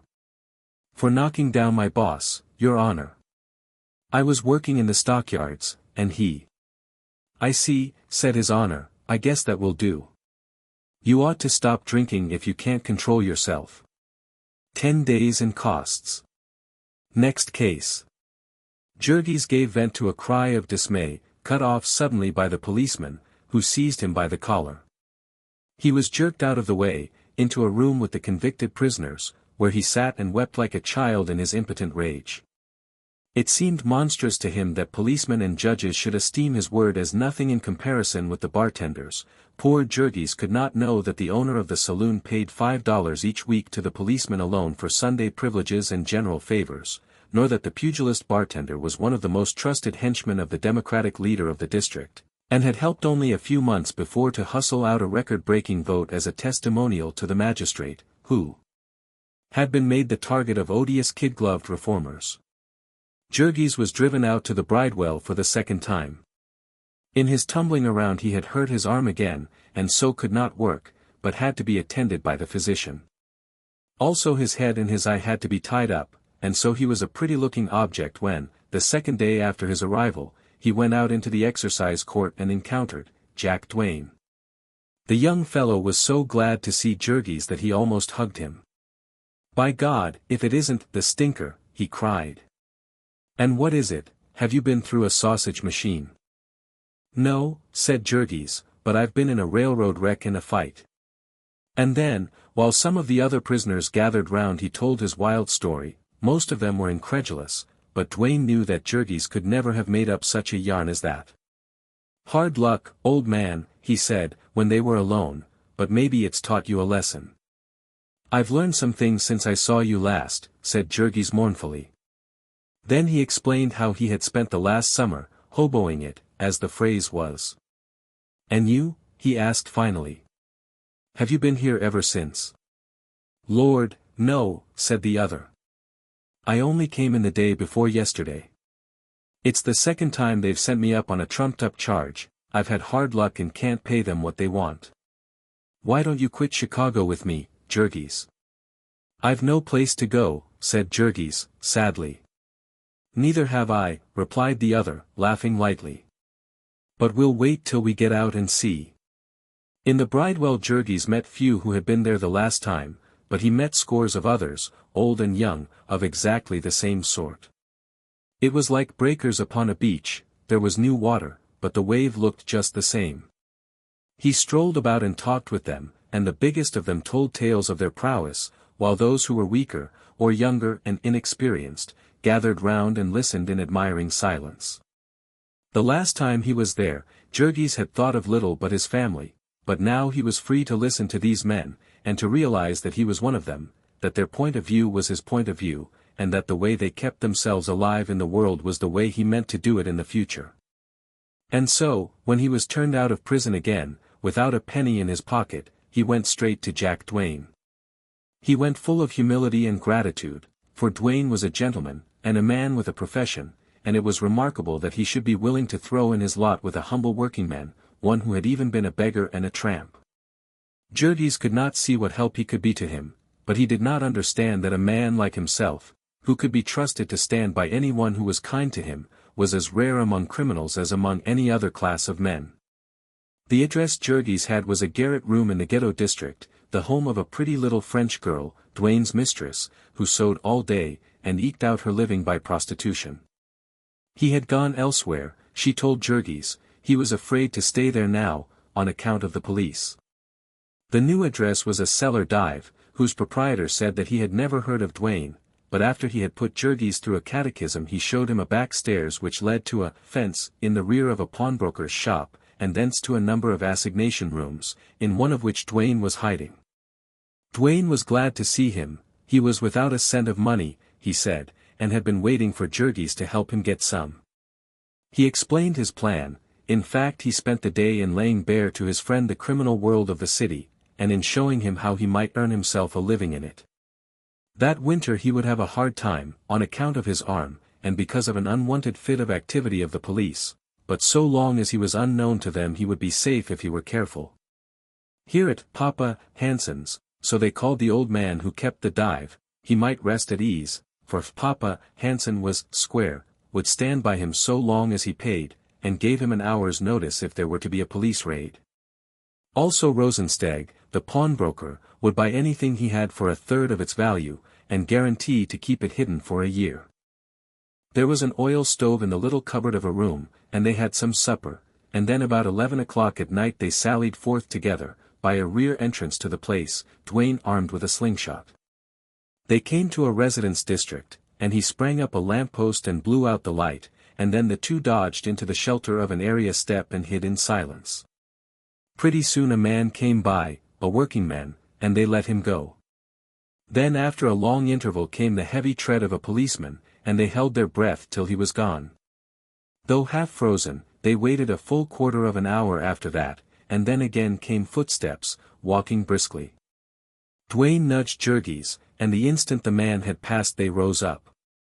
Duane stole out as silently as a shadow, and a second later Jurgis heard a thud and a stifled cry. He was only a couple of feet behind, and he leaped to stop the man's mouth, while Duane held him fast by the arms, as they had agreed.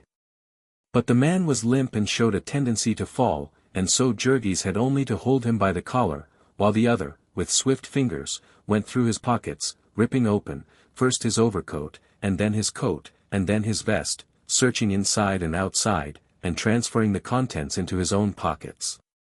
At last, after feeling of the man's fingers and in his necktie, Duane whispered, "That's all," and they dragged him to the area and dropped him in. Then Jurgis went one way and his friend the other, walking briskly. The latter arrived first, and Jurgis found him examining the swag. There was a gold watch, for one thing, with a chain and locket, there was a silver pencil, and a matchbox, and a handful of small change, and finally a card case. This last Duane opened feverishly. There were letters and checks, and 2 theater tickets, and at last, in the back part, a wad of bills. He counted them. There was a 20, 5 tens, 4 fives, and 3 ones. Duane drew a long breath. "That lets us out," he said. After further examination, they burned the card case and its contents, all but the bills, and likewise the picture of a little girl in the locket. Then Duane took the watch and trinkets downstairs, and came back with $16. "The old scoundrel said the case was filled," he said. "It's a lie, but he knows I want the money." They divided up the spoils, and Jurgis got as his share $55 and some change. He protested that it was too much, but the other had agreed to divide even. "That was a good haul," he said, "better than average." When they got up in the morning, Jurgis was sent out to buy a paper. One of the pleasures of committing a crime was the reading about it afterward. "I had a pal that always did it," Duane remarked, laughing, until one day he read that he had left $3,000 in a lower inside pocket of his party's vest. There was a half-column account of the robbery. "It was evident that a gang was operating in the neighborhood," said the paper, for it was the third within a week, and the police were apparently powerless. The victim was an insurance agent, and he had lost $110 that did not belong to him. He had chanced to have his name marked on his shirt, otherwise he would not have been identified yet. His assailant had hit him too hard, and he was suffering from concussion of the brain, and also he had been half frozen when found, and would lose 3 fingers on his right hand. The enterprising newspaper reporter had taken all this information to his family, and told how they had received it. Since it was Jurgis's first experience, these details naturally caused him some worriment, but the other laughed coolly. It was the way of the game, and there was no helping it. Before long Jurgis would think no more of it than they did in the yards of knocking out a bullock. "It's a case of us or the other fellow, and I say the other fellow, every time," he observed. "Still," said Jurgis, reflectively, "he never did us any harm. He was doing it to somebody as hard as he could, you can be sure of that," said his friend. Duane had already explained to Jurgis that if a man of their trade were known he would have to work all the time to satisfy the demands of the police. Therefore it would be better for Jurgis to stay in hiding and never be seen in public with his pal. But Jurgis soon got very tired of staying in hiding. In a couple of weeks he was feeling strong and beginning to use his arm, and then he could not stand it any longer. Duane, who had done a job of some sort by himself, and made a truce with the powers, brought over Marie, his little French girl, to share with him, but even that did not avail for long, and in the end he had to give up arguing, and take Jurgis out and introduce him to the saloons and sporting houses, where the big crooks and hold-up men hung out. And so Jurgis got a glimpse of the high-class criminal world of Chicago. The city, which was owned by an oligarchy of businessmen, being nominally ruled by the people, a huge army of graft was necessary for the purpose of effecting the transfer of power. Twice a year, in the spring and fall elections, millions of dollars were furnished by the businessmen and expended by this army, meetings were held and clever speakers were hired, bands played and rockets sizzled, tons of documents and reservoirs of drinks were distributed, and tens of thousands of votes were bought for cash. And this army of graft had, of course, to be maintained the year round.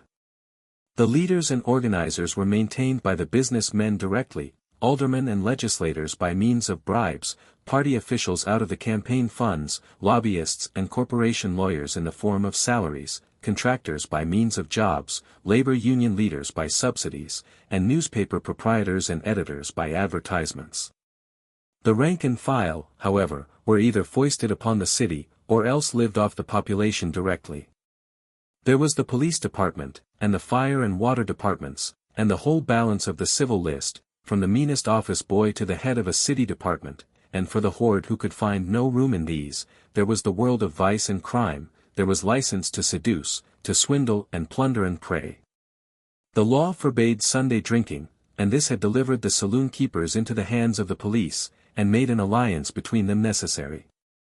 The law forbade prostitution, and this had brought the madams into the combination. It was the same with the gambling house keeper and the poolroom man, and the same with any other man or woman who had a means of getting graft, and was willing to pay over a share of it, the green goods man and the highwayman, the pickpocket and the sneak thief, and the receiver of stolen goods, the seller of adulterated milk, of stale fruit and diseased meat, the proprietor of unsanitary tenements, the fake doctor and the usurer, the beggar and the pushcart man, the prize fighter and the professional slugger, the racetrack tout, the procurer, the white slave agent, and the expert seducer of young girls. All of these agencies of corruption were banded together, and leagued in blood brotherhood with the politician and the police. More often than not they were one and the same person. The police captain would own the brothel he pretended to raid, the politician would open his headquarters in his saloon.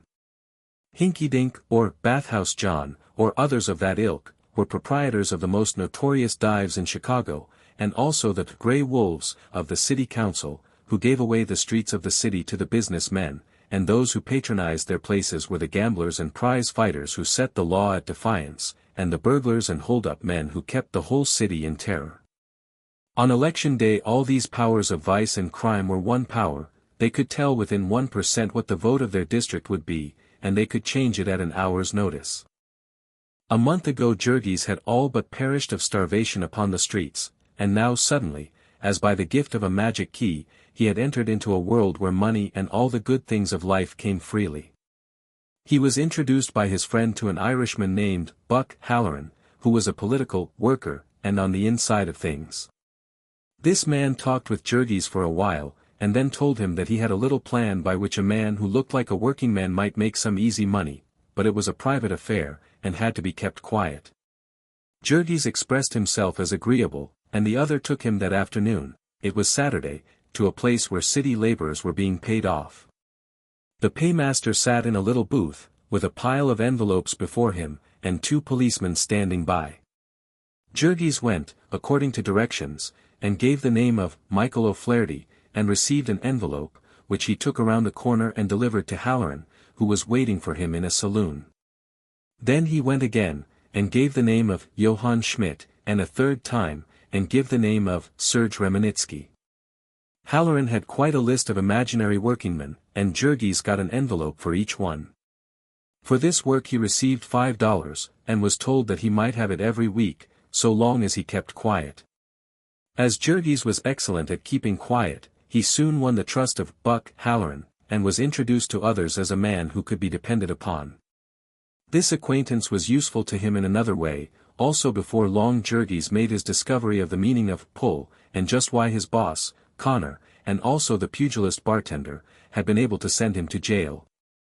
One night there was given a ball, the benefit of One-Eyed Larry, a lame man who played the violin in one of the big, high-class, houses of prostitution on Clark Street, and was a wag and a popular character on the levee. This ball was held in a big dance hall, and was one of the occasions when the city's powers of debauchery gave themselves up to madness. Jurgis attended and got half insane with drink, and began quarreling over a girl. His arm was pretty strong by then, and he set to work to clean out the place, and ended in a cell in the police station. The police station being crowded to the doors, and stinking with bums, Jurgis did not relish staying there to sleep off his liquor, and sent for Halloran, who called up the district leader and had Jurgis bailed out by telephone at 4 o'clock in the morning. When he was arraigned that same morning, the district leader had already seen the clerk of the court and explained that Jurgis Rudkus was a decent fellow, who had been indiscreet, and so Jurgis was fined $10 and the fine was suspended, which meant that he did not have to pay for it, and never would have to pay it, unless somebody chose to bring it up against him in the future. Among the people Jurgis lived with now money was valued according to an entirely different standard from that of the people of Packingtown, yet, strange as it may seem, he did a great deal less drinking than he had as a working man. He had not the same provocations of exhaustion and hopelessness, he had now something to work for, to struggle for. He soon found that if he kept his wits about him, he would come upon new opportunities, and being naturally an active man, he not only kept sober himself, but helped to steady his friend, who was a good deal fonder of both wine and women than he. One thing led to another. In the saloon where Jurgis met Buck Halloran, he was sitting late one night with Duane, when a country customer, a buyer for an out-of-town merchant, came in, a little more than half piped. There was no one else in the place but the bartender, and as the man went out again Jurgis and Duane followed him. He went round the corner, and in a dark place made by a combination of the elevated railroad and an unrented building, Jurgis leaped forward and shoved a revolver under his nose, while Duane, with his hat pulled over his eyes, went through the man's pockets with lightning fingers. They got his watch and his wad, and were round the corner again and into the saloon before he could shout more than once. The bartender, to whom they had tipped the wink, had the cellar door open for them, and they vanished, making their way by a secret entrance to a brothel next door. From the roof of this there was access to 3 similar places beyond. By means of these passages the customers of any one place could be gotten out of the way, in case a falling out with the police chanced to lead to a raid, and also it was necessary to have a way of getting a girl out of reach in case of an emergency. Thousands of them came to Chicago answering advertisements for servants and factory hands, and found themselves trapped by fake employment agencies, and locked up in a bawdy house. It was generally enough to take all their clothes away from them, but sometimes they would have to be doped and kept prisoners for weeks, and meantime their parents might be telegraphing the police, and even coming on to see why nothing was done. Occasionally there was no way of satisfying them but to let them search the place to which the girl had been traced. For his help in this little job, the bartender received 20 out of the $130-odd that the pair secured, and naturally this put them on friendly terms with him, and a few days later he introduced them to a little sheeny named Goldberger, one of the runners of the sporting house where they had been hidden. After a few drinks Goldberger began, with some hesitation, to narrate how he had had a quarrel over his best girl with a professional card-sharp, who had hit him in the jaw. The fellow was a stranger in Chicago, and if he was found some night with his head cracked there would be no one to care very much. Jurgis, who by this time would cheerfully have cracked the heads of all the gamblers in Chicago, inquired what would be coming to him, at which the Jew became still more confidential, and said that he had some tips on the New Orleans races, which he got direct from the police captain of the district, whom he had got out of a bad scrape, and who stood in with a big syndicate of horse owners. Duane took all this in at once, but Jurgis had to have the whole racetrack situation explained to him before he realized the importance of such an opportunity. There was the gigantic racing trust. It owned the legislatures in every state in which it did business, it even owned some of the big newspapers, and made public opinion. There was no power in the land that could oppose it unless, perhaps, it were the Poolroom Trust. It built magnificent racing parks all over the country, and by means of enormous purses it lured the people to come, and then it organized a gigantic shell game, whereby it plundered them of hundreds of millions of dollars every year. Horse racing had once been a sport, but nowadays it was a business. A horse could be doped and doctored, undertrained or overtrained, it could be made to fall at any moment, or its gait could be broken by lashing it with the whip, which all the spectators would take to be a desperate effort to keep it in the lead. There were scores of such tricks, and sometimes it was the owners who played them and made fortunes, sometimes it was the jockeys and trainers, sometimes it was outsiders, who bribed them, but most of the time it was the chiefs of the trust.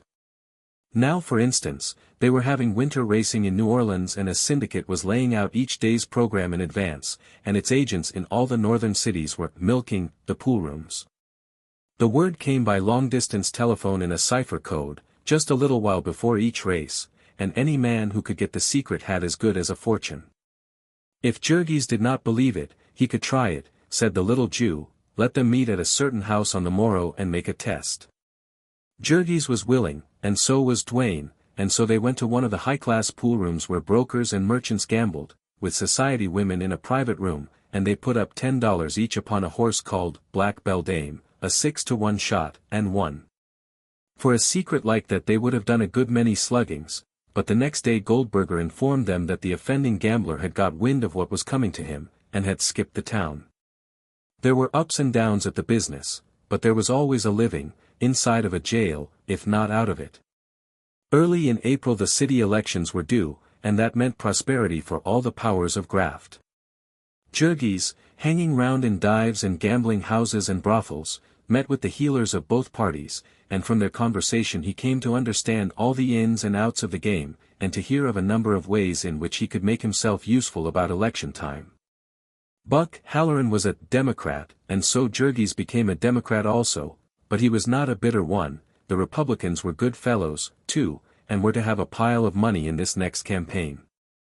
At the last election the Republicans had paid $4 a vote to the Democrats $3, and Buck Halloran sat one night playing cards with Jurgis and another man, who told how Halloran had been charged with the job voting a bunch of 37 newly landed Italians, and how he, the narrator, had met the Republican worker who was after the very same gang, and how the three had effected a bargain, whereby the Italians were to vote half and half, for a glass of beer apiece, while the balance of the fund went to the conspirators. Not long after this, Jurgis, wearying of the risks and vicissitudes of miscellaneous crime, was moved to give up the career for that of a politician. Just at this time there was a tremendous uproar being raised concerning the alliance between the criminals and the police. For the criminal graft was one in which the business men had no direct part, it was what is called a sideline, carried by the police. Wide open gambling and debauchery made the city pleasing to trade, but burglaries and holdups did not. One night it chanced that while Jack Duane was drilling a safe in a clothing store he was caught red-handed by the night watchman, and turned over to a policeman, who chanced to know him well, and who took the responsibility of letting him make his escape. Such a howl from the newspapers followed this that Duane was slated for sacrifice, and barely got out of town in time. And just at that juncture it happened that Jurgis was introduced to a man named Harper whom he recognized as the night watchman at Brown's, who had been instrumental in making him an American citizen, the first year of his arrival at the yards. The other was interested in the coincidence, but did not remember Jurgis. He had handled too many green ones in his time, he said. He sat in a dance hall with Jurgis and Halloran until 1 or 2 in the morning, exchanging experiences. He had a long story to tell of his quarrel with the superintendent of his department, and how he was now a plain working man, and a good union man as well. It was not until some months afterward that Jurgis understood that the quarrel with the superintendent had been prearranged, and that Harper was in reality drawing a salary of $20 a week from the packers for an inside report of his union's secret proceedings. The yards were seething with agitation just then, said the man, speaking as a unionist. The people of Packingtown had borne about all that they would bear, and it looked as if a strike might begin any week.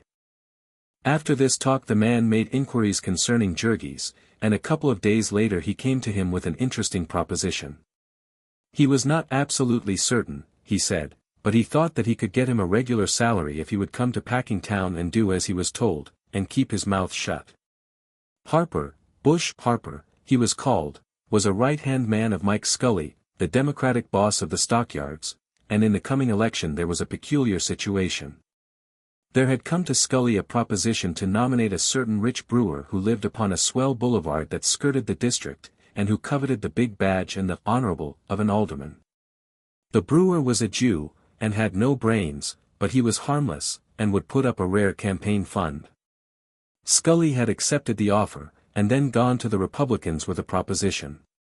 He was not sure that he could manage the Sheeny, and he did not mean to take any chances with his district. Let the Republicans nominate a certain obscure but amiable friend of Scully's, who was now setting tenpins in the cellar of an Ashland Avenue saloon, and he, Scully, would elect him with the Sheeny's money, and the Republicans might have the glory, which was more than they would get otherwise. In return for this the Republicans would agree to put up no candidate the following year, when Scully himself came up for re-election as the other alderman from the ward. To this the Republicans had assented at once, but the hell of it was, so Harper explained, that the Republicans were all of them fools. A man had to be a fool to be a Republican in the stockyards, where Scully was king. And they didn't know how to work, and of course it would not do for the Democratic workers, the noble Redskins of the War Whoop League, to support the Republican openly. The difficulty would not have been so great except for another fact. There had been a curious development in stockyards politics in the last year or two, a new party having leaped into being. They were the Socialists, and it was a devil of a mess, said Bush Harper. The one image which the word socialist brought to Jurgis was of poor little Tamashas Kaslika, who had called himself one, and would go out with a couple of other men and a soapbox, and shout himself hoarse on a street corner Saturday nights. Tamashas had tried to explain to Jurgis what it was all about, but Jurgis, who was not of an imaginative turn, had never quite got it straight. At present he was content with his companion's explanation that the Socialists were the enemies of American institutions, could not be bought, and would not combine or make any sort of a dicker. Mike Scully was very much worried over the opportunity which his last deal gave to them. The stockyards Democrats were furious at the idea of a rich capitalist for their candidate, and while they were changing they might possibly conclude that a socialist firebrand was preferable to a Republican bum. And so right here was a chance for Jurgis to make himself a place in the world, explained Bush Harper. He had been a union man, and he was known in the yards as a working man. He must have hundreds of acquaintances, and as he had never talked politics with them he might come out as a Republican now without exciting the least suspicion. There were barrels of money for the use of those who could deliver the goods, and Jurgis might count upon Mike Scully, who had never yet gone back on a friend. Just what could he do? Jurgis asked, in some perplexity, and the other explained in detail. To begin with, he would have to go to the yards and work, and he mightn't relish that, but he would have what he earned, as well as the rest that came to him. He would get active in the Union again, and perhaps try to get an office, as he, Harper, had. He would tell all his friends the good points of Doyle, the Republican nominee, and the bad ones of the Sheeny, and then Scully would furnish a meeting place, and he would start the Young Men's Republican Association, or something of that sort, and have the rich brewer's best beer by the hogshead, and fireworks and speeches, just like the War Whoop League. Surely Jurgis must know hundreds of men who would like that sort of fun, and there would be the regular Republican leaders and workers to help him out, and they would deliver a big enough majority on election day. When he had heard all this explanation to the end, Jurgis demanded, "But how can I get a job in Packingtown? I'm blacklisted." At which Bush Harper laughed. "I'll attend to that all right," he said. And the other replied, "It's a go, then, I'm your man." So Jurgis went out to the stockyards again, and was introduced to the political lord of the district, the boss of Chicago's mayor. It was Scully who owned the brickyards and the dump and the ice pond, though Jurgis did not know it. It was Scully who was to blame for the unpaved street in which Jurgis's child had been drowned. It was Scully who had put into office the magistrate who had first sent Jurgis to jail. It was Scully who was principal stockholder in the company which had sold him the ramshackle tenement, and then robbed him of it. But Jurgis knew none of these things, any more than he knew that Scully was but a tool and puppet of the packers. To him Scully was a mighty power, the biggest man he had ever met. He was a little, dried-up Irishman, whose hands shook. He had a brief talk with his visitor, watching him with his rat-like eyes, and making up his mind about him, and then he gave him a note to Mr. Harmon, one of the head managers of Durham's. The bearer, Jurgis Rudkus, is a particular friend of mine, and I would like you to find him a good place, for important reasons. He was once indiscreet, but you will perhaps be so good as to overlook that." Mr. Harmon looked up inquiringly when he read this. "What does he mean by indiscreet?" he asked. "I was blacklisted, sir," said Jurgis. At which the other frowned. "Blacklisted?" he said. "How do you mean?" And Jurgis turned red with embarrassment. He had forgotten that a blacklist did not exist. That is, I had difficulty in getting a place," he stammered. "What was the matter?" "I got into a quarrel with a foreman, not my own boss, sir, and struck him." "I see," said the other, and meditated for a few moments. "What do you wish to do?" he asked. "Anything, sir," said Jurgis, "only I had a broken arm this winter, and so I have to be careful." "How would it suit you to be a night watchman?" "That wouldn't do, sir. I have to be among the men at night." "I see, politics. Well, would it suit you to trim hogs?" "Yes, sir," said Jurgis. And Mr. Harmon called a timekeeper and said, "Take this man to Pat Murphy and tell him to find room for him somehow." And so Jurgis marched into the hog-killing room, a place where, in the days gone by, he had come begging for a job. Now he walked jauntily, and smiled to himself, seeing the frown that came to the boss's face as the timekeeper said, "Mr. Harmon says to put this man on." It would overcrowd his department and spoil the record he was trying to make, but he said not a word except, "All right." And so Jurgis became a workingman once more, and straightway he sought out his old friends, and joined the union, and began to root for Scotty Doyle. Doyle had done him a good turn once, he explained, and was really a bully chap. Doyle was a workingman himself, and would represent the workingmen. Why did they want to vote for a millionaire, Sheeny, and what the hell had Mike Scully ever done for them that they should back his candidates all the time? And meantime Scully had given Jurgis a note to the Republican leader of the ward, and he had gone there and met the crowd he was to work with. Already they had hired a big hall, with some of the brewers' money, and every night Jurgis brought in a dozen new members of the Doyle Republican Association.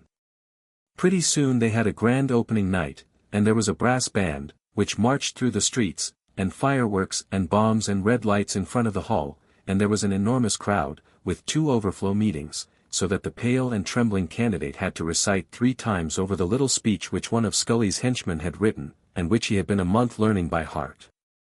Best of all, the famous and eloquent Senator Spareshanks, presidential candidate, rode out in an automobile to discuss the sacred privileges of American citizenship, and protection and prosperity for the American workingman.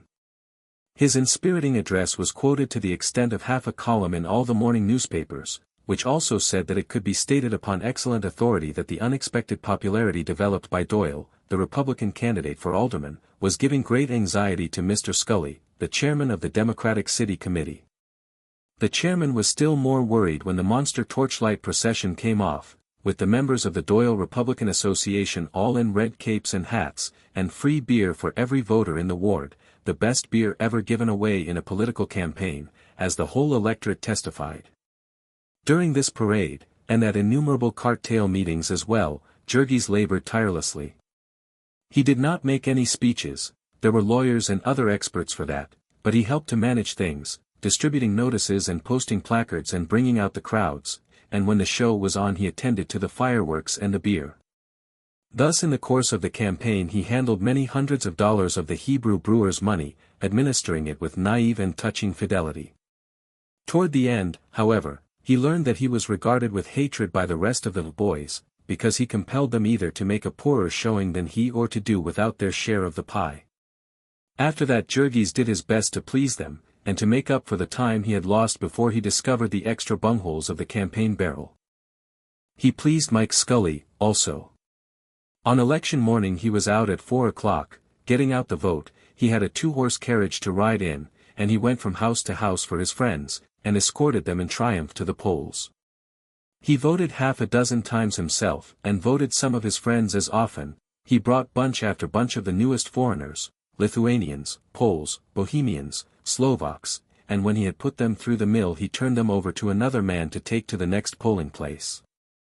When Jurgis first set out, the captain of the precinct gave him $100, and 3 times in the course of the day he came for another 100, and not more than 25 out of each lot got stuck in his own pocket.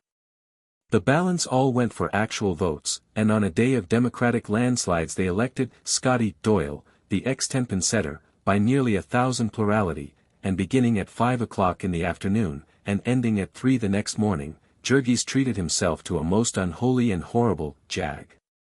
Nearly everyone else in Packingtown did the same, however, for there was universal exultation over this triumph of popular government, this crushing defeat of an arrogant plutocrat by the power of the common people. Chapter 26. After the elections, Jurgis stayed on in Packingtown and kept his job. The agitation to break up the police protection of criminals was continuing, and it seemed to him best to lay low for the present. He had nearly $300 in the bank, and might have considered himself entitled to a vacation, but he had an easy job, and force of habit kept him at it. Besides, Mike Scully, whom he consulted, advised him that something might turn up before long. Jurgis got himself a place in a boarding house with some congenial friends. He had already inquired of Anil, and learned that Elsbeta and her family had gone downtown, and so he gave no further thought to them. He went with a new set, now, young unmarried fellows who were sporty. Jurgis had long ago cast off his fertilizer clothing, and since going into politics he had donned a linen collar and a greasy red necktie. He had some reason for thinking of his dress, for he was making about $11 a week, and 2/3 of it he might spend upon his pleasures without ever touching his savings. Sometimes he would ride downtown with a party of friends to the cheap theaters and the music halls and other haunts with which they were familiar. Many of the saloons in Packingtown had pool tables, and some of them bowling alleys, by means of which he could spend his evenings in petty gambling. Also, there were cards and dice. One time Jurgis got into a game on a Saturday night and won prodigiously, and because he was a man of spirit he stayed in with the rest and the game continued until late Sunday afternoon, and by that time he was out over $20. On Saturday nights, also, a number of balls were generally given in Packingtown. Each man would bring his girl with him, paying $50 for a ticket and several dollars additional for drinks in the course of the festivities, which continued until 3 or 4 o'clock in the morning, unless broken up by fighting. During all this time the same man and woman would dance together, half stupefied with sensuality and drink. Before long Jurgis discovered what Scully had meant by something turning up. In May the agreement between the packers and the unions expired, and a new agreement had to be signed. Negotiations were going on, and the yards were full of talk of a strike. The old scale had dealt with the wages of the skilled men only, and of the members of the meat workers' union about 2/3 were unskilled men. In Chicago these latter were receiving, for the most part, 18.5 cents an hour, and the unions wished to make this the general wage for the next year. It was not nearly so large a wage as it seemed. In the course of the negotiations the union officers examined time checks to the amount of $10,000, and they found that the highest wages paid had been $14 a week, and the lowest $2.05, and the average of the whole, $6.65. And $6.65 was hardly too much for a man to keep a family on, considering the fact that the price of dressed meat had increased nearly 50% in the last 5 years, while the price of beef on the hoof had decreased as much. It would have seemed that the packers ought to be able to pay it, but the packers were unwilling to pay it. They rejected the union demand, and to show what their purpose was, a week or 2 after the agreement expired they put down the wages of about 1,000 men to 16.5 cents, and it was said that Old Man Jones had vowed he would put them to 15 before he got through. There were 1.5 million of men in the country looking for work, 100,000 of them right in Chicago, and were the packers to let the union stewards march into their places and bind them to a contract that would lose them several $1,000s a day for a year? Not much. All this was in June, and before long the question was submitted to a referendum in the unions, and the decision was for a strike. It was the same in all the packing house cities, and suddenly the newspapers and public woke up to face the gruesome spectacle of a meat famine. All sorts of pleas for a reconsideration were made, but the packers were obdurate, and all the while they were reducing wages, and heading off shipments of cattle, and rushing in wagon loads of mattresses and cots. So the men boiled over, and one night telegrams went out from the Union headquarters to all the big packing centers, to St. Paul, South Omaha, Sioux City, St. Joseph, Kansas City, East St. Louis, and New York, and the next day at noon between 50 and 60,000 men drew off their working clothes and marched out of the factories, and the great beef strike was on. Jurgis went to his dinner, and afterward he walked over to see Mike Scully, who lived in a fine house, upon a street which had been decently paved and lighted for his especial benefit. Scully had gone into semi-retirement, and looked nervous and worried. "What do you want?" he demanded, when he saw Jurgis. "I came to see if maybe you could get me a place during the strike," the other replied. And Scully knit his brows and eyed him narrowly. In that morning's papers Jurgis had read a fierce denunciation of the packers by Scully, who had declared that if they did not treat their people better the city authorities would end the matter by tearing down their plants. Now, therefore, Jurgis was not a little taken aback when the other demanded suddenly, "See here, Rudkus, why don't you stick by your job?" Jurgis started. "Work as a scab," he cried. "Why not?" demanded Scully. "What's that to you?" But, stammered Jurgis. He had somehow taken it for granted that he should go out with his union. "The packers need good men, and need them bad," continued the other, "and they'll treat a man right that stands by them. Why don't you take your chance and fix yourself?" "But," said Jurgis, "how could I ever be of any use to you, in politics?" "You couldn't be it anyhow," said Scully, abruptly. "Why not?" asked Jurgis. "Hell, man," cried the other. "Don't you know you're a Republican? And do you think I'm always going to elect Republicans?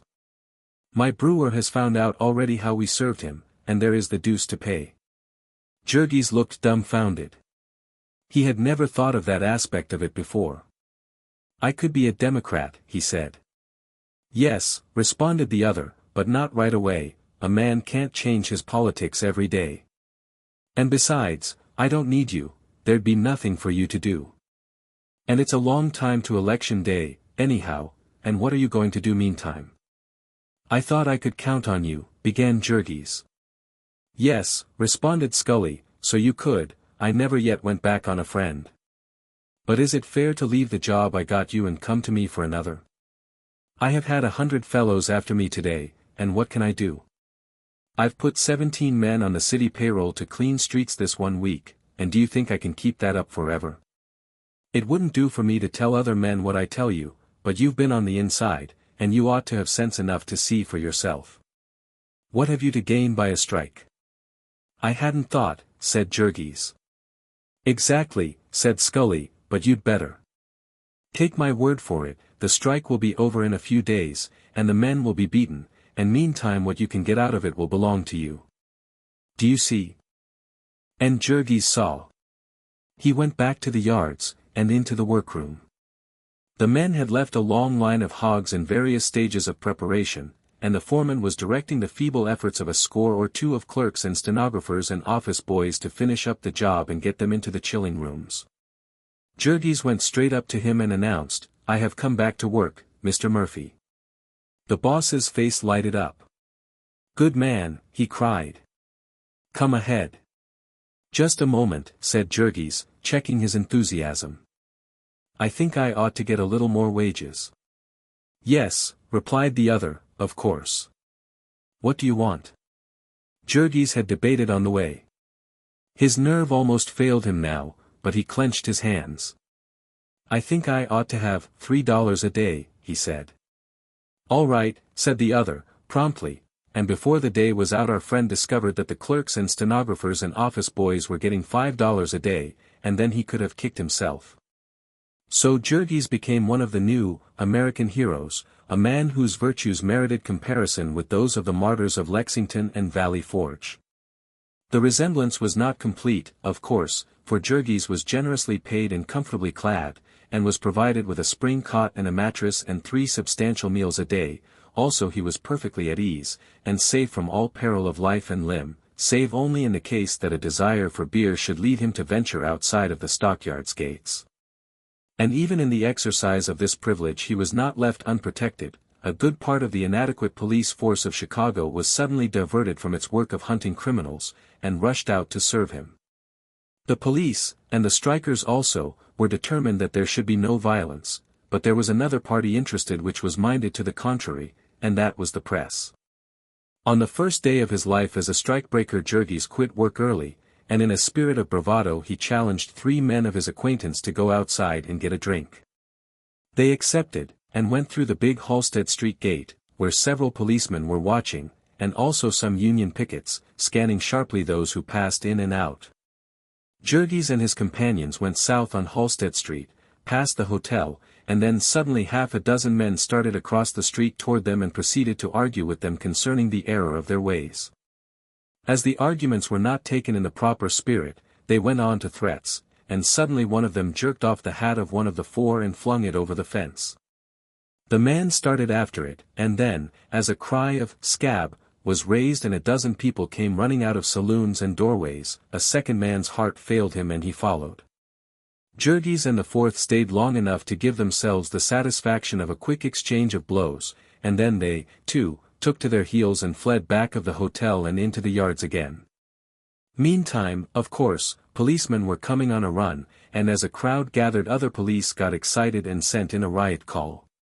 Jurgis knew nothing of this, but went back to Packers Avenue, and in front of the Central Time Station, he saw one of his companions, breathless and wild with excitement, narrating to an ever-growing throng how the 4 had been attacked and surrounded by a howling mob, and had been nearly torn to pieces. While he stood listening, smiling cynically, several dapper young men stood by with notebooks in their hands, and it was not more than 2 hours later that Jurgis saw newsboys running about with armfuls of newspapers, printed in red and black letters 6 inches high. Violence in the yards. Strikebreakers surrounded by frenzied mob. If he had been able to buy all of the newspapers of the United States the next morning, he might have discovered that his beer-hunting exploit was being perused by some 20 million of people, and had served as a text for editorials in half the staid and solemn businessmen's newspapers in the land. Jurgis was to see more of this as time passed.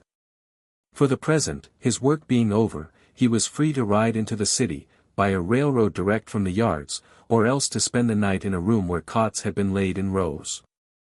He chose the latter, but to his regret, for all night long gangs of strikebreakers kept arriving.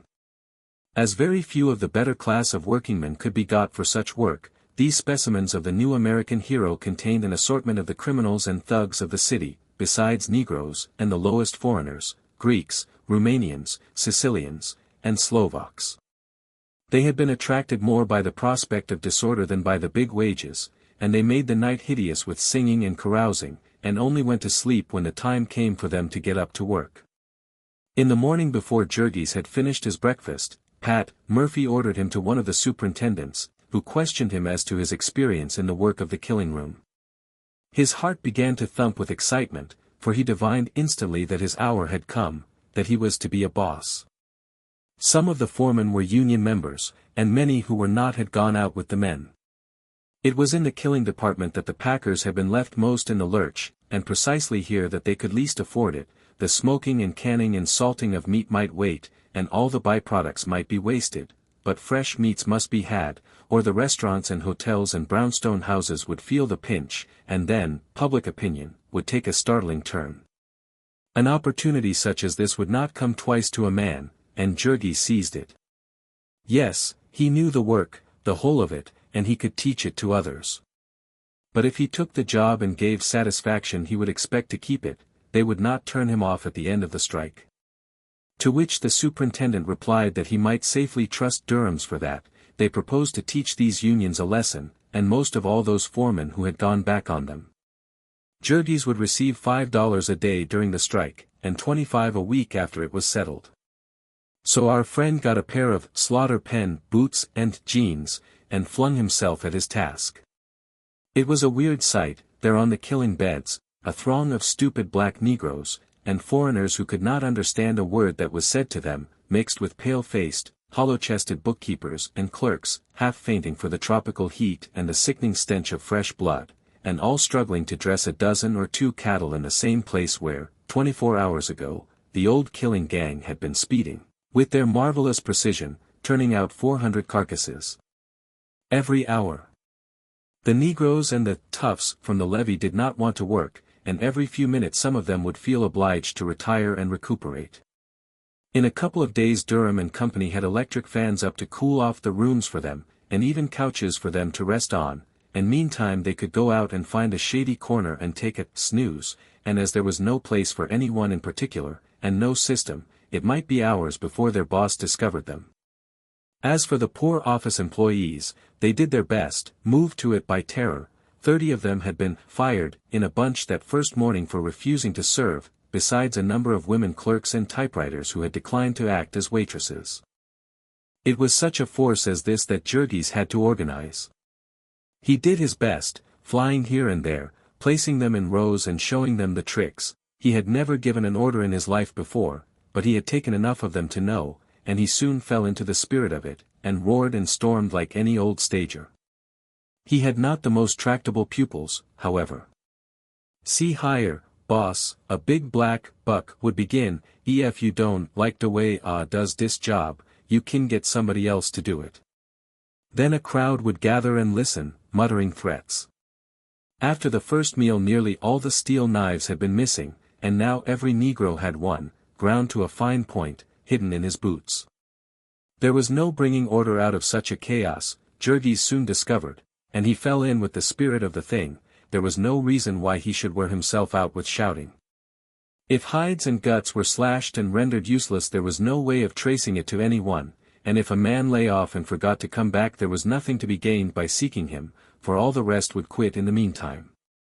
Everything went, during the strike, and the packers paid.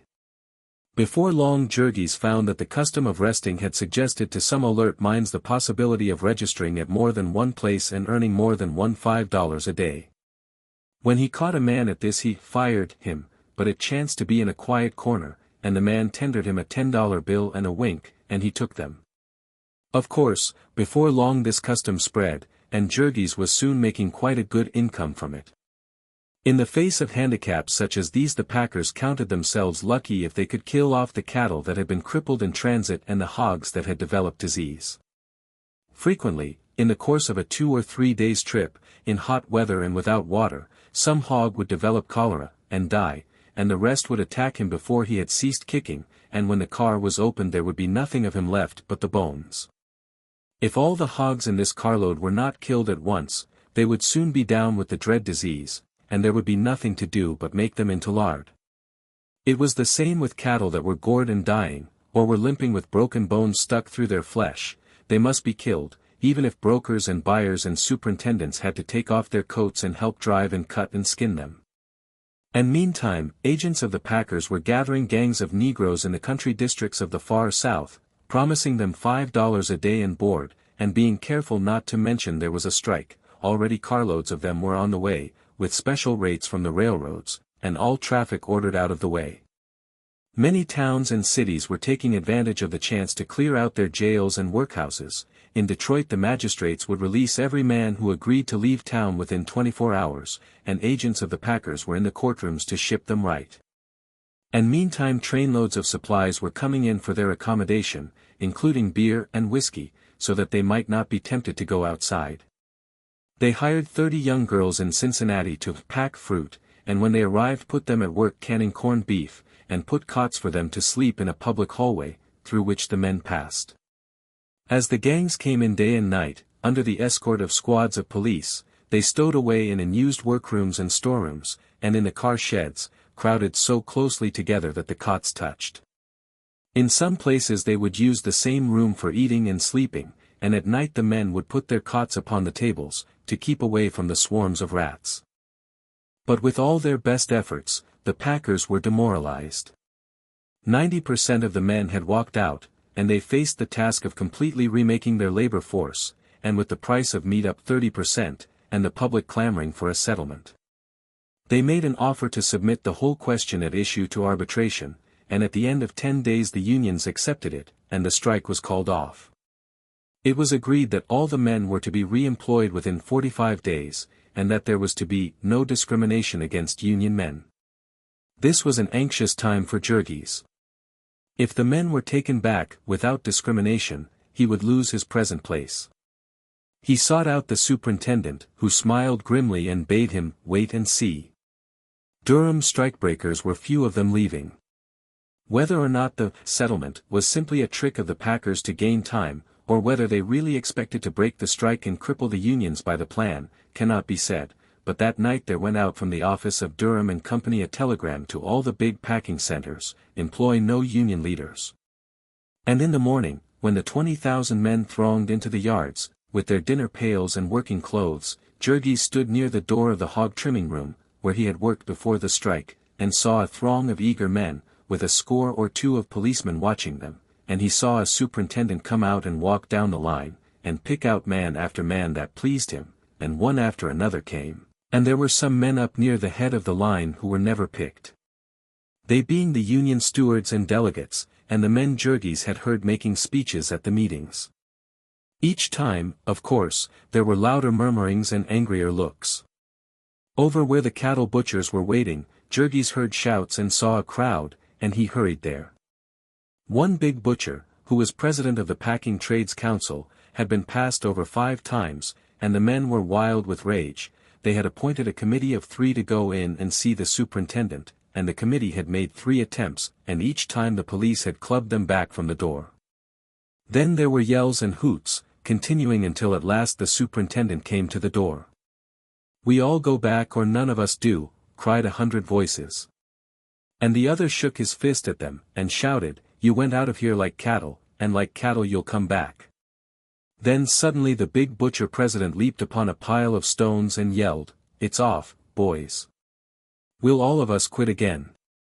And so the cattle butchers declared a new strike on the spot, and gathering their members from the other plants, where the same trick had been played, they marched down Packers Avenue, which was thronged with a dense mass of workers, cheering wildly. Men who had already got to work on the killing beds dropped their tools and joined them, some galloped here and there on horseback, shouting the tidings, and within half an hour the whole of Packingtown was on strike again, and beside itself with fury. There was quite a different tone in Packingtown after this. The place was a seething cauldron of passion, and the scab who ventured into it fared badly. There were 1 or 2 of these incidents each day, the newspapers detailing them, and always blaming them upon the unions. Yet 10 years before, when there were no unions in Packingtown, there was a strike, and national troops had to be called, and there were pitched battles fought at night, by the light of blazing freight trains. Packingtown was always a center of violence. In Whiskey Point, where there were 100 saloons and 1 glue factory, there was always fighting, and always more of it in hot weather. Anyone who had taken the trouble to consult the station house blotter would have found that there was less violence that summer than ever before, and this while 20,000 men were out of work, and with nothing to do all day but brood upon bitter wrongs. There was no one to picture the battle the union leaders were fighting, to hold this huge army in rank, to keep it from straggling and pillaging, to cheer and encourage and guide 100,000 people, of a dozen different tongues, through 6 long weeks of hunger and disappointment and despair. Meantime the packers had set themselves definitely to the task of making a new labor force. 1,000 or 2 of strikebreakers were brought in every night, and distributed among the various plants. Some of them were experienced workers, butchers, salesmen, and managers from the packers' branch stores, and a few union men who had deserted from other cities, but the vast majority were green Negroes from the cotton districts of the far south, and they were herded into the packing plants like sheep. There was a law forbidding the use of buildings as lodging houses unless they were licensed for the purpose, and provided with proper windows, stairways, and fire escapes, but here, in a paint room, reached only by an enclosed chute, or room without a single window and only 1 door, 100 men were crowded upon mattresses on the floor. Up on the 3rd story of the hog house of Jones's was a storeroom, without a window, into which they crowded 700 men, sleeping upon the bare springs of cots, and with a second shift to use them by day. And when the clamor of the public led to an investigation into these conditions, and the mayor of the city was forced to order the enforcement of the law, the packers got a judge to issue an injunction forbidding him to do it. Just at this time the mayor was boasting that he had put an end to gambling and prize fighting in the city, but here a swarm of professional gamblers had leagued themselves with the police to fleece the strikebreakers, and any night, in the big open space in front of Brown's, one might see brawny Negroes stripped to the waist and pounding each other for money, while a howling throng of 3,000 or 4,000 surged about, men and women, young white girls from the country rubbing elbows with big buck Negroes with daggers in their boots, while rows of woolly heads peered down from every window of the surrounding factories. The ancestors of these black people had been savages in Africa, and since then they had been chattel slaves, or had been held down by a community ruled by the traditions of slavery. Now for the first time they were free to gratify every passion, free to wreck themselves. They were wanted to break a strike, and when it was broken they would be shipped away, and their present masters would never see them again, and so whiskey and women were brought in by the carload and sold to them, and hell was let loose in the yards. Every night there were stabbings and shootings. It was said that the packers had blank permits, which enabled them to ship dead bodies from the city without troubling the authorities. They lodged men and women on the same floor, and with the night there began a saturnalia of debauchery, scenes such as never before had been witnessed in America. And as the women were the dregs from the brothels of Chicago, and the men were for the most part ignorant country Negroes, the nameless diseases of vice were soon rife, and this where food was being handled which was sent out to every corner of the civilized world. The Union stockyards were never a pleasant place, but now they were not only a collection of slaughterhouses, but also the camping place of an army of 15,000 or 20,000 human beasts. All day long the blazing midsummer sun beat down upon that square mile of abominations, upon tens of thousands of cattle crowded into pens whose wooden floors stank and steamed contagion, upon bare, blistering, cinder-strewn railroad tracks, and huge blocks of dingy meat factories, whose labyrinthine passages defied a breath of fresh air to penetrate them, and there were not merely rivers of hot blood, and carloads of moist flesh, and rendering vats and soap cauldrons, glue factories and fertilizer tanks, that smelt like the craters of hell. There were also tons of garbage festering in the sun, and the greasy laundry of the workers hung out to dry, and dining rooms littered with food and black with flies, and toilet rooms that were open sewers. And then at night, when this throng poured out into the streets to play, fighting, gambling, drinking and carousing, cursing and screaming, laughing and singing, playing banjos and dancing. They were worked in the yards all the 7 days of the week, and they had their prize fights and crap games on Sunday nights as well, but then around the corner one might see a bonfire blazing, and an old, grey-headed negress, lean and witch-like, her hair flying wild and her eyes blazing, yelling and chanting of the fires of perdition and the blood of the Lamb, while men and women lay down upon the ground and moaned and screamed in convulsions of terror and remorse. Such were the stockyards during the strike, while the unions watched in sullen despair, and the country clamored like a greedy child for its food, and the packers went grimly on their way. Each day they added new workers, and could be more stern with the old ones, could put them on piecework, and dismiss them if they did not keep up the pace. Jurgis was now one of their agents in this process, and he could feel the change day by day, like the slow starting up of a huge machine. He had gotten used to being a master of men, and because of the stifling heat and the stench, and the fact that he was a scab and knew it and despised himself. He was drinking, and developing a villainous temper, and he stormed and cursed and raged at his men, and drove them until they were ready to drop with exhaustion. Then one day late in August, a superintendent ran into the place and shouted to Jurgis and his gang to drop their work and come. They followed him outside, to where, in the midst of a dense throng, they saw several 2-horse trucks waiting, and 3 patrol wagon loads of police. Jurgis and his men sprang upon one of the trucks, and the driver yelled to the crowd, and they went thundering away at a gallop. Some steers had just escaped from the yards, and the strikers had got hold of them, and there would be the chance of a scrap. They went out at the Ashland Avenue gate, and over in the direction of the dump. There was a yell as soon as they were sighted, men and women rushing out of houses and saloons as they galloped by. There were 8 or 10 policemen on the truck, however, and there was no disturbance until they came to a place where the street was blocked with a dense throng. Those on the flying truck yelled a warning and the crowd scattered pell-mell, disclosing one of the steers lying in its blood. There were a good many cattle butchers about just then, with nothing much to do, and hungry children at home, and so someone had knocked out the steer, and as a first-class man can kill and dress one in a couple of minutes, there were a good many steaks and roasts already missing. This called for punishment, of course, and the police proceeded to administer it by leaping from the truck and cracking at every head they saw. There were yells of rage and pain, and the terrified people fled into houses and stores, or scattered helter-skelter down the street. Jurgis and his gang joined in the sport, every man singling out his victim, and striving to bring him to bay and punch him.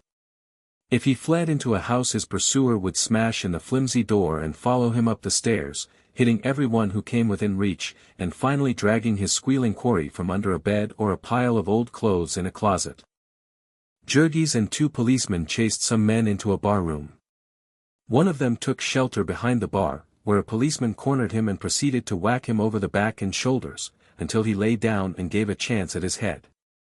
The others leaped a fence in the rear, balking the second policeman, who was fat, and as he came back, furious and cursing, a big Polish woman, the owner of the saloon, rushed in screaming, and received a poke in the stomach that doubled her up on the floor.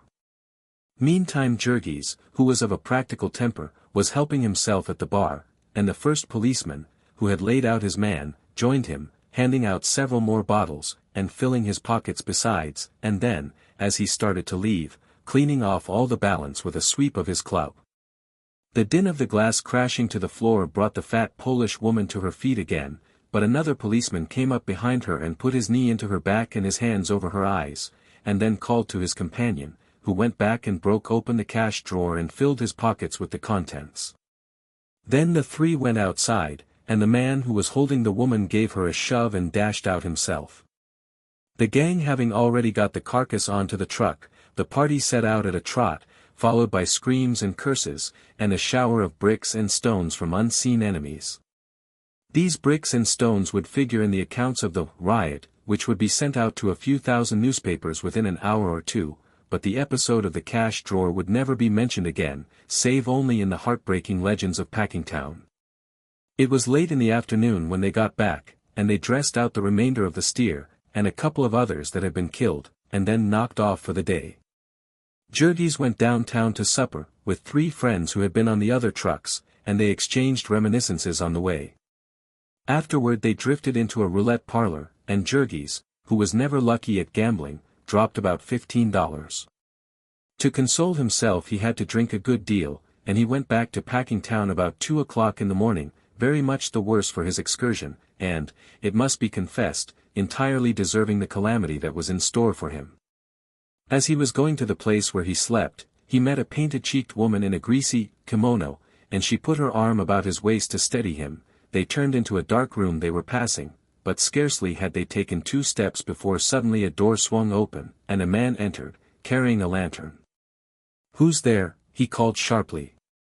And Jurgis started to mutter some reply, but at the same instant the man raised his light, which flashed in his face, so that it was possible to recognize him. Jurgis stood stricken dumb, and his heart gave a leap like a mad thing. The man was Connor. Connor, the boss of the loading gang. The man who had seduced his wife, who had sent him to prison, and wrecked his home, ruined his life. He stood there, staring, with the light shining full upon him. Jurgis had often thought of Connor since coming back to Packingtown, but it had been as of something far off, that no longer concerned him. Now, however, when he saw him, alive and in the flesh, the same thing happened to him that had happened before, a flood of rage boiled up in him, a blind frenzy seized him. And he flung himself at the man, and smote him between the eyes, and then, as he fell, seized him by the throat and began to pound his head upon the stones. The woman began screaming, and people came rushing in. The lantern had been upset and extinguished, and it was so dark they could not see a thing, but they could hear Jurgis panting, and hear the thumping of his victim's skull, and they rushed there and tried to pull him off.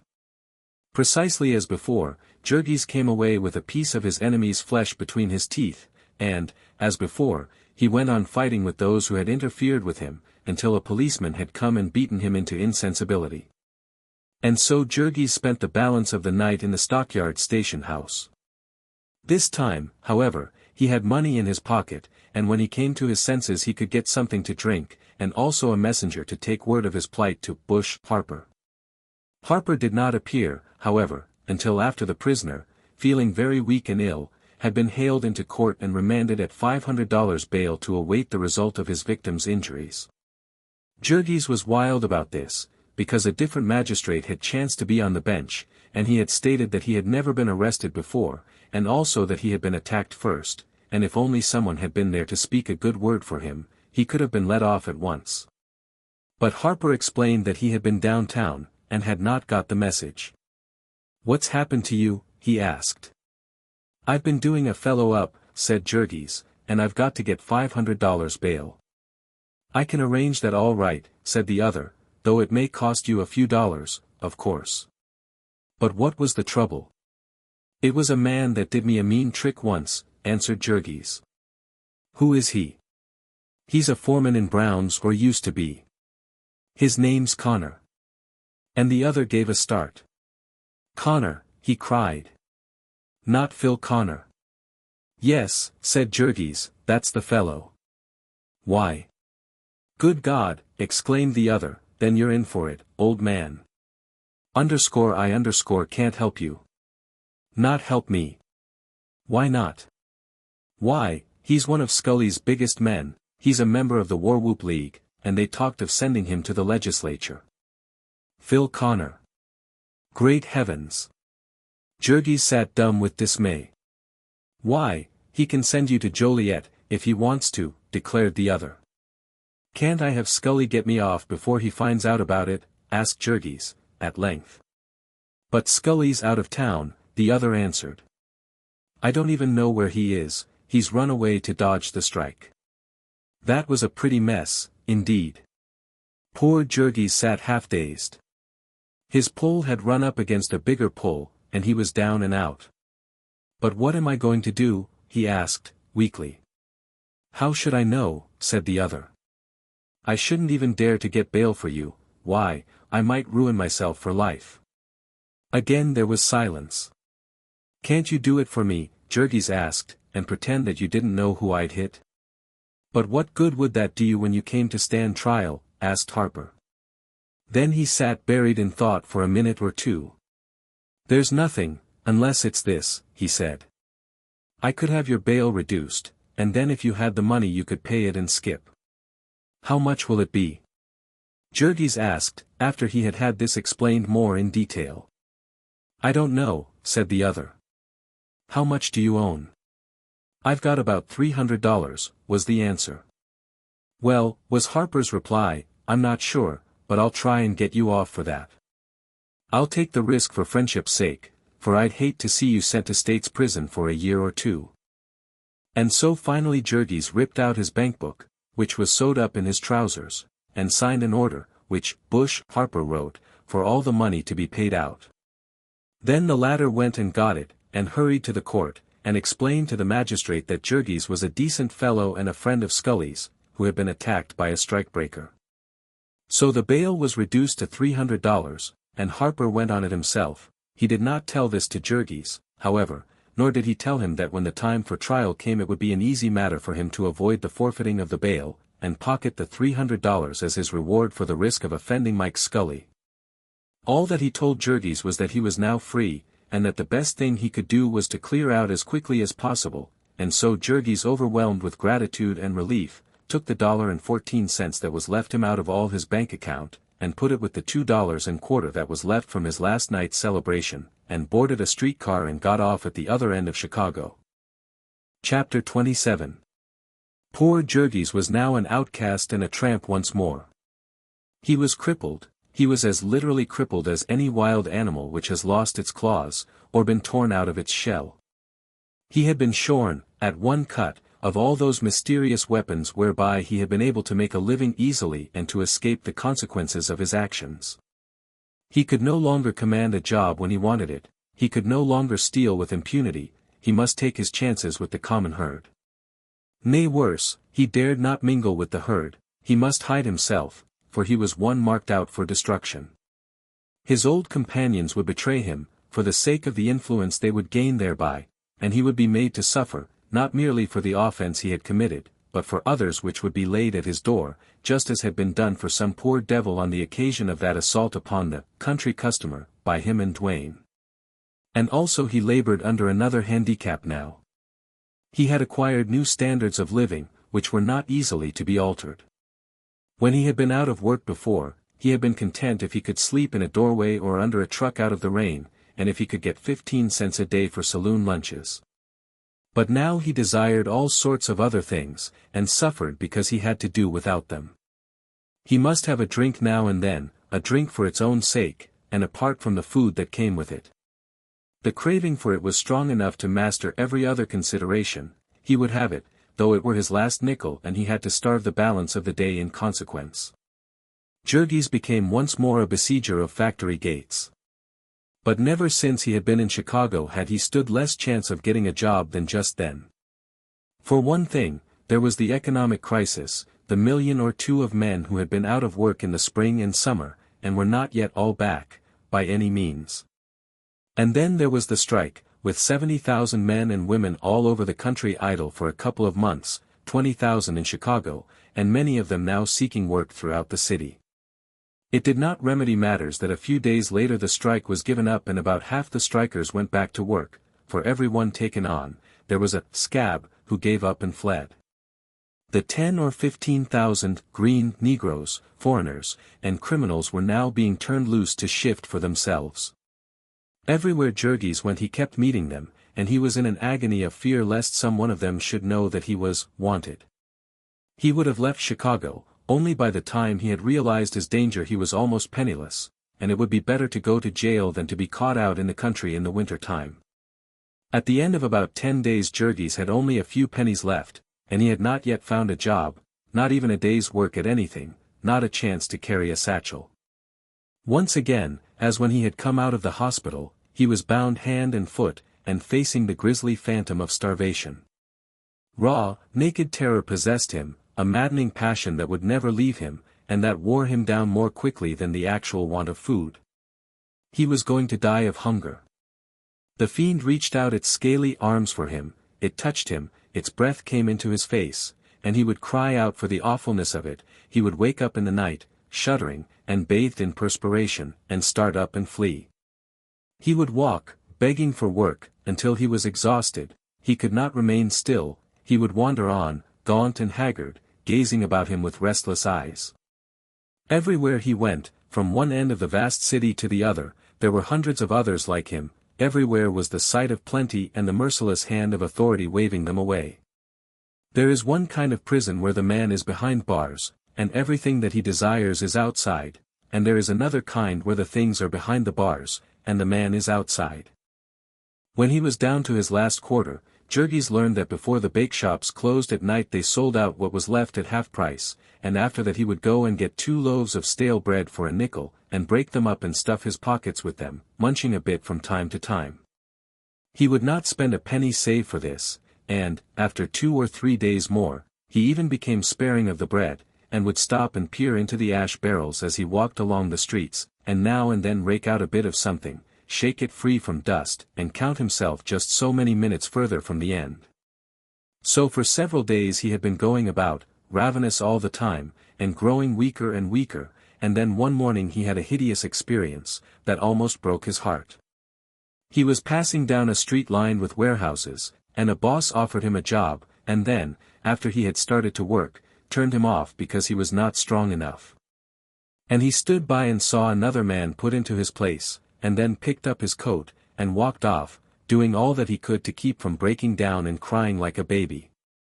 He was lost. He was doomed. There was no hope for him.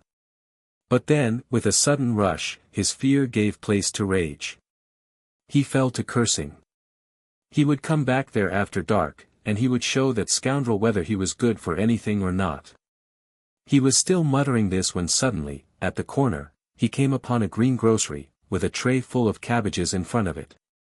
Jurgis, after one swift glance about him, stooped and seized the biggest of them, and darted round the corner with it.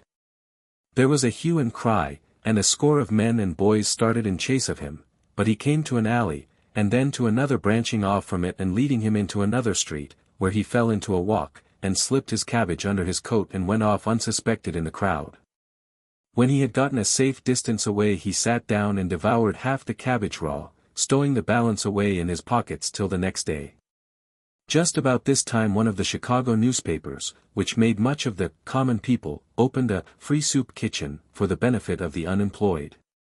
Some people said that they did this for the sake of the advertising it gave them, and some others said that their motive was a fear lest all their readers should be starved off, but whatever the reason, the soup was thick and hot, and there was a bowl for every man, all night long.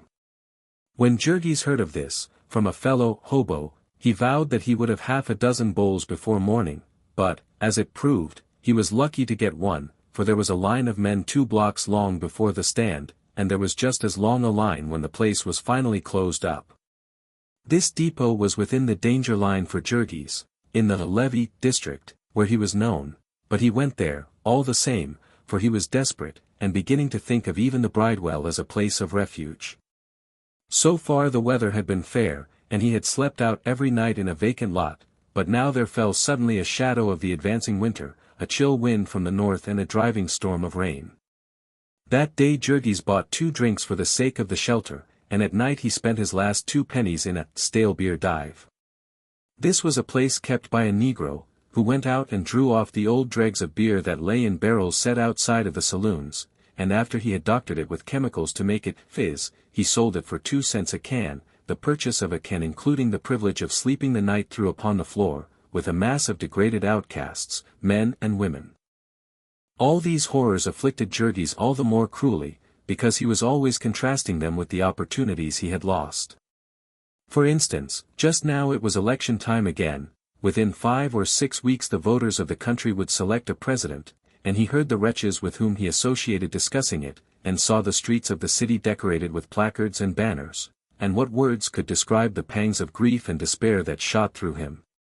For instance, there was a night during this cold spell.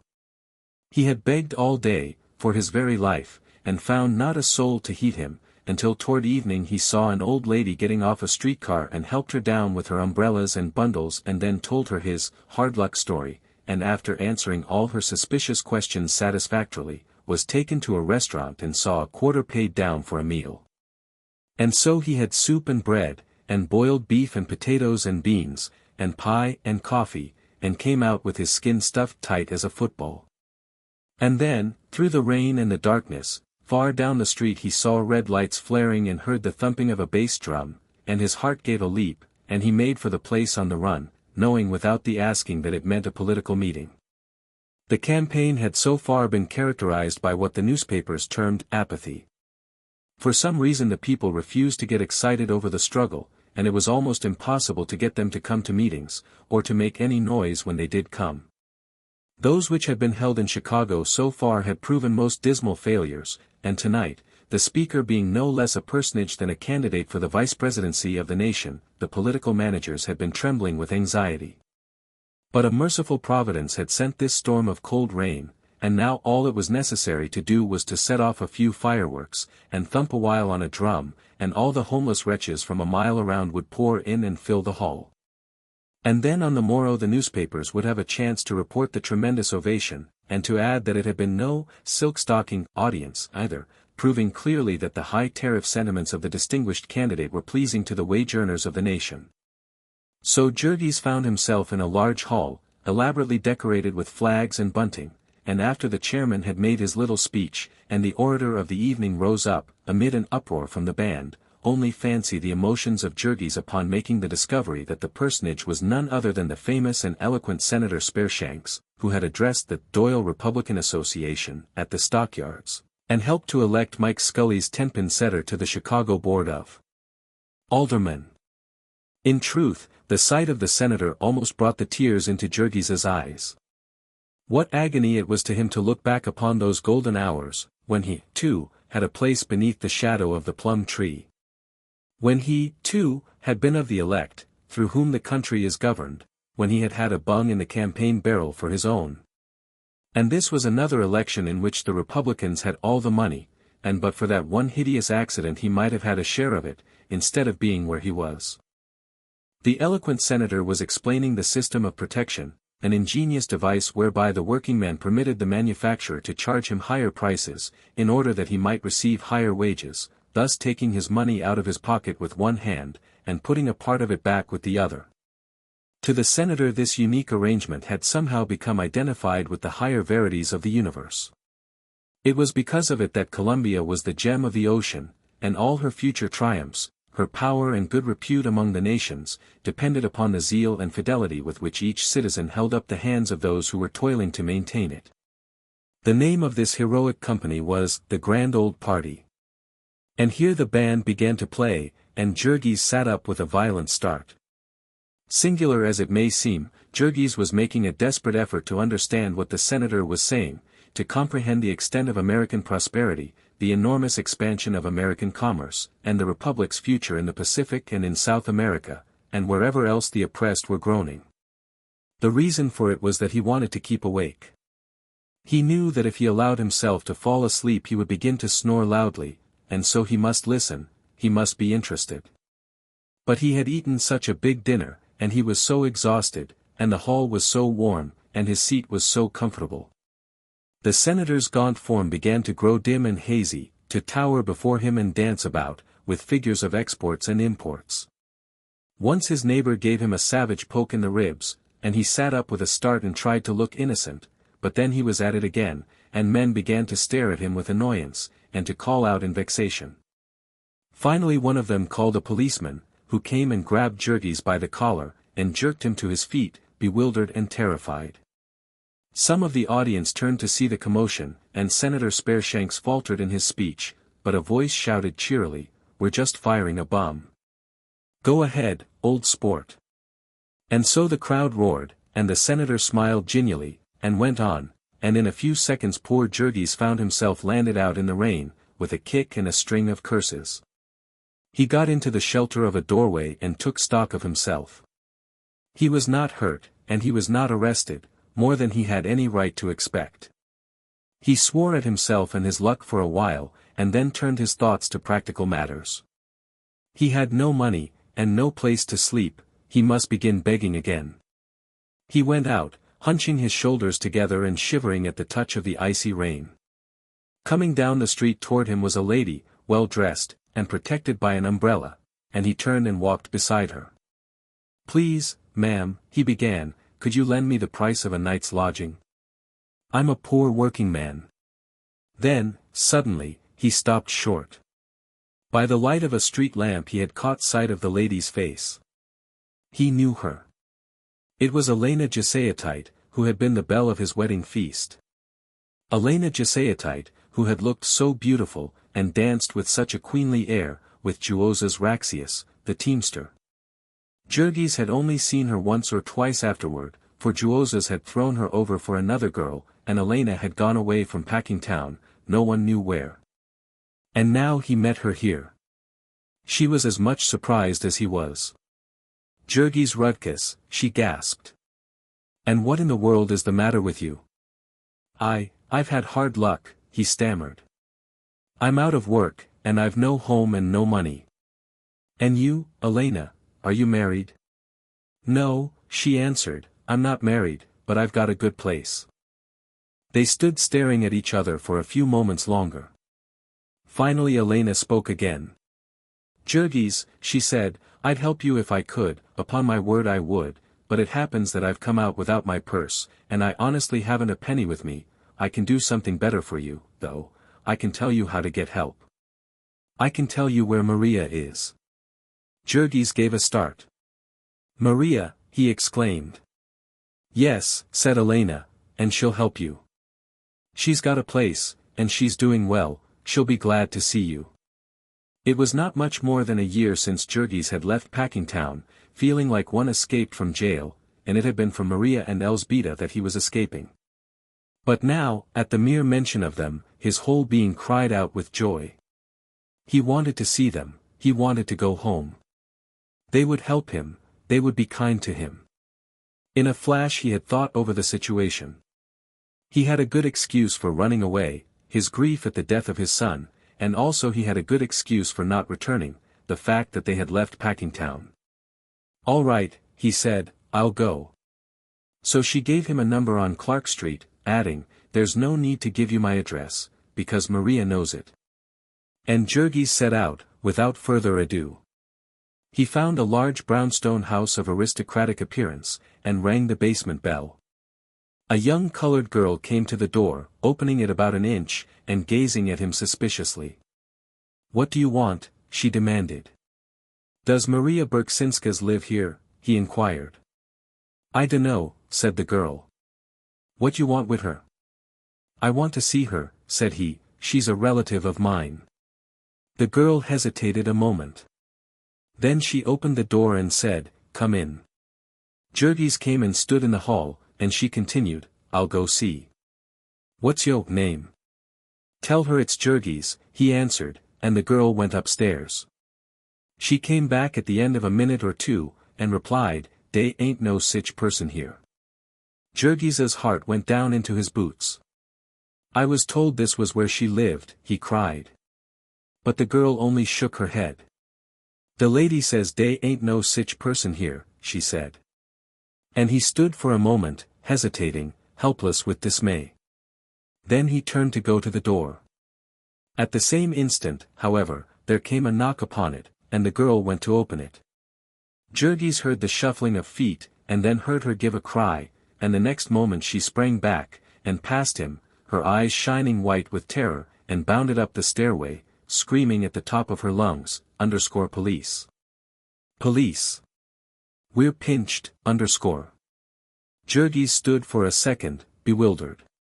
Then, seeing blue-coated forms rushing upon him, he sprang after the negress. Her cries had been the signal for a wild uproar above. The house was full of people, and as he entered the hallway he saw them rushing hither and thither, crying and screaming with alarm. There were men and women, the latter clad for the most part in wrappers, the former in all stages of _deshabille_. At one side Jurgis caught a glimpse of a big apartment with plush-covered chairs, and tables covered with trays and glasses. There were playing cards scattered all over the floor, one of the tables had been upset, and bottles of wine were rolling about, their contents running out upon the carpet. There was a young girl who had fainted, and two men who were supporting her, and there were a dozen others crowding toward the front door. Suddenly, however, there came a series of resounding blows upon it, causing the crowd to give back. At the same instant a stout woman, with painted cheeks and diamonds in her ears, came running down the stairs, panting breathlessly, to the rear. "Quick!" She led the way to a back staircase, Jurgis following. In the kitchen she pressed a spring, and a cupboard gave way and opened, disclosing a dark passageway. "Go in," she cried to the crowd, which now amounted to 20 or 30, and they began to pass through. Scarcely had the last one disappeared, however, before there were cries from in front, and then the panic-stricken throng poured out again, exclaiming, "They're there too! We're trapped!" "Upstairs!" cried the woman, and there was another rush of the mob, women and men cursing and screaming and fighting to be first. One flight, 2, 3, and then there was a ladder to the roof, with a crowd packed at the foot of it, and one man at the top, straining and struggling to lift the trap door. It was not to be stirred, however, and when the woman shouted up to unhook it, he answered, "It's already unhooked. There's somebody sitting on it." And a moment later came a voice from downstairs, "You might as well quit, you people. We mean business, this time." So the crowd subsided, and a few moments later several policemen came up, staring here and there, and leering at their victims. Of the latter the men were for the most part frightened and sheepish-looking. The women took it as a joke, as if they were used to it, though if they had been pale, one could not have told, for the paint on their cheeks.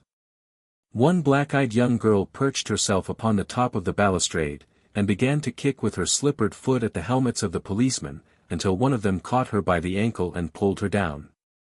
On the floor below 4 or 5 other girls sat upon trunks in the hall, making fun of the procession which filed by them.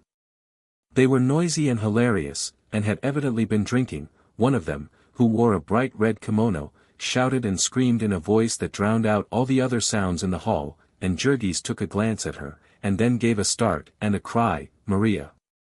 She heard him, and glanced around, then she shrank back and half sprang to her feet in amazement. "Jurgis," she gasped. For a second or two they stood staring at each other. "How did you come here?" Maria exclaimed. I came to see you, he answered. When? Just now. But how did you know? Who told you I was here? Elena Giseatite.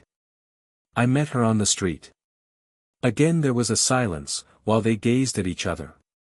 The rest of the crowd was watching them, and so Maria got up and came closer to him. And you? Jurgis asked. You live here? Yes, said Maria, I live here. Then suddenly came a hail from below, get your clothes on now, girls, and come along. You'd best begin, or you'll be sorry, it's raining outside. Brr, shivered someone, and the women got up and entered the various doors which lined the hallway. Come, said Maria, and took Jurgis into her room, which was a tiny place about 8 by 6, with a cot and a chair and a dressing stand and some dresses hanging behind the door. There were clothes scattered about on the floor, and hopeless confusion everywhere, boxes of rouge and bottles of perfume mixed with hats and soiled dishes on the dresser, and a pair of slippers and a clock and a whiskey bottle on a chair. Maria had nothing on but a kimono and a pair of stockings, yet she proceeded to dress before Jurgis, and without even taking the trouble to close the door. He had by this time divined what sort of a place he was in, and he had seen a great deal of the world since he had left home, and was not easy to shock, and yet it gave him a painful start that Maria should do this. They had always been decent people at home, and it seemed to him that the memory of old times ought to have ruled her. But then he laughed at himself for a fool. What was he, to be pretending to decency? How long have you been living here? He asked. Nearly a year, she answered. Why did you come? I had to live, she said, and I couldn't see the children starve. He paused for a moment, watching her. You were out of work? He asked, finally. I got sick, she replied, and after that I had no money. And then Stanislovas died. Stanislova's dead. Yes, said Maria, I forgot. You didn't know about it. How did he die? Rats killed him, she answered. Jurgis gave a gasp. Rats killed him. Yes, said the other, she was bending over, lacing her shoes as she spoke. He was working in an oil factory, at least he was hired by the men to get their beer. He used to carry cans on a long pole, and he'd drink a little out of each can, and one day he drank too much, and fell asleep in a corner, and got locked up in the place all night. When they found him the rats had killed him and eaten him nearly all up. Jurgis sat, frozen with horror. Maria went on lacing up her shoes. There was a long silence. Suddenly a big policeman came to the door. Hurry up, there, he said. As quick as I can, said Maria, and she stood up and began putting on her corsets with feverish haste. Are the rest of the people alive? Asked Jurgis, finally. Yes, she said. Where are they? They live not far from here. They're all right now. They are working, he inquired. Elzbieta is, said Maria, when she can. I take care of them most of the time, I'm making plenty of money now. Jurgis was silent for a moment. Do they know you live here, how you live? He asked. Elzbieta knows, answered Maria. I couldn't lie to her. And maybe the children have found out by this time. It's nothing to be ashamed of, we can't help it. And Tomasius, he asked. Does he know? Maria shrugged her shoulders. How do I know, she said. I haven't seen him for over a year. He got blood poisoning and lost one finger, and couldn't play the violin any more, and then he went away. Maria was standing in front of the glass fastening her dress. Jurgis sat staring at her. He could hardly believe that she was the same woman he had known in the old days, she was so quiet, so hard. It struck fear to his heart to watch her. Then suddenly she gave a glance at him. You look as if you had been having a rough time of it yourself, she said. I have, he answered. I haven't a cent in my pockets, and nothing to do. Where have you been? All over. I've been hoboing it. Then I went back to the yards, just before the strike. He paused for a moment, hesitating. I asked for you, he added. I found you had gone away, no one knew where.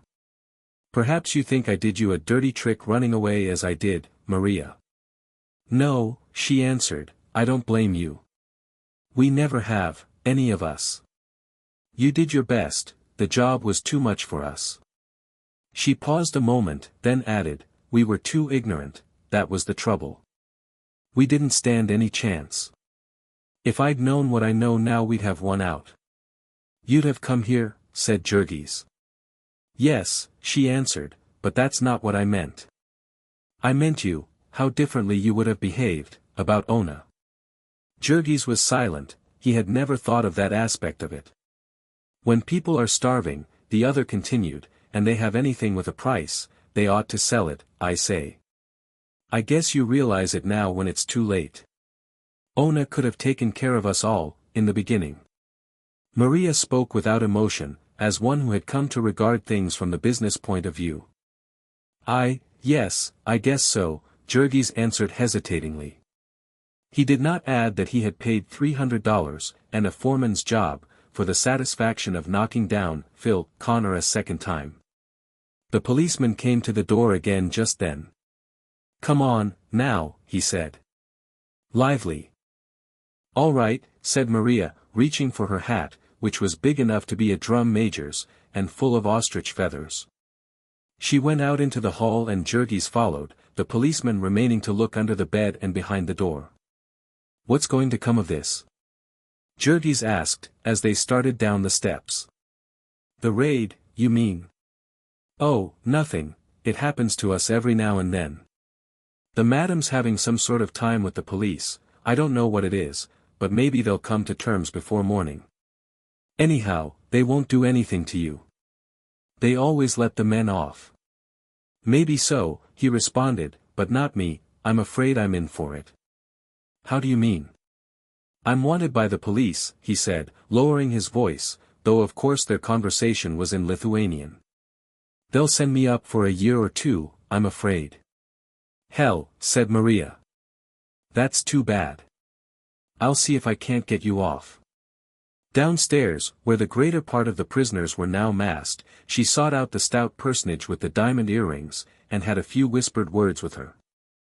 The latter then approached the police sergeant who was in charge of the raid. Billy, she said, pointing to Jurgis, there's a fellow who came in to see his sister. He just got in the door when you knocked. You aren't taking hobos, are you? The sergeant laughed as he looked at Jurgis. Sorry, he said, but the orders are every one but the servants. So Jurgis slunk in among the rest of the men, who kept dodging behind each other like sheep that have smelled a wolf. There were old men and young men, college boys and graybeards old enough to be their grandfathers, some of them wore evening dress, there was no one among them save Jurgis who showed any signs of poverty. When the roundup was completed, the doors were opened and the party marched out. 3 patrol wagons were drawn up at the curb, and the whole neighborhood had turned out to see the sport, there was much chaffing, and a universal craning of necks. The women stared about them with defiant eyes, or laughed and joked, while the men kept their heads bowed, and their hats pulled over their faces. They were crowded into the patrol wagons as if into streetcars, and then off they went amid a din of cheers. At the station house Jurgis gave a Polish name and was put into a cell with half a dozen others, and while these sat and talked in whispers, he lay down in a corner and gave himself up to his thoughts. Jurgis had looked into the deepest reaches of the social pit, and grown used to the sights in them. Yet when he had thought of all humanity as vile and hideous, he had somehow always accepted his own family that he had loved, and now this sudden horrible discovery, Maria a whore, and Elzbieta and the children living off her shame. Jurgis might argue with himself all he chose, that he had done worse, and was a fool for caring, but still he could not get over the shock of that sudden unveiling, he could not help being sunk in grief because of it. The depths of him were troubled and shaken, memories were stirred in him that had been sleeping so long he had counted them dead. Memories of the old life, his old hopes and his old yearnings, his old dreams of decency and independence. He saw Ona again, he heard her gentle voice pleading with him. He saw little Antanas, whom he had meant to make a man. He saw his trembling old father, who had blessed them all with his wonderful love. He lived again through that day of horror when he had discovered Ona's shame. God, how he had suffered, what a madman he had been. How dreadful it had all seemed to him, and now, today, he had sat and listened, and half agreed when Maria told him he had been a fool. Yes, told him that he ought to have sold his wife's honor and lived by it, and then there was Stanislova's and his awful fate, that brief story which Maria had narrated so calmly, with such dull indifference. The poor little fellow, with his frostbitten fingers and his terror of the snow, his wailing voice rang in Jurgis's ears, as he lay there in the darkness, until the sweat started on his forehead. Now and then he would quiver with a sudden spasm of horror, at the picture of little Stanislova shut up in the deserted building and fighting for his life with the rats. All these emotions had become strangers to the soul of Jurgis. It was so long since they had troubled him that he had ceased to think they might ever trouble him again. Helpless, trapped, as he was, what good did they do him? Why should he ever have allowed them to torment him? It had been the task of his recent life to fight them down, to crush them out of him. Never in his life would he have suffered from them again, save that they had caught him unawares, and overwhelmed him before he could protect himself. He heard the old voices of his soul, he saw its old ghosts beckoning to him, stretching out their arms to him. But they were far off and shadowy, and the gulf between them was black and bottomless. They would fade away into the mists of the past once more. Their voices would die, and never again would he hear them, and so the last faint spark of manhood in his soul would flicker out. Chapter 28. After breakfast Jurgis was driven to the court, which was crowded with the prisoners and those who had come out of curiosity or in the hope of recognizing one of the men and getting a case for blackmail. The men were called up first, and reprimanded in a bunch, and then dismissed, but, Jurgis, to his terror, was called separately, as being a suspicious-looking case. It was in this very same court that he had been tried, that time when his sentence had been suspended. It was the same judge, and the same clerk. The latter now stared at Jurgis, as if he half thought that he knew him, but the judge had no suspicions. Just then his thoughts were upon a telephone message he was expecting from a friend of the police captain of the district, telling what disposition he should make of the case of Polly Simpson, as the madam of the house was known. Meantime, he listened to the story of how Jurgis had been looking for his sister, and advised him dryly to keep his sister in a better place. Then he let him go, and proceeded to fine each of the girls $5, which fines were paid in a bunch from a wad of bills which Madame Polly extracted from her stocking. Jurgis waited outside and walked home with Maria. The police had left the house, and already there were a few visitors. By evening the place would be running again, exactly as if nothing had happened. Meantime, Maria took Jurgis upstairs to her room, and they sat and talked. By daylight, Jurgis was able to observe that the color on her cheeks was not the old natural one of abounding health. Her complexion was in reality a parchment yellow, and there were black rings under her eyes. "Have you been sick?" he asked. "Sick?" she said. "Hell." Maria had learned to scatter her conversation with as many oaths as a longshoreman or a mule driver. "How can I ever be anything but sick, at this life?" She fell silent for a moment, staring ahead of her gloomily. "It's morphine," she said, at last. "I seem to take more of it every day." "What's that for?" he asked. "It's the way of it, I don't know why. If it isn't that, it's drink. If the girls didn't booze they couldn't stand it any time at all. And the madam always gives them dope when they first come, and they learn to like it, or else they take it for headaches and such things, and get the habit that way. I've got it, I know, I've tried to quit, but I never will while I'm here." "How long are you going to stay?" he asked. "I don't know," she said. "Always, I guess. What else could I do?" "Don't you save any money?" "Save," said Maria. "Good Lord, no. I get enough, I suppose, but it all goes. I get a half share, $2.50 for each customer, and sometimes I make $25 or $30 a night, and you'd think I ought to save something out of that. But then I am charged for my room and my meals, and such prices as you never heard of, and then for extras, and drinks, for everything I get, and some I don't.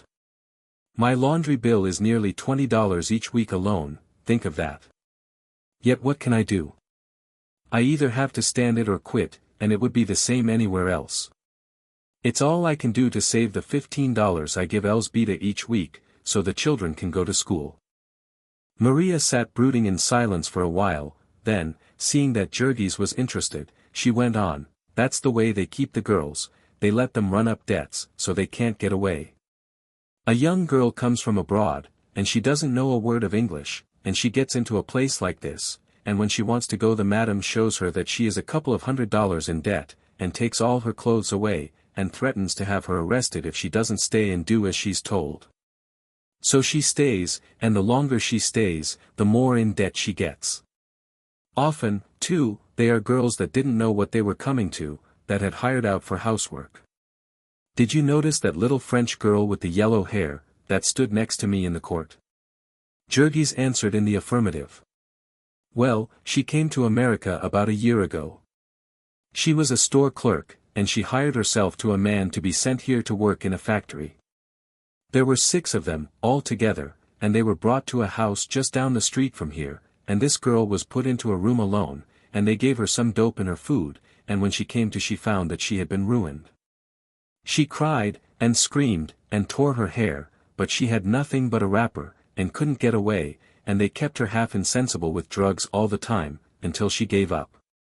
She never got outside of that place for 10 months, and then they sent her away, because she didn't suit. I guess they'll put her out of here, too, she's getting to have crazy fits, from drinking absinthe.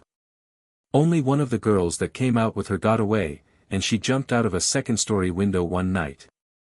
There was a great fuss about that, maybe you heard of it. I did, said Jurgis, I heard of it afterward.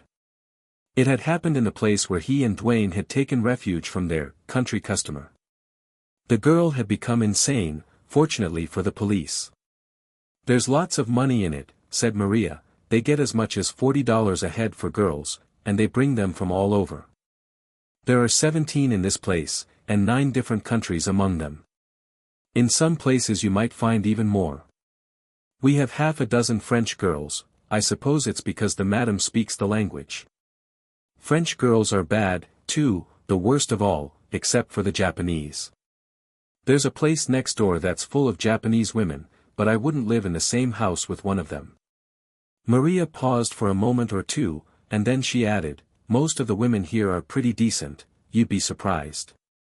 I used to think they did it because they liked to, but fancy a woman selling herself to every kind of man that comes, old or young, black or white, and doing it because she likes to. Some of them say they do, said Jurgis. I know, said she, they say anything. They're in, and they know they can't get out. But they didn't like it when they began, you'd find out, it's always misery. There's a little Jewish girl here who used to run errands for a milliner, and got sick and lost her place, and she was 4 days on the streets without a mouthful of food, and then she went to a place just around the corner and offered herself, and they made her give up her clothes before they would give her a bite to eat. Maria sat for a minute or two, brooding somberly. Tell me about yourself, Jurgis, she said, suddenly. Where have you been? So he told her the long story of his adventures since his flight from home, his life as a tramp, and his work in the freight tunnels, and the accident, and then of Jack Dwayne, and of his political career in the stockyards, and his downfall and subsequent failures. Maria listened with sympathy. It was easy to believe the tale of his late starvation, for his face showed it all. You found me just in the nick of time, she said. I'll stand by you, I'll help you till you can get some work. I don't like to let you, he began. Why not? Because I'm here. No, not that, he said. But I went off and left you. Nonsense, said Maria. Don't think about it. I don't blame you. You must be hungry, she said, after a minute or two. You stay here to lunch, I'll have something up in the room. She pressed a button, and a colored woman came to the door and took her order. It's nice to have somebody to wait on you, she observed, with a laugh, as she lay back on the bed. As the prison breakfast had not been liberal, Jurgis had a good appetite, and they had a little feast together, talking meanwhile of Elzbieta and the children and old times. Shortly before they were through, there came another colored girl, with the message that the madam wanted Maria, Lithuanian Mary, as they called her here. "That means you have to go," she said to Jurgis. So he got up, and she gave him the new address of the family, a tenement over in the ghetto district. "You go there," she said. "They'll be glad to see you." But Jurgis stood hesitating. I don't like to," he said. "Honest, Maria, why don't you just give me a little money and let me look for work first?" "How do you need money?" was her reply. "All you want is something to eat and a place to sleep, isn't it?" "Yes," he said, "but then I don't like to go there after I left them, and while I have nothing to do, and while you. "Go on," said Maria, giving him a push. "What are you talking? I won't give you money," she added, as she followed him to the door, "because you'll drink it up, and do yourself harm. Here's a quarter for you now, and go along, and they'll be so glad to have you back, you won't have time to feel ashamed. Goodbye." So Jurgis went out, and walked down the street to think it over. He decided that he would first try to get work, and so he put in the rest of the day wandering here and there among factories and warehouses without success. Then, when it was nearly dark, he concluded to go home, and set out, but he came to a restaurant, and went in and spent his quarter for a meal, and when he came out he changed his mind. The night was pleasant, and he would sleep somewhere outside, and put in the morrow hunting, and so have one more chance of a job. So he started away again, when suddenly he chanced to look about him, and found that he was walking down the same street and past the same hall where he had listened to the political speech the night before. There was no red fire and no band now, but there was a sign out, announcing a meeting, and a stream of people pouring in through the entrance. In a flash Jurgis had decided that he would chance it once more, and sit down and rest while making up his mind what to do. There was no one taking tickets, so it must be a free show again. He entered. There were no decorations in the hall this time, but there was quite a crowd upon the platform, and almost every seat in the place was filled. He took one of the last, far in the rear, and straightway forgot all about his surroundings. Would Elzbieta think that he had come to sponge off her, or would she understand that he meant to get to work again and do his share? Would she be decent to him, or would she scold him? If only he could get some sort of a job before he went, if that last boss had only been willing to try him. Then suddenly Jurgis looked up. A tremendous roar had burst from the throats of the crowd, which by this time had packed the hall to the very doors.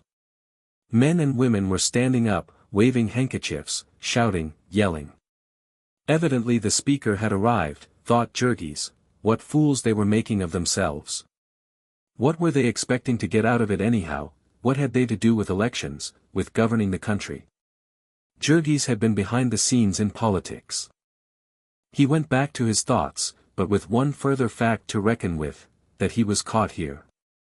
The hall was now filled to the doors, and after the meeting it would be too late for him to go home, so he would have to make the best of it outside. Perhaps it would be better to go home in the morning, anyway, for the children would be at school, and he and Elzbieta could have a quiet explanation. She always had been a reasonable person, and he really did mean to do right. He would manage to persuade her of it, and besides, Maria was willing, and Maria was furnishing the money.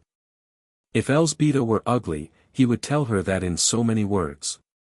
So Jurgis went on meditating, until finally, when he had been an hour or two in the hall, there began to prepare itself a repetition of the dismal catastrophe of the night before. Speaking had been going on all the time, and the audience was clapping its hands and shouting, thrilling with excitement, and little by little the sounds were beginning to blur in Jurgis's ears, and his thoughts were beginning to run together, and his head to wobble and nod. He caught himself many times, as usual, and made desperate resolutions, but the hall was hot and close, and his long walk and his dinner were too much for him. In the end his head sank forward and he went off again. And then again someone nudged him, and he sat up with his old terrified start. He had been snoring again, of course. And now what? He fixed his eyes ahead of him, with painful intensity, staring at the platform as if nothing else ever had interested him, or ever could interest him, all his life. He imagined the angry exclamations, the hostile glances, He imagined the policeman striding toward him, reaching for his neck. Or was he to have one more chance? Were they going to let him alone this time? He sat trembling, waiting. And then suddenly came a voice in his ear, a woman's voice, gentle and sweet. If you would try to listen, comrade, perhaps you would be interested. Jurgis was more startled by that than he would have been by the touch of a policeman. He still kept his eyes fixed ahead, and did not stir, but his heart gave a great leap. Comrade! Who was it that called him comrade? He waited long, and at last, when he was sure that he was no longer watched, he stole a glance out of the corner of his eyes at the woman who sat beside him. She was young and beautiful, she wore fine clothes, and was what is called a lady. And she called him comrade. He turned a little, carefully, so that he could see her better, then he began to watch her, fascinated. She had apparently forgotten all about him, and was looking toward the platform. A man was speaking there. Jurgis heard his voice vaguely, but all his thoughts were for this woman's face. A feeling of alarm stole over him as he stared at her. It made his flesh creep. What was the matter with her? What could be going on, to affect anyone like that? She sat as one turned to stone, her hands clenched tightly in her lap, so tightly that he could see the cord standing out in her wrists. There was a look of excitement upon her face, of tense effort, as of one struggling mightily, or witnessing a struggle. There was a faint quivering of her nostrils, and now and then she would moisten her lips with feverish haste. Her bosom rose and fell as she breathed, and her excitement seemed to mount higher and higher, and then to sink away again, like a boat tossing upon ocean surges. What was it? What was the matter? It must be something that the man was saying, up there on the platform. What sort of a man was he? And what sort of thing was this, anyhow? So all at once it occurred to Jurgis to look at the speaker. It was like coming suddenly upon some wild sight of nature, a mountain forest lashed by a tempest, a ship tossed about upon a stormy sea. Jurgis had an unpleasant sensation, a sense of confusion, of disorder, of wild and meaningless uproar. The man was tall and gaunt, as haggard as his auditor himself. A thin black beard covered half of his face, and one could see only two black hollows where the eyes were. He was speaking rapidly, in great excitement. He used many gestures. As he spoke he moved here and there upon the stage, reaching with his long arms as if to seize each person in his audience. His voice was deep, like an organ. It was some time, however, before Jurgis thought of the voice. He was too much occupied with his eyes to think of what the man was saying. But suddenly it seemed as if the speaker had begun pointing straight at him, as if he had singled him out particularly for his remarks, and so Jurgis became suddenly aware of his voice, trembling, vibrant with emotion, with pain and longing, with a burden of things unutterable, not to be compassed by words. To hear it was to be suddenly arrested, to be gripped, transfixed. You listen to these things, the man was saying, and you say, yes, they are true, but they have been that way always. Or you say, maybe it will come, but not in my time, it will not help me. And so you return to your daily round of toil, you go back to be ground up for profits in the worldwide mill of economic might. To toil long hours for another's advantage, to live in mean and squalid homes, to work in dangerous and unhealthful places, to wrestle with the specters of hunger and privation, to take your chances of accident, disease, and death. And each day the struggle becomes fiercer, the pace more cruel. Each day you have to toil a little harder, and feel the iron hand of circumstance close upon you a little tighter. Months pass, years maybe, and then you come again, and again I am here to plead with you, to know if want and misery have yet done their work with you, if injustice and oppression have yet opened your eyes. I shall still be waiting, there is nothing else that I can do. There is no wilderness where I can hide from these things, there is no haven where I can escape them. Though I travel to the ends of the earth, I find the same accursed system. I find that all the fair and noble impulses of humanity, the dreams of poets and the agonies of martyrs, are shackled and bound in the service of organized and predatory greed. And therefore I cannot rest, I cannot be silent, therefore I cast aside comfort and happiness, health and good repute, and go out into the world and cry out the pain of my spirit. Therefore I am not to be silenced by poverty and sickness, not by hatred and obloquy, by threats and ridicule, not by prison and persecution, if they should come, not by any power that is upon the earth or above the earth, that was, or is, or ever can be created.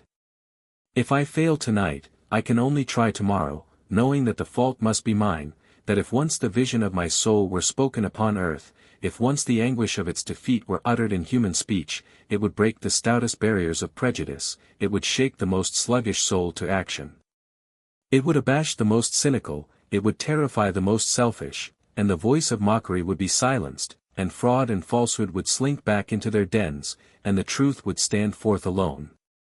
For I speak with the voice of the millions who are voiceless. Of them that are oppressed and have no comforter. Of the disinherited of life, for whom there is no respite and no deliverance, to whom the world is a prison, a dungeon of torture, a tomb. With the voice of the little child who toils tonight in a southern cotton mill, staggering with exhaustion, numb with agony, and knowing no hope but the grave. Of the mother who sews by candlelight in her tenement garret, weary and weeping, smitten with the mortal hunger of her babes. Of the man who lies upon a bed of rags, wrestling in his last sickness and leaving his loved ones to perish. Of the young girl who, somewhere at this moment, is walking the streets of this horrible city, beaten and starving, and making her choice between the brothel and the lake.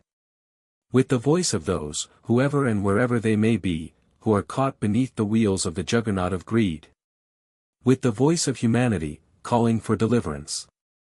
Of the everlasting soul of man, arising from the dust, breaking its way out of its prison, rending the bands of oppression and ignorance, groping its way to the light. The speaker paused.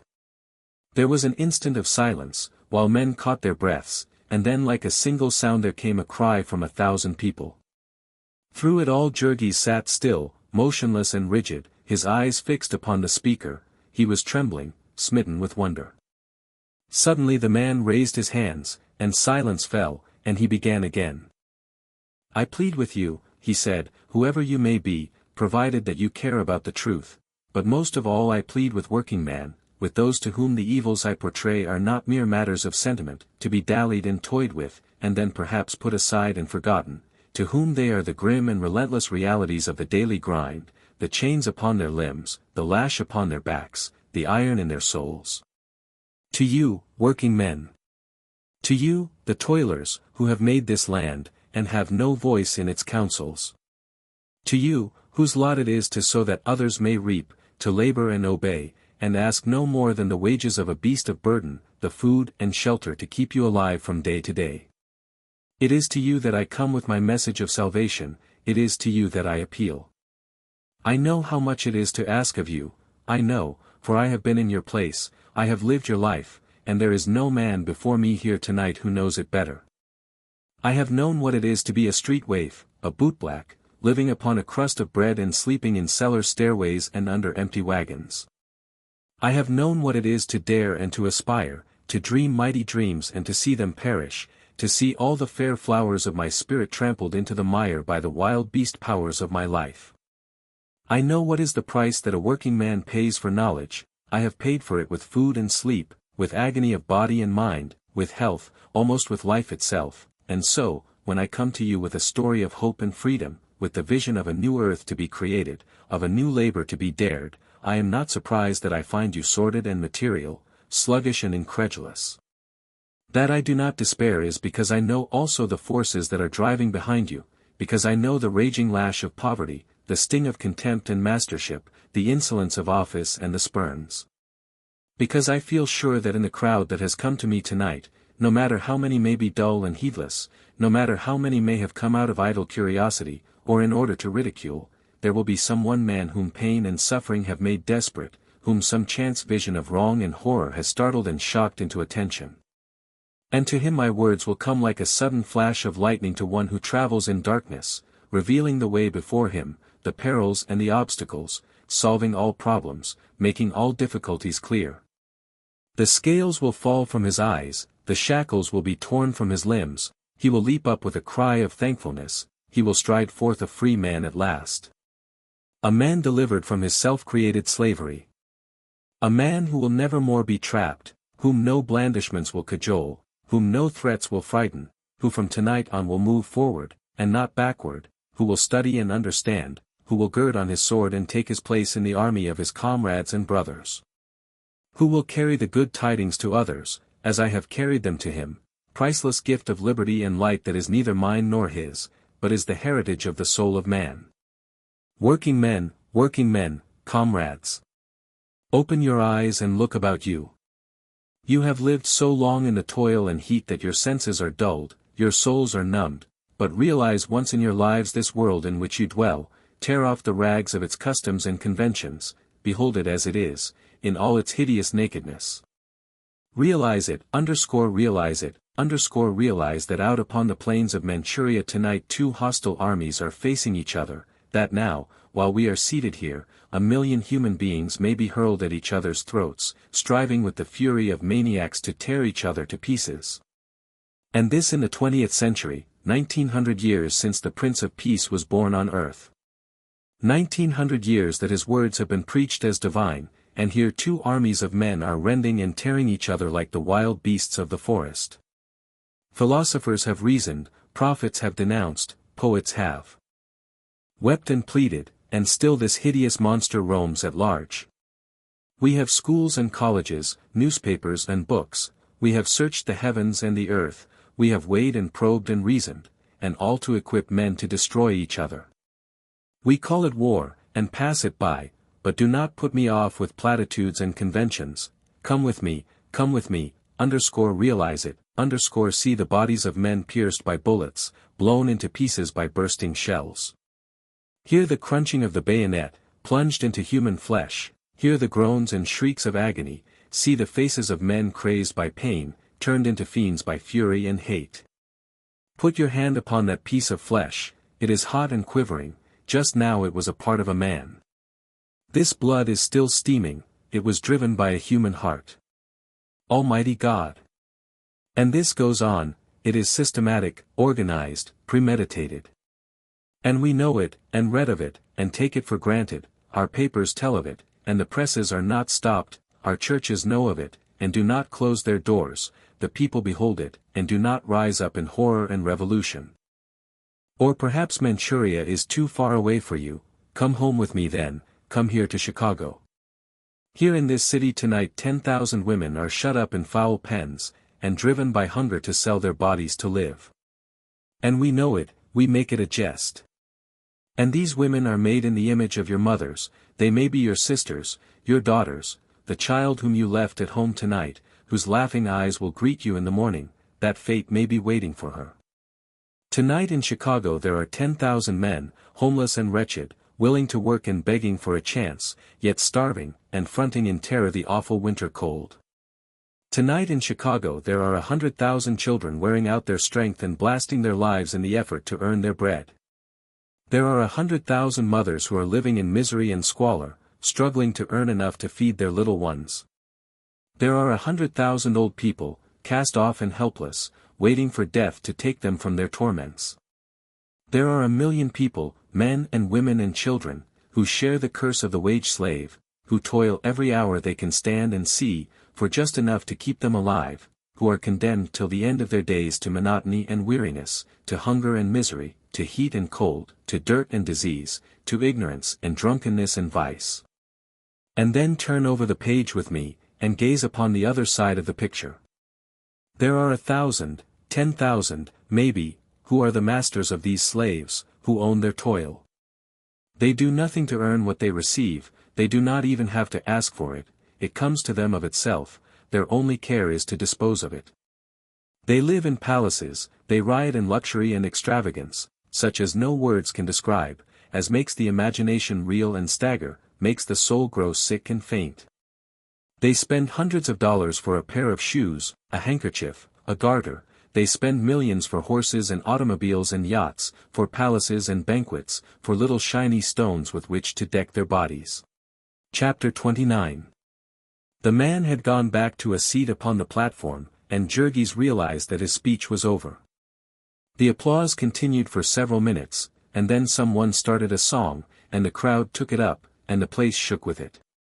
Jurgis had never heard it, and he could not make out the words, but the wild and wonderful spirit of it seized upon him, it was the Marseillaise. As stanza after stanza of it thundered forth, he sat with his hands clasped, trembling in every nerve. He had never been so stirred in his life, it was a miracle that had been wrought in him. He could not think at all, he was stunned, yet he knew that in the mighty upheaval that had taken place in his soul, a new man had been born. He had been torn out of the jaws of destruction, he had been delivered from the thraldom of despair, the whole world had been changed for him, he was free, he was free. Even if he were to suffer as he had before, even if he were to beg and starve, nothing would be the same to him, he would understand it, and bear it. He would no longer be the sport of circumstances, he would be a man, with a will and a purpose, he would have something to fight for, something to die for, if need be. Here were men who would show him and help him, and he would have friends and allies, he would dwell in the sight of justice, and walk arm in arm with power. The audience subsided again, and Jurgis sat back. The chairman of the meeting came forward and began to speak. His voice sounded thin and futile after the others, and to Jurgis it seemed a profanation. Why should anyone else speak, after that miraculous man, why should they not all sit in silence? The chairman was explaining that a collection would now be taken up to defray the expenses of the meeting, and for the benefit of the campaign fund of the party. Jurgis heard, but he had not a penny to give, and so his thoughts went elsewhere again. He kept his eyes fixed on the orator, who sat in an armchair, his head leaning on his hand and his attitude indicating exhaustion. But suddenly he stood up again, and Jurgis heard the chairman of the meeting saying that the speaker would now answer any questions which the audience might care to put to him. The man came forward, and someone, a woman, arose and asked about some opinion the speaker had expressed concerning Tolstoy. Jurgis had never heard of Tolstoy, and did not care anything about him. Why should anyone want to ask such questions, after an address like that? The thing was not to talk, but to do, the thing was to get bold of others and rouse them, to organize them and prepare for the fight. But still the discussion went on, in ordinary conversational tones, and it brought Jurgis back to the everyday world. A few minutes ago he had felt like seizing the hand of the beautiful lady by his side, and kissing it, he had felt like flinging his arms about the neck of the man on the other side of him. And now he began to realize again that he was a hobo, that he was ragged and dirty, and smelled bad, and had no place to sleep that night. And so, at last, when the meeting broke up, and the audience started to leave, poor Jurgis was in an agony of uncertainty. He had not thought of leaving, he had thought that the vision must last forever, that he had found comrades and brothers. But now he would go out, and the thing would fade away, and he would never be able to find it again. He sat in his seat, frightened and wondering, but others in the same row wanted to get out, and so he had to stand up and move along. As he was swept down the aisle he looked from one person to another, wistfully, they were all excitedly discussing the address, but there was nobody who offered to discuss it with him. He was near enough to the door to feel the night air, when desperation seized him. He knew nothing at all about that speech he had heard, not even the name of the orator, and he was to go away. No, it was preposterous, he must speak to someone, he must find that man himself and tell him. He would not despise him, tramp as he was. So he stepped into an empty row of seats and watched, and when the crowd had thinned out, he started toward the platform. The speaker was gone, but there was a stage door that stood open, with people passing in and out, and no one on guard. Jurgis summoned up his courage and went in, and down a hallway, and to the door of a room where many people were crowded. No one paid any attention to him, and he pushed in, and in a corner he saw the man he sought.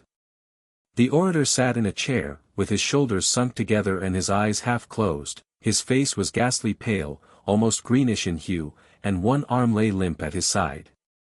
A big man with spectacles on stood near him, and kept pushing back the crowd, saying, "Stand away a little, please, can't you see the comrade is worn out?" So Jurgis stood watching, while 5 or 10 minutes passed. Now and then the man would look up, and address a word or two to those who were near him, and, at last, on one of these occasions, his glance rested on Jurgis. There seemed to be a slight hint of inquiry about it, and a sudden impulse seized the other. He stepped forward. "I wanted to thank you, sir," he began, in breathless haste. "I could not go away without telling you how glad I am I heard you. I didn't know anything about it all." The big man with the spectacles, who had moved away, came back at this moment. "The comrade is too tired to talk to anyone," he began, but the other held up his hand. "Wait," he said. "He has something to say to me." And then he looked into Jurgis's face. "You want to know more about socialism?" he asked. Jurgis started. I, he stammered. "Is it socialism? I didn't know. I want to know about what you spoke of, I want to help. I have been through all that." "Where do you live?" asked the other. "I have no home," said Jurgis, "I am out of work." "You are a foreigner, are you not?" "Lithuanian, sir." The man thought for a moment, and then turned to his friend. "Who is there, Walters?" he asked. "There is Ostrinsky, but he is a Pole." "Ostrinsky speaks Lithuanian," said the other. "All right, then, would you mind seeing if he has gone yet?" The other started away, and the speaker looked at Jurgis again. He had deep, black eyes, and a face full of gentleness and pain. "You must excuse me, comrade," he said. "I am just tired out, I have spoken every day for the last month. I will introduce you to someone who will be able to help you as well as I could." The messenger had to go no further than the door. He came back, followed by a man whom he introduced to Jurgis as Comrade Ostrinsky. Comrade Ostrinsky was a little man, scarcely up to Jurgis's shoulder, wizen and wrinkled, very ugly, and slightly lame. He had on a long-tailed black coat, worn green at the seams and the buttonholes. His eyes must have been weak, for he wore green spectacles that gave him a grotesque appearance. But his handclasp was hearty, and he spoke in Lithuanian, which warmed Jurgis to him. "You want to know about socialism," he said. "Surely. Let us go out and take a stroll, where we can be quiet and talk some." And so Jurgis bade farewell to the master wizard, and went out. Ostrinsky asked where he lived, offering to walk in that direction, and so he had to explain once more that he was without a home. At the other's request he told his story, how he had come to America, and what had happened to him in the stockyards, and how his family had been broken up, and how he had become a wanderer. So much the little man heard, and then he pressed Jurgis's arm tightly. "You have been through the mill, comrade," he said. "We will make a fighter out of you." Then Ostrinsky in turn explained his circumstances. He would have asked Jurgis to his home, but he had only 2 rooms, and had no bed to offer. He would have given up his own bed, but his wife was ill. Later on, when he understood that otherwise Jurgis would have to sleep in a hallway, he offered him his kitchen floor, a chance which the other was only too glad to accept. "Perhaps tomorrow we can do better," said Ostrinsky. "We try not to let a comrade starve." Ostrinsky's home was in the ghetto district, where he had 2 rooms in the basement of a tenement. There was a baby crying as they entered, and he closed the door leading into the bedroom. He had 3 young children, he explained, and a baby had just come. He drew up 2 chairs near the kitchen stove, adding that Jurgis must excuse the disorder of the place, since at such a time one's domestic arrangements were upset. Half of the kitchen was given up to a workbench, which was piled with clothing, and Ostrinsky explained that he was a pants finisher. He brought great bundles of clothing here to his home, where he and his wife worked on them. He made a living at it, but it was getting harder all the time, because his eyes were failing. What would come when they gave out he could not tell. There had been no saving anything. A man could barely keep alive by 12 or 14 hours work a day. The finishing of pants did not take much skill, and anybody could learn it, and so the pay was forever getting less. That was the competitive wage system, and if Jurgis wanted to understand what socialism was, it was there he had best begin. The workers were dependent upon a job to exist from day to day, and so they bid against each other, and no man could get more than the lowest man would consent to work for.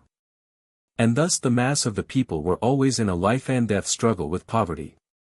That was competition, so far as it concerned the wage earner, the man who had only his labor to sell, to those on top, the exploiters, it appeared very differently. Of course, there were few of them, and they could combine and dominate, and their power would be unbreakable. And so all over the world two classes were forming, with an unbridged chasm between them, the capitalist class, with its enormous fortunes, and the proletariat, bound into slavery by unseen chains. The latter were 1,000 to 1 in numbers, but they were ignorant and helpless, and they would remain at the mercy of their exploiters until they were organized, until they had become class-conscious. It was a slow and weary process, but it would go on. It was like the movement of a glacier. Once it was started it could never be stopped. Every socialist did his share, and lived upon the vision of the good time coming, when the working class should go to the polls and seize the powers of government, and put an end to private property in the means of production. No matter how poor a man was, or how much he suffered, he could never be really unhappy while he knew of that future. Even if he did not live to see it himself, his children would, and, to a socialist, the victory of his class was his victory. Also he had always the progress to encourage him. Here in Chicago, for instance, the movement was growing by leaps and bounds. Chicago was the industrial center of the country, and nowhere else were the unions so strong, but their organizations did the workers little good, for the employers were organized, also, and so the strikes generally failed, and as fast as the unions were broken up the men were coming over to the socialists. Ostrinsky explained the organization of the party, the machinery by which the proletariat was educating itself. There were locals in every big city and town, and they were being organized rapidly in the smaller places. A local had anywhere from 6 to 1,000 members, and there were 1,400 of them in all, with a total of about 25,000 members, who paid dues to support the organization.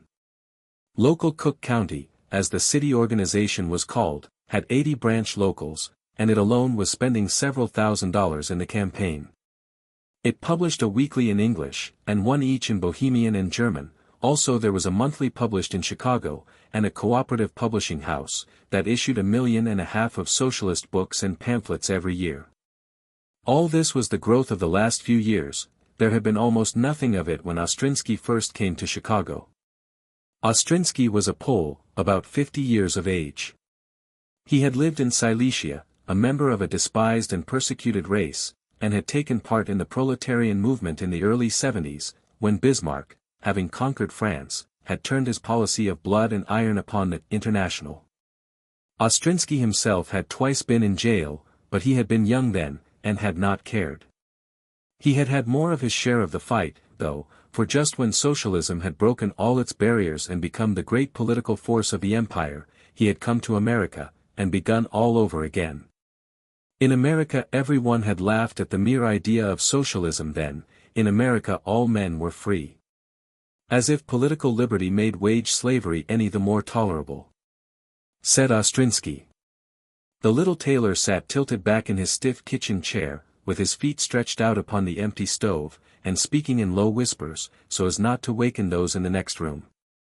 To Jurgis he seemed a scarcely less wonderful person than the speaker at the meeting. He was poor, the lowest of the low, hunger-driven and miserable, and yet how much he knew, how much he had dared and achieved, what a hero he had been.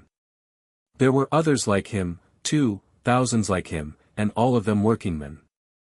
That all this wonderful machinery of progress had been created by his fellows, Jurgis could not believe it. It seemed too good to be true. That was always the way, said Ostrinsky. When a man was first converted to socialism he was like a crazy person. He could not understand how others could fail to see it, and he expected to convert all the world the first week.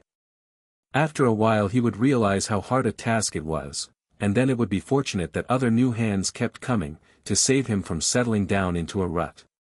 Just now Jurgis would have plenty of chance to vent his excitement, for a presidential campaign was on, and everybody was talking politics. Ostrinsky would take him to the next meeting of the branch local, and introduce him, and he might join the party. The dues were 5 cents a week, but anyone who could not afford this might be excused from paying. The Socialist Party was a really democratic political organization. It was controlled absolutely by its own membership, and had no bosses. All of these things Ostrinsky explained, as also the principles of the party. You might say that there was really but one socialist principle, that of no compromise, which was the essence of the proletarian movement all over the world. When a socialist was elected to office, he voted with old party legislators for any measure that was likely to be of help to the working class, but he never forgot that these concessions, whatever they might be, were trifles compared with the great purpose, the organizing of the working class for the revolution. So far, the rule in America had been that one socialist made another socialist once every 2 years, and if they should maintain the same rate they would carry the country in 1912, though not all of them expected to succeed as quickly as that. The socialists were organized in every civilized nation. It was an international political party, said Ostrinsky, the greatest the world had ever known. It numbered 30 million of adherents, and it cast 8 million votes. It had started its first newspaper in Japan, and elected its first deputy in Argentina.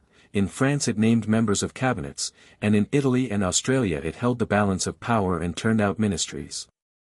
In Germany, where its vote was more than a third of the total vote of the empire, all other parties and powers had united to fight it. It would not do, Ostrinsky explained, for the proletariat of one nation to achieve the victory, for that nation would be crushed by the military power of the others, and so the socialist movement was a world movement, an organization of all mankind to establish liberty and fraternity. It was the new religion of humanity, or you might say it was the fulfillment of the old religion, since it implied but the literal application of all the teachings of Christ. Until long after midnight Jurgis sat lost in the conversation of his new acquaintance. It was a most wonderful experience to him, an almost supernatural experience. It was like encountering an inhabitant of the fourth dimension of space, a being who was free from all one's own limitations. For 4 years, now, Jurgis had been wandering and blundering in the depths of a wilderness, and here, suddenly, a hand reached down and seized him, and lifted him out of it, and set him upon a mountain top, from which he could survey it all, could see the paths from which he had wandered, the morasses into which he had stumbled, the hiding places of the beasts of prey that had fallen upon him. There were his Packingtown experiences, for instance. What was there about Packingtown that Ostrinsky could not explain? To Jurgis the Packers had been equivalent to fate. Ostrinsky showed him that they were the Beef Trust. They were a gigantic combination of capital, which had crushed all opposition, and overthrown the laws of the land, and was preying upon the people. Jurgis recollected how, when he had first come to Packingtown, he had stood and watched the hog killing, and thought how cruel and savage it was, and come away congratulating himself that he was not a hog. Now his new acquaintance showed him that a hog was just what he had been, one of the Packers' hogs. What they wanted from a hog was all the profits that could be got out of him, and that was what they wanted from the working men, and also that was what they wanted from the public. What the hog thought of it, and what he suffered, were not considered, and no more was it with labor, and no more with the purchaser of meat. That was true everywhere in the world, but it was especially true in Packingtown. There seemed to be something about the work of slaughtering that tended to ruthlessness and ferocity. It was literally the fact that in the methods of the Packers 100 human lives did not balance a penny of profit. When Jurgis had made himself familiar with the socialist literature, as he would very quickly, he would get glimpses of the Beef Trust from all sorts of aspects, and he would find it everywhere the same. It was the incarnation of blind and insensate greed. It was a monster devouring with 1,000 mouths, trampling with 1,000 hoofs. It was the great butcher. It was the spirit of capitalism made flesh. Upon the ocean of commerce it sailed as a pirate ship. It had hoisted the black flag and declared war upon civilization. Bribery and corruption were its everyday methods. In Chicago the city government was simply one of its branch offices. It stole billions of gallons of city water openly. It dictated to the courts the sentences of disorderly strikers. It forbade the mayor to enforce the building laws against it. In the national capital it had power to prevent inspection of its product, and to falsify government reports. It violated the rebate laws, and when an investigation was threatened it burned its books and sent its criminal agents out of the country. In the commercial world it was a juggernaut car. It wiped out thousands of businesses every year. It drove men to madness and suicide. It had forced the price of cattle so low as to destroy the stock-raising industry, an occupation upon which whole states existed. It had ruined thousands of butchers who had refused to handle its products. It divided the country into districts, and fixed the price of meat in all of them. and it owned all the refrigerator cars, and levied an enormous tribute upon all poultry and eggs and fruit and vegetables. With the millions of dollars a week that poured in upon it, it was reaching out for the control of other interests, railroads and trolley lines, gas and electric light franchises. It already owned the leather and the grain business of the country. The people were tremendously stirred up over its encroachments, but nobody had any remedy to suggest. It was the task of socialists to teach and organize them, and prepare them for the time when they were to seize the huge machine called the Beef Trust, and use it to produce food for human beings and not to heap up fortunes for a band of pirates. It was long after midnight when Jurgis lay down upon the floor of Ostrinsky's kitchen, and yet it was an hour before he could get to sleep, for the glory of that joyful vision of the people of Packingtown marching in and taking possession of the Union stockyards. Chapter 30. Jurgis had breakfast with Ostrinsky and his family, and then he went home to Elzbieta. He was no longer shy about it. When he went in, instead of saying all the things he had been planning to say, he started to tell Elzbieta about the revolution. At first she thought he was out of his mind, and it was hours before she could really feel certain that he was himself. When, however, she had satisfied herself that he was sane upon all subjects except politics, she troubled herself no further about it. Jurgis was destined to find that Elzbieta's armor was absolutely impervious to socialism. Her soul had been baked hard in the fire of adversity, and there was no altering it now. Life to her was the hunt for daily bread, and ideas existed for her only as they bore upon that. All that interested her in regard to this new frenzy which had seized hold of her son-in-law was whether or not it had a tendency to make him sober and industrious, and when she found he intended to look for work and to contribute his share to the family fund, she gave him full rein to convince her of anything. A wonderfully wise little woman was Elzbieta. She could think as quickly as a hunted rabbit, and in half an hour she had chosen her life attitude to the socialist movement. She agreed in everything with Jurgis, except the need of his paying his dues, and she would even go to a meeting with him now and then, and sit and plan her next day's dinner amid the storm. For a week after he became a convert, Jurgis continued to wander about all day, looking for work, until at last he met with a strange fortune. He was passing one of Chicago's innumerable small hotels, and after some hesitation he concluded to go in. A man he took for the proprietor was standing in the lobby, and he went up to him and tackled him for a job. "What can you do?" the man asked. "Anything, sir," said Jurgis, and added quickly, "I've been out of work for a long time, sir. I'm an honest man, and I'm strong and willing." The other was eyeing him narrowly. "Do you drink?" he asked. "No, sir," said Jurgis. "Well, I've been employing a man as a porter, and he drinks. I've discharged him 7 times now, and I've about made up my mind that's enough. Would you be a porter?" "Yes, sir. It's hard work. You'll have to clean floors and wash spittoons and fill lamps and handle trunks." "I'm willing, sir." "All right. I'll pay you 30 a month and board, and you can begin now, if you feel like it. You can put on the other fellow's rig." And so Jurgis fell to work, and toiled like a Trojan till night.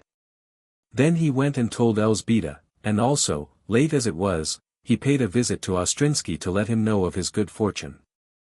Here he received a great surprise, for when he was describing the location of the hotel Ostrinsky interrupted suddenly, "Not Heinz's." "Yes," said Jurgis, "that's the name." To which the other replied, "Then you've got the best boss in Chicago. He's a state organizer of our party, and one of our best-known speakers." So the next morning Jurgis went to his employer and told him, and the man seized him by the hand and shook it. "By Jove," he cried, "that lets me out. I didn't sleep all last night because I had discharged a good socialist." So, after that, Jurgis was known to his boss as Comrade Jurgis, and in return he was expected to call him Comrade Heinz. Tommy Heinz, as he was known to his intimates, was a squat little man, with broad shoulders and a florid face, decorated with gray side whiskers. He was the kindest-hearted man that ever lived, and the liveliest, inexhaustible in his enthusiasm, and talking socialism all day and all night. He was a great fellow to jolly along a crowd, and would keep a meeting in an uproar. When once he got really waked up, the torrent of his eloquence could be compared with nothing save Niagara. Tommy Hines had begun life as a blacksmith's helper, and had run away to join the Union Army, where he had made his first acquaintance with graft, in the shape of rotten muskets and shoddy blankets. To a musket that broke in a crisis he always attributed the death of his only brother, and upon worthless blankets he blamed all the agonies of his own old age. Whenever it rained, the rheumatism would get into his joints, and then he would screw up his face and mutter, "Capitalism, my boy, capitalism." Ecra says Ellen Fame, he had one unfailing remedy for all the evils of this world, and he preached it to every one, no matter whether the person's trouble was failure in business, or dyspepsia, or a quarrelsome mother-in-law. A twinkle would come into his eyes and he would say, "You know what to do about it, vote the socialist ticket." Tommy Hines had set out upon the trail of the octopus as soon as the war was over. He had gone into business, and found himself in competition with the fortunes of those who had been stealing while he had been fighting. The city government was in their hands and the railroads were in league with them, and honest business was driven to the wall, and so Hines had put all his savings into Chicago real estate, and set out single-handed to dam the river of graft. He had been a reform member of the city council, he had been a greenbacker, a labor unionist, a populist, a Bryanite, and after 30 years of fighting, the year 1896 had served to convince him that the power of concentrated wealth could never be controlled, but could only be destroyed. He had published a pamphlet about it, and set out to organize a party of his own, when a stray socialist leaflet had revealed to him that others had been ahead of him. Now for 8 years he had been fighting for the party, anywhere, everywhere, whether it was a GR reunion, or a hotel keepers' convention, or an Afro-American businessmen's banquet, or a Bible Society picnic. Tommy Hines would manage to get himself invited to explain the relations of socialism to the subject in hand. After that he would start off upon a tour of his own, ending at some place between New York and Oregon, and when he came back from there, he would go out to organize new locals for the state committee, and finally he would come home to rest, and talk socialism in Chicago. Hines's hotel was a very hotbed of the propaganda. All the employees were party men, and if they were not when they came, they were quite certain to be before they went away. The proprietor would get into a discussion with someone in the lobby, and as the conversation grew animated, others would gather about to listen, until finally everyone in the place would be crowded into a group, and a regular debate would be underway. This went on every night. When Tommy Hines was not there to do it, his clerk did it, and when his clerk was away campaigning, the assistant attended to it, while Mrs. Hines sat behind the desk and did the work. The clerk was an old crony of the proprietor's, an awkward, raw-boned giant of a man, with a lean, sallow face, a broad mouth, and whiskers under his chin, the very type and body of a prairie farmer. He had been that all his life. He had fought the railroads in Kansas for 50 years, a Granger, a Farmers Alliance man, a middle-of-the-road populist. Finally, Tommy Hines had revealed to him the wonderful idea of using the trusts instead of destroying them, and he had sold his farm and come to Chicago. That was Amos Struver, and then there was Harry Adams, the assistant clerk, a pale, scholarly-looking man, who came from Massachusetts, of Pilgrim stock. Adams had been a cotton operative in Fall River, and the continued depression in the industry had worn him and his family out, and he had emigrated to South Carolina. In Massachusetts the percentage of white illiteracy is 0.8%, while in South Carolina it is 13.6%. Also in South Carolina there is a property qualification for voters, and for these and other reasons child labor is the rule, and so the cotton mills were driving those of Massachusetts out of the business. Adams did not know this, he only knew that the southern mills were running, but when he got there he found that if he was to live, all his family would have to work, and from 6 o'clock at night to 6 o'clock in the morning. So he had set to work to organize the mill hands, after the fashion in Massachusetts, and had been discharged, but he had gotten other work, and stuck at it, and at last there had been a strike for shorter hours, and Harry Adams had attempted to address a street meeting, which was the end of him. In the states of the far south the labor of convicts is leased to contractors, and when there are not convicts enough they have to be supplied. Harry Adams was sent up by a judge who was a cousin of the mill owner with whose business he had interfered, and though the life had nearly killed him, he had been wise enough not to murmur, and at the end of his term he and his family had left the state of South Carolina, Hell's backyard, as he called it. He had no money for car fare, but it was harvest time, and they walked one day and worked the next, and so Adams got at last to Chicago, and joined the Socialist Party. He was a studious man, reserved, and nothing of an orator, but he always had a pile of books under his desk in the hotel, and articles from his pen were beginning to attract attention in the party press. Contrary to what one would have expected, all this radicalism did not hurt the hotel business. The radicals flocked to it, and the commercial travelers all found it diverting. Of late, also, the hotel had become a favorite stopping place for Western cattlemen. Now that the Beef Trust had adopted the trick of raising prices to induce enormous shipments of cattle, and then dropping them again and scooping in all they needed, a stock raiser was very apt to find himself in Chicago without money enough to pay his freight bill, and so he had to go to a cheap hotel, and it was no drawback to him if there was an agitator talking in the lobby. These Western fellows were just meat for Tommy Hines. He would get a dozen of them around him and paint little pictures of the system. Of course, it was not a week before he had heard Jurgis's story, and after that he would not have let his new porter go for the world. "See here," he would say, in the middle of an argument, "I've got a fellow right here in my place who's worked there and seen every bit of it." And then Jurgis would drop his work, whatever it was, and come, and the other would say, "Comrade Jurgis, just tell these gentlemen what you saw on the killing beds." At first this request caused poor Jurgis the most acute agony, and it was like pulling teeth to get him to talk, but gradually he found out what was wanted, and in the end he learned to stand up and speak his piece with enthusiasm. His employer would sit by and encourage him with exclamations and shakes of the head, when Jurgis would give the formula for potted ham, or tell about the condemned hogs that were dropped into the destructors at the top and immediately taken out again at the bottom, to be shipped into another state and made into lard. Tommy Hines would bang his knee and cry, "Do you think a man could make up a thing like that out of his head?" And then the hotel keeper would go on to show how the socialists had the only real remedy for such evils, how they alone meant business with the Beef Trust.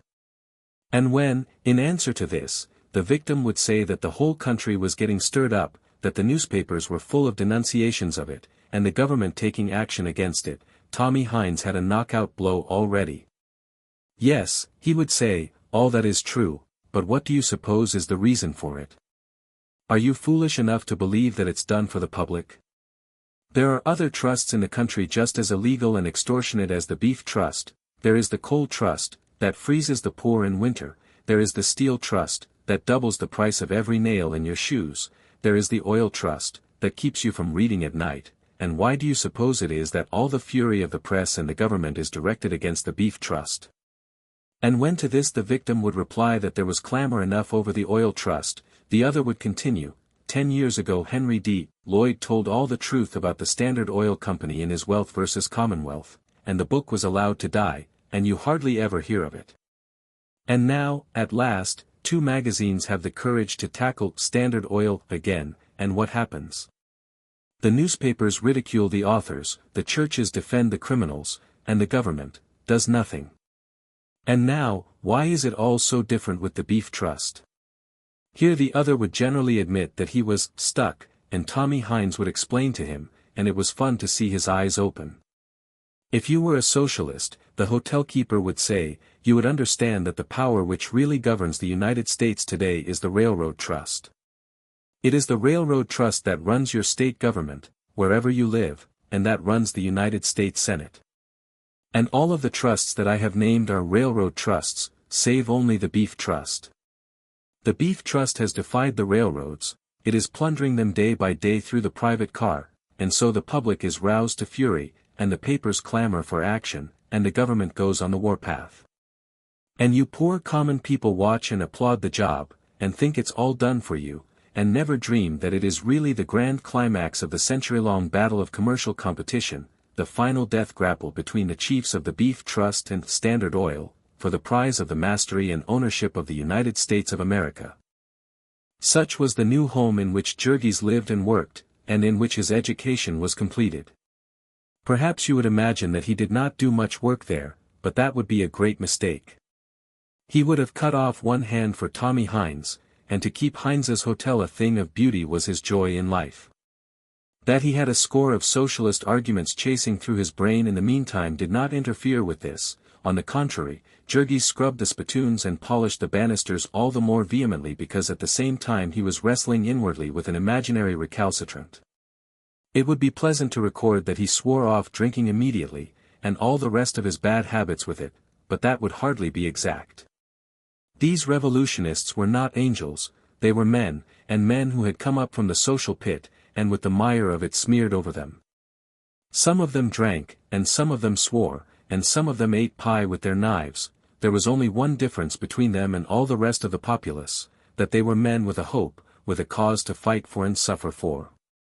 There came times to Jurgis when the vision seemed far off and pale, and a glass of beer loomed large in comparison, but if the glass led to another glass, and to too many glasses, he had something to spur him to remorse and resolution on the morrow. It was so evidently a wicked thing to spend one's pennies for drink, when the working class was wandering in darkness, and waiting to be delivered. The price of a glass of beer would buy 50 copies of a leaflet, and one could hand these out to the unregenerate, and then get drunk upon the thought of the good that was being accomplished. That was the way the movement had been made, and it was the only way it would progress. It availed nothing to know of it, without fighting for it. It was a thing for all, not for a few. A corollary of this proposition of course was, that anyone who refused to receive the new gospel was personally responsible for keeping Jurgis from his heart's desire, and this, alas, made him uncomfortable as an acquaintance. He met some neighbors with whom Elzbieta had made friends in her neighborhood, and he set out to make socialists of them by wholesale, and several times he all but got into a fight. It was all so painfully obvious to Jurgis. It was so incomprehensible how a man could fail to see it.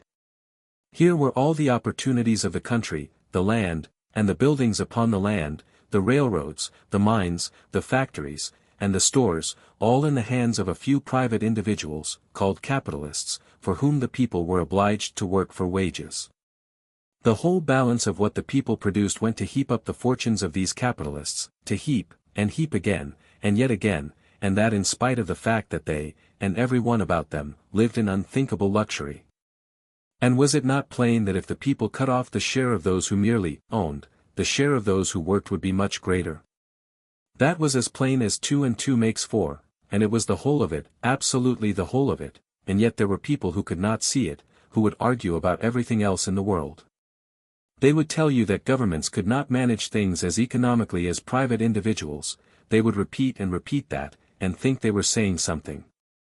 They could not see that economical management by masters meant simply that they, the people, were worked harder and ground closer and paid less. They were wage earners and servants, at the mercy of exploiters whose one thought was to get as much out of them as possible, and they were taking an interest in the process, were anxious lest it should not be done thoroughly enough. Was it not honestly a trial to listen to an argument such as that? And yet there were things even worse.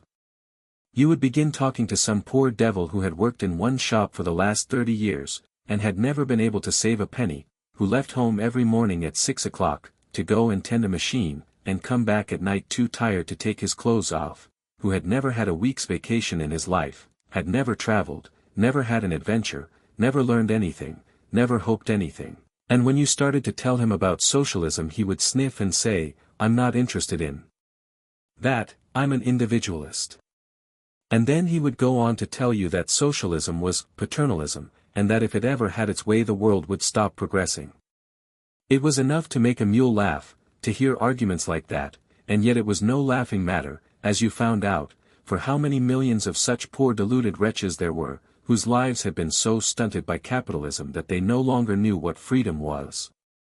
And they really thought that it was individualism, for tens of thousands of them to herd together and obey the orders of a steel magnate, and produce hundreds of millions of dollars of wealth for him, and then let him give them libraries, while for them to take the industry, and run it to suit themselves, and build their own libraries, that would have been paternalism. Sometimes the agony of such things as this was almost more than Jurgis could bear, yet there was no way of escape from it. There was nothing to do but to dig away at the base of this mountain of ignorance and prejudice. You must keep at the poor fellow, you must hold your temper, and argue with him, and watch for your chance to stick an idea or two into his head. And the rest of the time you must sharpen up your weapons, you must think out new replies to his objections, and provide yourself with new facts to prove to him the folly of his ways. So Jurgis acquired the reading habit.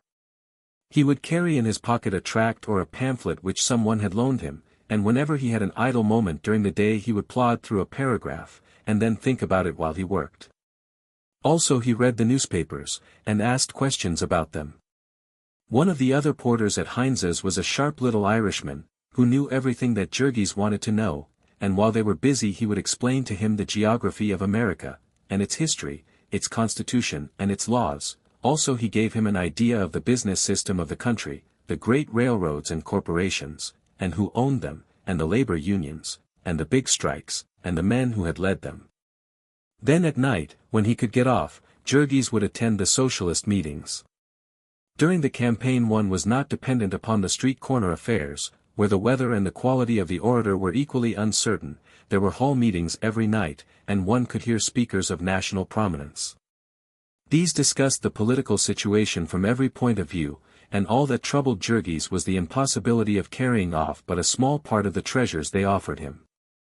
There was a man who was known in the party as the Little Giant. The Lord had used up so much material in the making of his head that there had not been enough to complete his legs, but he got about on the platform, and when he shook his raven whiskers the pillars of capitalism rocked.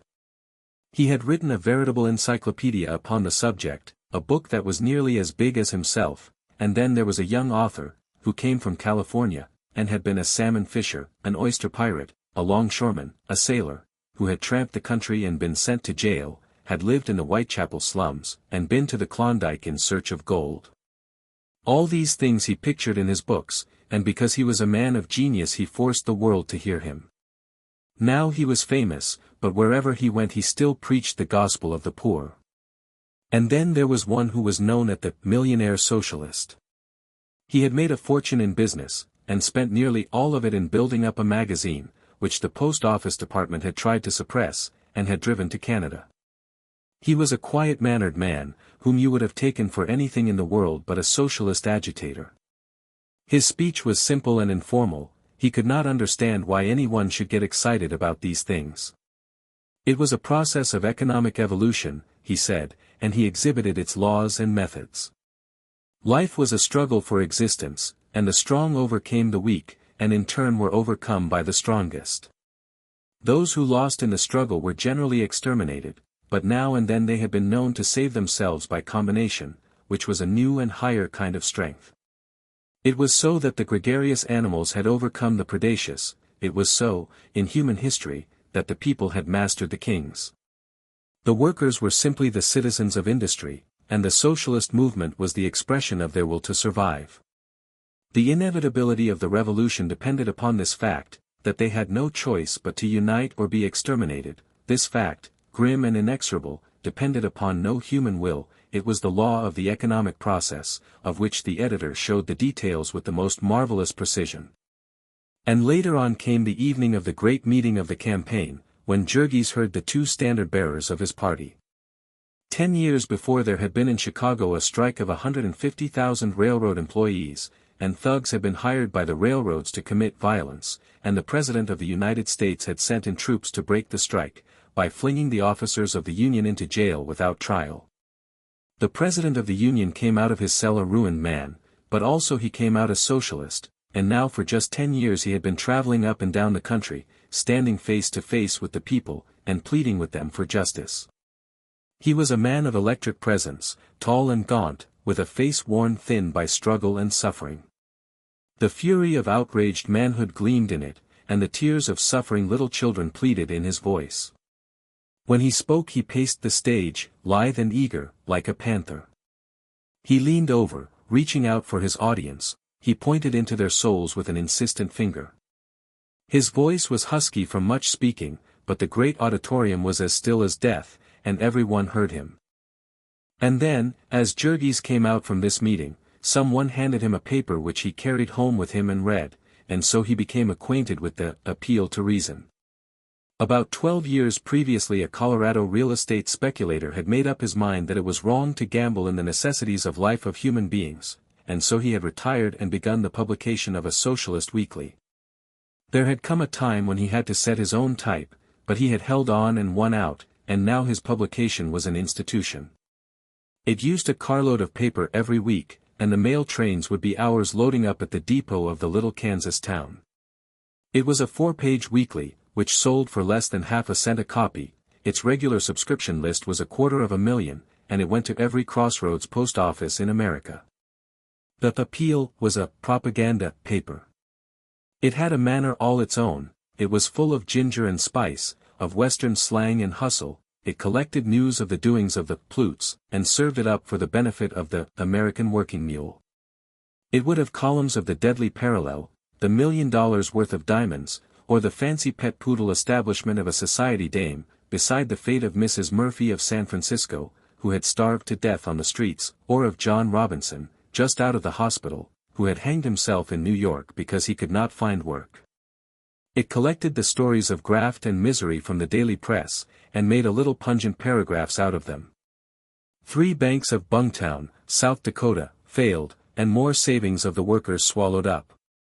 The mayor of Sandy Creek, Oklahoma, has skipped with $100,000. That's the kind of rulers the old partyites give you. The president of the Florida Flying Machine Company is in jail for bigamy. He was a prominent opponent of socialism, which he said would break up the home. The Appeal had what it called its army, about 30,000 of the faithful, who did things for it, and it was always exhorting the army to keep its dander up, and occasionally encouraging it with a prize competition, for anything from a gold watch to a private yacht or an 80-acre farm. Its office helpers were all known to the army by quaint titles: Inky Ike, the bald-headed man, the red-headed girl, the bulldog, the office goat, and the one hoss. But sometimes, again, the Appeal would be desperately serious. It sent a correspondent to Colorado, and printed pages describing the overthrow of American institutions in that state. In a certain city of the country it had over 40 of its army, in the headquarters of the Telegraph Trust, and no message of importance to socialists ever went through that a copy of it did not go to the Appeal.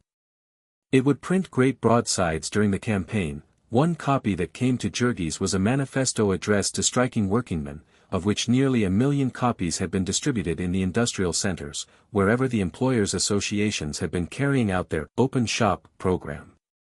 "You have lost the strike," it was headed. "And now what are you going to do about it?" It was what is called an incendiary appeal. It was written by a man into whose soul the iron had entered. When this edition appeared, 20,000 copies were sent to the Stockyards district, and they were taken out and stowed away in the rear of a little cigar store, and every evening, and on Sundays, the members of the Packingtown locals would get armfuls and distribute them on the streets and in the houses. The people of Packingtown had lost their strike, if ever a people had, and so they read these papers gladly, and 20,000 were hardly enough to go round. Jurgis had resolved not to go near his old home again, but when he heard of this it was too much for him, and every night for a week he would get on the car and ride out to the stockyards, and help to undo his work of the previous year, when he had sent Mike Scully's 10-pin setter to the City Board of Aldermen. It was quite marvelous to see what a difference 12 months had made in Packingtown. The eyes of the people were getting opened. The socialists were literally sweeping everything before them that election, and Scully and the Cook County machine were at their wits' end for an issue. At the very close of the campaign they bethought themselves of the fact that the strike had been broken by Negroes, and so they sent for a South Carolina fire-eater, the pitchfork senator, as he was called, a man who took off his coat when he talked to workingmen, and damned and swore like a Hessian. This meeting they advertised extensively, and the socialists advertised it too, with the result that about 1,000 of them were on hand that evening. The pitchfork senator stood their fusillade of questions for about an hour, and then went home in disgust, and the balance of the meeting was a strictly party affair. Jurgis, who had insisted upon coming, had the time of his life that night. He danced about and waved his arms in his excitement, and at the very climax he broke loose from his friends, and got out into the aisle, and proceeded to make a speech himself. The senator had been denying that the Democratic Party was corrupt. It was always the Republicans who bought the votes, he said, and here was Jurgis shouting furiously, "It's a lie! It's a lie!" After which he went on to tell them how he knew it, that he knew it because he had bought them himself. And he would have told the pitchfork senator all his experiences, had not Harry Adams and a friend grabbed him about the neck and shoved him into a seat. Chapter 31. One of the first things that Jurgis had done after he got a job was to go and see Maria. She came down into the basement of the house to meet him, and he stood by the door with his hat in his hand, saying, "I've got work now, and so you can leave here." But Maria only shook her head. There was nothing else for her to do, she said, and nobody to employ her. She could not keep her past a secret. Girls had tried it, and they were always found out. There were thousands of men who came to this place, and sooner or later she would meet one of them. And besides, Maria added, "I can't do anything. I'm no good, I take dope. What could you do with me? Can't you stop?" Jurgis cried. "No," she answered, "I'll never stop. What's the use of talking about it? I'll stay here till I die, I guess. It's all I'm fit for." And that was all that he could get her to say. There was no use trying. When he told her he would not let Elzbieta take her money, she answered indifferently, "Then it'll be wasted here, that's all." Her eyelids looked heavy and her face was red and swollen. He saw that he was annoying her, that she only wanted him to go away. So he went, disappointed and sad. Poor Jurgis was not very happy in his home life. Elzbieta was sick a good deal now, and the boys were wild and unruly, and very much the worse for their life upon the streets. But he stuck by the family nevertheless, for they reminded him of his old happiness, and when things went wrong he could solace himself with a plunge into the socialist movement. Since his life had been caught up into the current of this great stream, things which had before been the whole of life to him came to seem of relatively slight importance. His interests were elsewhere, in the world of ideas. His outward life was commonplace and uninteresting. He was just a hotel porter, and expected to remain one while he lived, but meantime, in the realm of thought, his life was a perpetual adventure. There was so much to know, so many wonders to be discovered. Never in all his life did Jurgis forget the day before election, when there came a telephone message from a friend of Harry Adams, asking him to bring Jurgis to see him that night, and Jurgis went, and met one of the minds of the movement. The invitation was from a man named Fisher, a Chicago millionaire who had given up his life to settlement work, and had a little home in the heart of the city's slums. He did not belong to the party, but he was in sympathy with it, and he said that he was to have as his guest that night the editor of a big Eastern magazine, who wrote against socialism, but really did not know what it was. The millionaire suggested that Adams bring Jurgis along, and then start up the subject of pure food, in which the editor was interested. Young Fisher's home was a little two-story brick house, dingy and weather-beaten outside, but attractive within. The room that Jurgis saw was half lined with books, and upon the walls were many pictures, dimly visible in the soft, yellow light. It was a cold, rainy night, so a log fire was crackling in the open hearth. 7 or 8 people were gathered about it when Adams and his friend arrived, and Jurgis saw to his dismay that 3 of them were ladies. He had never talked to people of this sort before, and he fell into an agony of embarrassment. He stood in the doorway clutching his hat tightly in his hands, and made a deep bow to each of the persons as he was introduced. Then, when he was asked to have a seat, he took a chair in a dark corner, and sat down upon the edge of it, and wiped the perspiration off his forehead with his sleeve.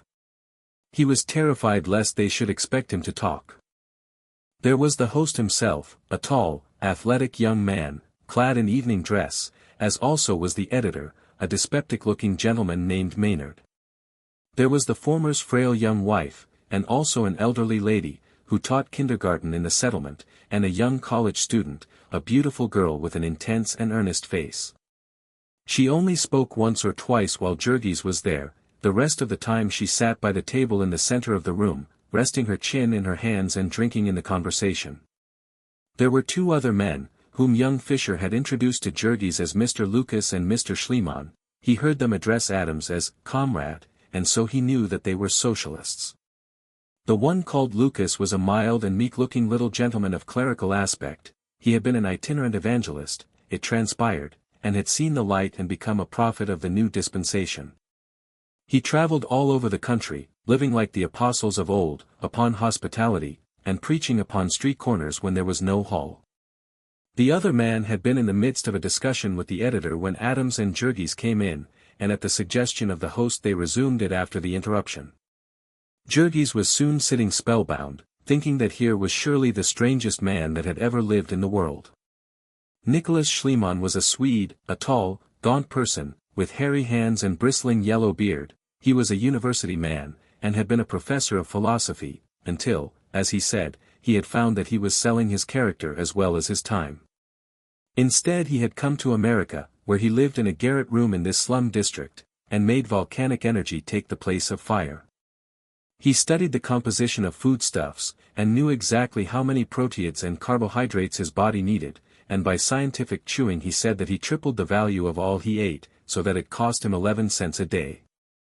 About the 1st of July he would leave Chicago for his vacation, on foot, and when he struck the harvest fields he would set to work for $2.50 a day, and come home when he had another year's supply, $125. That was the nearest approach to independence a man could make under capitalism, he explained. He would never marry, for no sane man would allow himself to fall in love until after the revolution. He sat in a big armchair, with his legs crossed, and his head so far in the shadow that one saw only two glowing lights, reflected from the fire on the hearth. He spoke simply, and utterly without emotion, with the manner of a teacher setting forth to a group of scholars an axiom in geometry.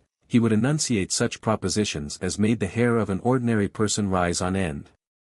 And when the auditor had asserted his non-comprehension, he would proceed to elucidate by some new proposition, yet more appalling. To Jurgis the Herr Dr. Schliemann assumed the proportions of a thunderstorm or an earthquake. And yet, strange as it might seem, there was a subtle bond between them, and he could follow the argument nearly all the time. He was carried over the difficult places in spite of himself, and he went plunging away in mad career, a very Mazeppa ride upon the wild horse speculation. Nicholas Schliemann was familiar with all the universe, and with man as a small part of it. He understood human institutions, and blew them about like soap bubbles. It was surprising that so much destructiveness could be contained in one human mind. Was it government? The purpose of government was the guarding of property rights, the perpetuation of ancient force and modern fraud. Or was it marriage? Marriage and prostitution were two sides of one shield, the predatory man's exploitation of the sex pleasure. The difference between them was a difference of class. If a woman had money she might dictate her own terms, equality, a life contract, and the legitimacy, that is, the property rights, of her children. If she had no money, she was a proletarian, and sold herself for an existence. And then the subject became religion, which was the archfiend's deadliest weapon. Government oppressed the body of the wage slave, but religion oppressed his mind, and poisoned the stream of progress at its source. The working man was to fix his hopes upon a future life, while his pockets were picked in this one. He was brought up to frugality, humility, obedience, in short to all the pseudo-virtues of capitalism. The destiny of civilization would be decided in one final death struggle between the Red International and the Black, between socialism and the Roman Catholic Church, while here at home, the Stygian midnight of American evangelicalism. And here the ex-preacher entered the field, and there was a lively tussle. Comrade Lucas was not what is called an educated man. He knew only the Bible, but it was the Bible interpreted by real experience. And what was the use, he asked, of confusing religion with men's perversions of it?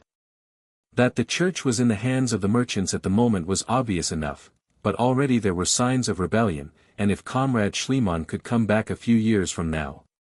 Ah, yes, said the other, of course, I have no doubt that in 100 years the Vatican will be denying that it ever opposed socialism, just as at present it denies that it ever tortured Galileo.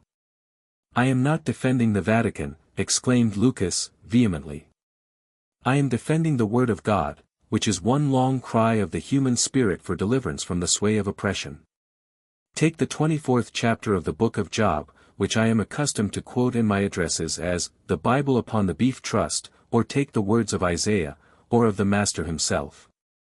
Not the elegant prince of our debauched and vicious art, not the jeweled idol of our society churches, but the Jesus of the awful reality, the man of sorrow and pain, the outcast, despised of the world, who had nowhere to lay his head. I will grant you Jesus, interrupted the other. Well, then, cried Lucas, and why should Jesus have nothing to do with his church? why should his words and his life be of no authority among those who profess to adore him? Here is a man who was the world's first revolutionist, the true founder of the socialist movement, a man whose whole being was one flame of hatred for wealth, and all that wealth stands for the pride of wealth, and the luxury of wealth, and the tyranny of wealth, who was himself a beggar and a tramp, a man of the people, an associate of saloon keepers and women of the town, who again and again, in the most explicit language, denounced wealth and the holding of wealth. Lay not up for yourselves treasures on earth. Sell that ye have and give alms. Blessed are ye poor, for yours is the kingdom of heaven. Woe unto you that are rich, for ye have received your consolation. Verily, I say unto you, that a rich man shall hardly enter into the kingdom of heaven. Who denounced in unmeasured terms the exploiters of his own time, woe unto you, scribes and Pharisees, hypocrites!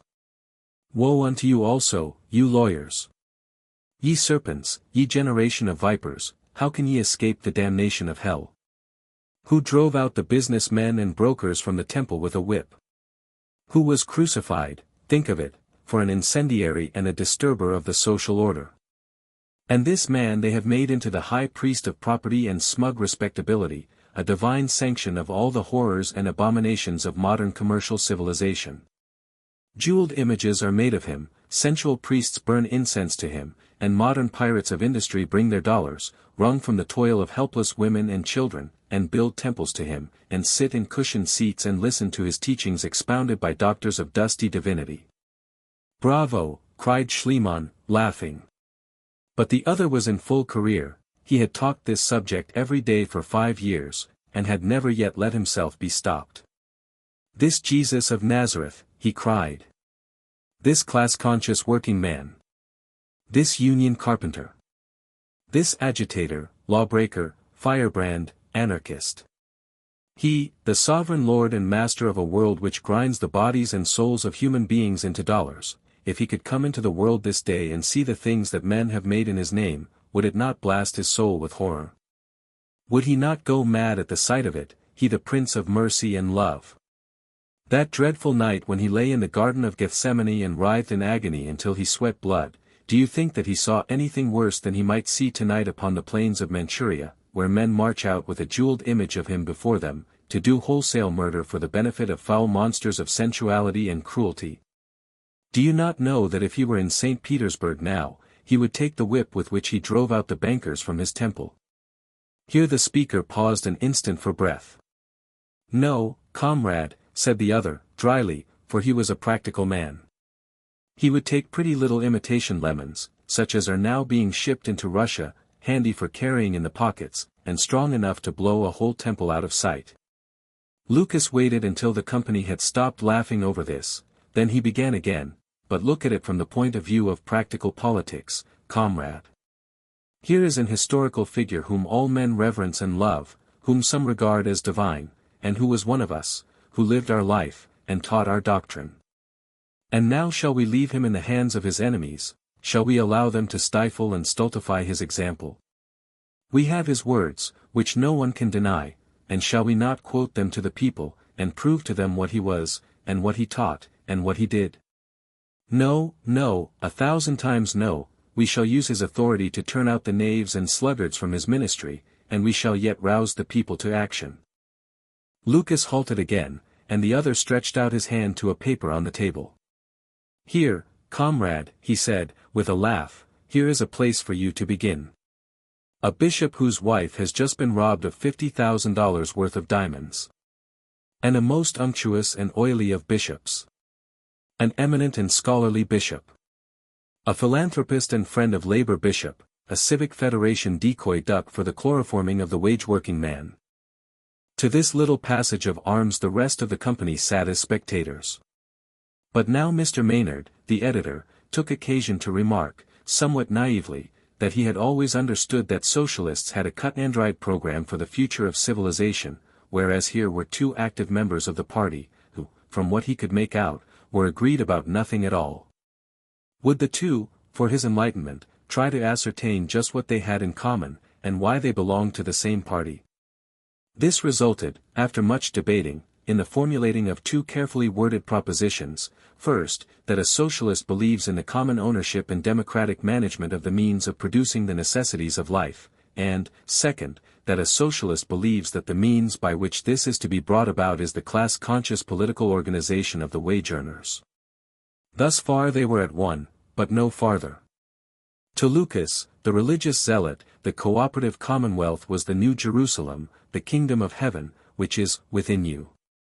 To the other, socialism was simply a necessary step toward a far distant goal, a step to be tolerated with impatience. Schliemann called himself a philosophic anarchist, and he explained that an anarchist was one who believed that the end of human existence was the free development of every personality, unrestricted by laws save those of its own being. Since the same kind of match would light everyone's fire and the same shaped loaf of bread would fill everyone's stomach, it would be perfectly feasible to submit industry to the control of a majority vote. There was only one earth, and the quantity of material things was limited. Of intellectual and moral things, on the other hand, there was no limit, and one could have more without another's having less. Hence, communism in material production, anarchism in intellectual, was the formula of modern proletarian thought.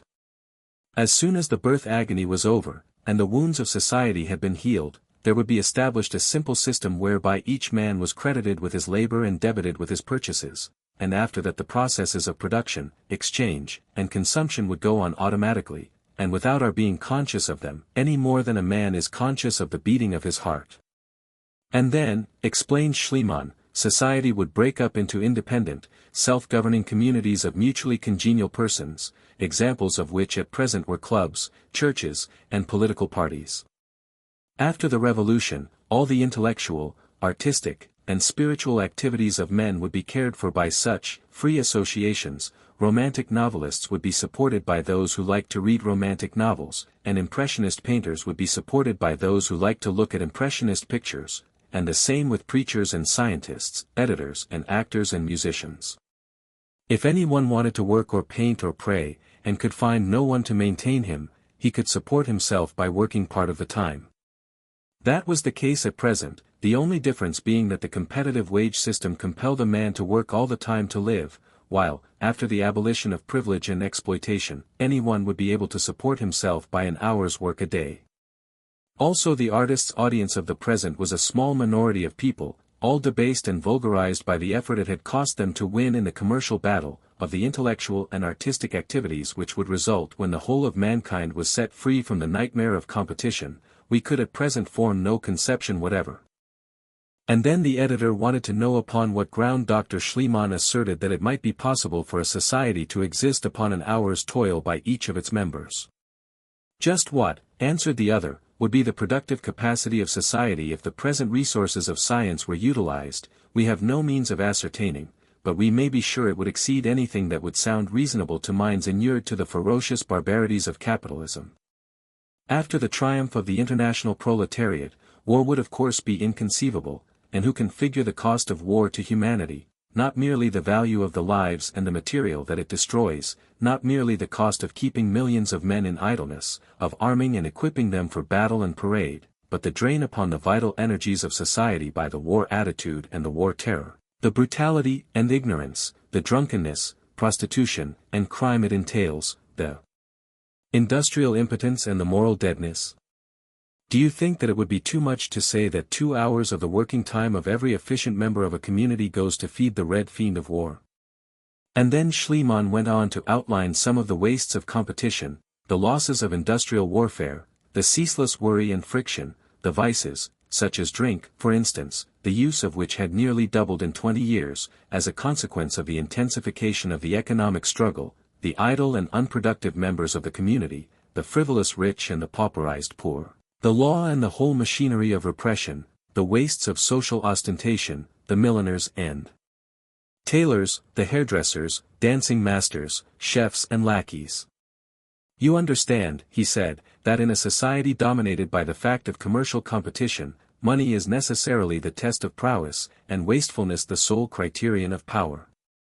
So we have, at the present moment, a society with, say, 30% of the population occupied in producing useless articles, and 1% occupied in destroying them.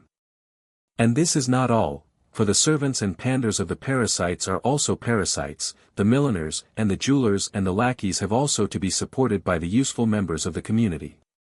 And bear in mind also that this monstrous disease affects not merely the idlers and their menials, its poison penetrates the whole social body.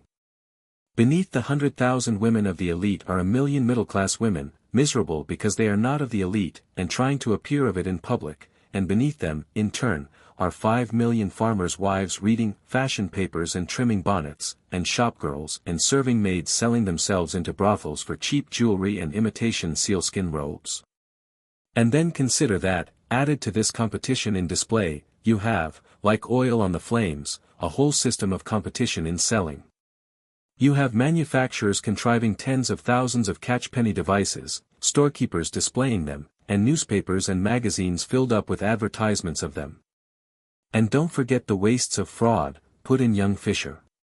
When one comes to the ultramodern profession of advertising, responded Schliemann, the science of persuading people to buy what they do not want, he is in the very center of the ghastly charnel house of capitalist destructiveness, and he scarcely knows which of a dozen horrors to point out first. But consider the waste in time and energy incidental to making 10,000 varieties of a thing for purposes of ostentation and snobbishness, where one variety would do for use. Consider all the waste incidental to the manufacture of cheap qualities of goods made to sell and deceive the ignorant. Consider the wastes of adulteration, the shoddy clothing, the cotton blankets, the unstable tenements, the ground cork life preservers, the adulterated milk, the aniline soda water, the potato flour sausages. And consider the moral aspects of the thing, put in the ex-preacher. Precisely, said Schliemann, the low knavery and the ferocious cruelty incidental to them, the plotting and the lying and the bribing, the blustering and bragging, the screaming egotism, the hurrying and worrying. Of course, imitation and adulteration are the essence of competition, they are but another form of the phrase, to buy in the cheapest market and sell in the dearest. A government official has stated that the nation suffers a loss of $1.25 billion a year through adulterated foods, which means, of course, not only materials wasted that might have been useful outside of the human stomach, but doctors and nurses for people who would otherwise have been well, and undertakers for the whole human race 10 or 20 years before the proper time. Then again, consider the waste of time and energy required to sell these things in a dozen stores, where one would do. There are 1 million or 2 of business firms in the country, and 5 or 10 times as many clerks, and consider the handling and rehandling, the accounting and reaccounting, the planning and worrying, the balancing of petty profit and loss. Consider the whole machinery of the civil law made necessary by these processes, the libraries of ponderous tomes, the courts and juries to interpret them, the lawyers studying to circumvent them, the pettifogging and chicanery, the hatreds and lies. Consider the wastes incidental to the blind and haphazard production of commodities, the factories closed, the workers idle, the goods spoiling in storage. Consider the activities of the stock manipulator, the paralyzing of whole industries, the overstimulation of others, for speculative purposes, the assignments and bank failures, the crises and panics, the deserted towns and the starving populations. Consider the energies wasted in the seeking of markets, the sterile trades, such as drummer, solicitor, bill poster, advertising agent. Consider the wastes incidental to the crowding into cities, made necessary by competition and by monopoly railroad rates. Consider the slums, the bad air, the disease and the waste of vital energies. Consider the office buildings, the waste of time and material in the piling of story upon story, and the burrowing underground. Then take the whole business of insurance, the enormous mass of administrative and clerical labor it involves, and all utter waste. I do not follow that, said the editor. The cooperative commonwealth is a universal automatic insurance company and savings bank for all its members. Capital being the property of all, injury to it is shared by all and made up by all. The bank is the universal government credit account, the ledger in which every individual's earnings and spendings are balanced. There is also a universal government bulletin, in which are listed and precisely described everything which the Commonwealth has for sale. As no one makes any profit by the sale, there is no longer any stimulus to extravagance, and no misrepresentation, no cheating, no adulteration or imitation, no bribery or grafting. How is the price of an article determined? The price is the labor it has cost to make and deliver it, and it is determined by the first principles of arithmetic. The million workers in the nation's wheat fields have worked 100 days each, and the total product of the labor is 1 billion bushels, so the value of a bushel of wheat is the 10th part of a farm labor day. If we employ an arbitrary symbol, and pay, say, $5 a day for farm work, then the cost of a bushel of wheat is 50 cents. You say, for farm work, said Mr. Maynard. Then labor is not to be paid alike. Manifestly not, since some work is easy and some hard, and we should have millions of rural mail carriers, and no coal miners. Of course the wages may be left the same, and the hours varied, one or the other will have to be varied continually, according as a greater or less number of workers is needed in any particular industry. That is precisely what is done at present, except that the transfer of the workers is accomplished blindly and imperfectly, by rumors and advertisements, instead of instantly and completely, by a universal government bulletin. How about those occupations in which time is difficult to calculate? What is the labor cost of a book? Obviously it is the labor cost of the paper, printing, and binding of it, about 1/5 of its present cost. And the author? I have already said that the state could not control intellectual production. The state might say that it had taken a year to write the book, and the author might say it had taken 30. Goethe said that every _bon mot_ of his had cost a purse of gold. What I outline here is a national, or rather international, system for the providing of the material needs of men. Since a man has intellectual needs also, he will work longer, earn more, and provide for them to his own taste and in his own way. I live on the same earth as the majority, I wear the same kind of shoes and sleep in the same kind of bed, but I do not think the same kind of thoughts, and I do not wish to pay for such thinkers as the majority selects. I wish such things to be left to free effort, as at present. If people want to listen to a certain preacher, they get together and contribute what they please, and pay for a church and support the preacher, and then listen to him. I, who do not want to listen to him, stay away, and it costs me nothing. In the same way there are magazines about Egyptian coins, and Catholic saints, and flying machines, and athletic records, and I know nothing about any of them. On the other hand, if wage slavery were abolished, and I could earn some spare money without paying tribute to an exploiting capitalist, then there would be a magazine for the purpose of interpreting and popularizing the gospel of Friedrich Nietzsche, the prophet of evolution, and also of Horace Fletcher, the inventor of the noble science of clean eating, and incidentally, perhaps, for the discouraging of long skirts, and the scientific breeding of men and women, and the establishing of divorce by mutual consent. Dr. Schliemann paused for a moment. That was a lecture, he said with a laugh, and yet I am only begun. What else is there? Asked Maynard. I have pointed out some of the negative wastes of competition, answered the other. I have hardly mentioned the positive economies of cooperation. Allowing 5 to a family, there are 15 million families in this country, and at least 10 million of these live separately, the domestic drudge being either the wife or a wage slave. Now set aside the modern system of pneumatic house cleaning, and the economies of cooperative cooking, and consider one single item, the washing of dishes. Surely it is moderate to say that the dishwashing for a family of 5 takes half an hour a day, with 10 hours as a day's work. It takes, therefore, 500,000 able-bodied persons, mostly women, to do the dishwashing of the country. And note that this is most filthy and deadening and brutalizing work, that it is a cause of anemia, nervousness, ugliness, and ill temper, of prostitution, suicide, and insanity, of drunken husbands and degenerate children, for all of which things the community has naturally to pay. And now consider that in each of my little free communities there would be a machine which would wash and dry the dishes, and do it, not merely to the eye and the touch, but scientifically, sterilizing them, and do it at a saving of all the drudgery and 9/10 of the time. All of these things you may find in the books of Mrs. Gilman, and then take Kropotkin's fields, factories, and workshops, and read about the new science of agriculture, which has been built up in the last 10 years, by which, with made soils and intensive culture, a gardener can raise 10 or 12 crops in a season, and 200 tons of vegetables upon a single acre, by which the population of the whole globe could be supported on the soil now cultivated in the United States alone. It is impossible to apply such methods now, owing to the ignorance and poverty of our scattered farming population, but imagine the problem of providing the food supply of our nation once taken in hand systematically and rationally, by scientists. All the poor and rocky land set apart for a national timber reserve, in which our children play, and our young men hunt, and our poets dwell. The most favorable climate and soil for each product selected, the exact requirements of the community known, and the acreage figured accordingly, the most improved machinery employed, under the direction of expert agricultural chemists. I was brought up on a farm, and I know the awful deadliness of farm work, and I like to picture it all as it will be after the revolution.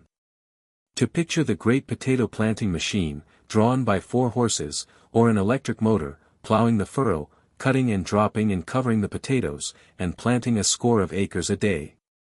To picture the great potato digging machine, run by electricity, perhaps, and moving across a 1,000-acre field, scooping up earth and potatoes, and dropping the latter into sacks. To every other kind of vegetable and fruit handled in the same way, apples and oranges picked by machinery, cows milked by electricity, things which are already done, as you may know. To picture the harvest fields of the future, to which millions of happy men and women come for a summer holiday, brought by special trains, the exactly needful number to each place.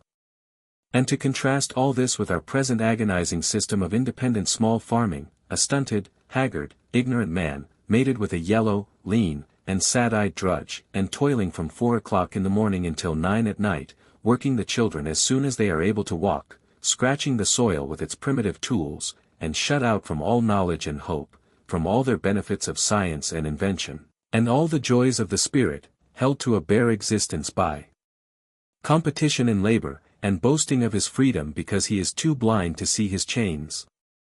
Dr. Schliemann paused a moment. And then, he continued, place beside this fact of an unlimited food supply, the newest discovery of physiologists, that most of the ills of the human system are due to overfeeding.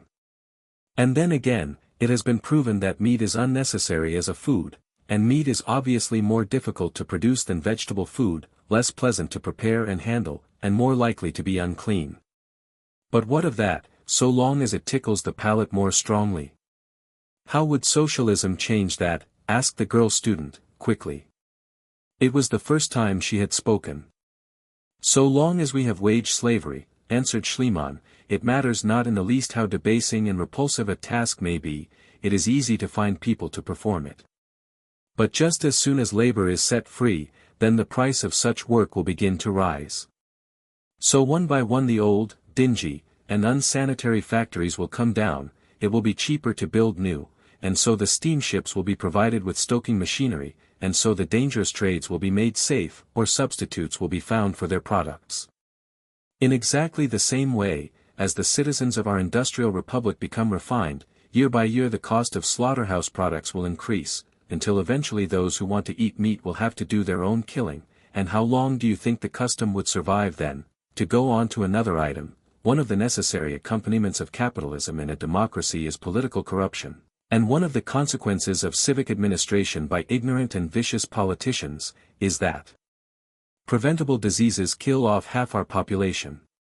And even if science were allowed to try, it could do little, because the majority of human beings are not yet human beings at all, but simply machines for the creating of wealth for others.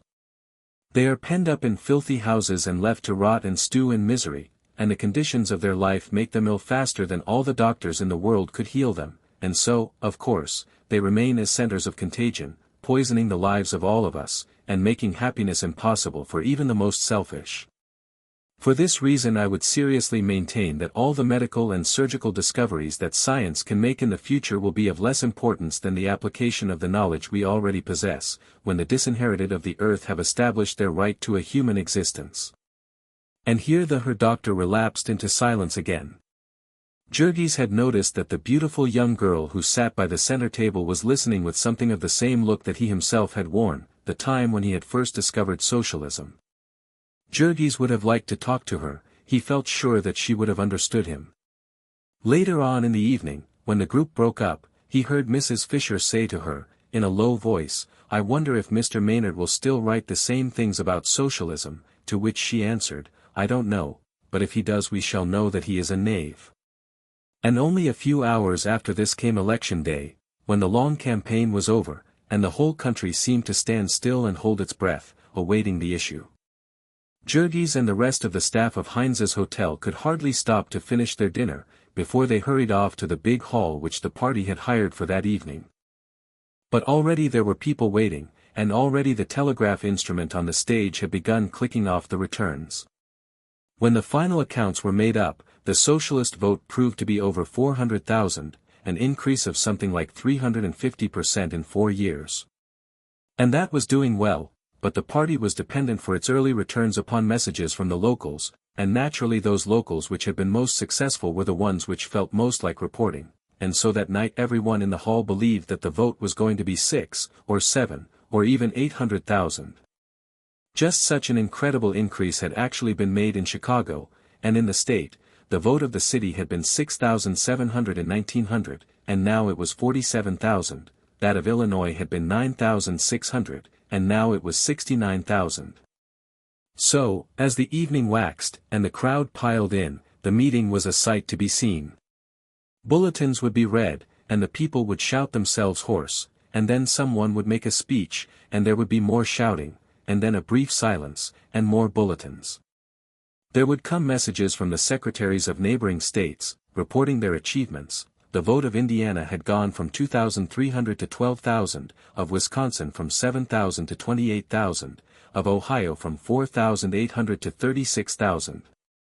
There were telegrams to the national office from enthusiastic individuals in little towns which had made amazing and unprecedented increases in a single year: Benedict, Kansas, from 26 to 260, Henderson, Kentucky, from 19 to 111, Holland, Michigan, from 14 to 208, Clio, Oklahoma, from 0 to 104, Martins Ferry, Ohio, from 0 to 296, and many more of the same kind. There were literally hundreds of such towns. There would be reports from half a dozen of them in a single batch of telegrams. And the men who read the dispatches off to the audience were old campaigners, who had been to the places and helped to make the vote, and could make appropriate comments. Quincy, Illinois, from 189 to 831, that was where the mayor had arrested a socialist speaker. Crawford County, Kansas, from 285 to 1975, that was the home of the appeal to reason. Battle Creek, Michigan, from 4,261 to 10,184, that was the answer of labor to the Citizens' Alliance movement. And then there were official returns from the various precincts and wards of the city itself. Whether it was a factory district or one of the silk-stocking wards seemed to make no particular difference in the increase, but one of the things which surprised the party leaders most was the tremendous vote that came rolling in from the stockyards.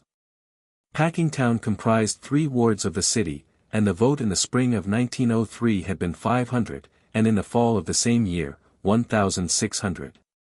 Now, only 1 year later, it was over 6,300. And the Democratic vote only 8,800. There were other wards in which the Democratic vote had been actually surpassed, and in 2 districts, members of the state legislature had been elected. Thus Chicago now led the country. It had set a new standard for the party, it had shown the workingmen the way. So spoke an orator upon the platform, and 2,000 pairs of eyes were fixed upon him, and 2,000 voices were cheering his every sentence.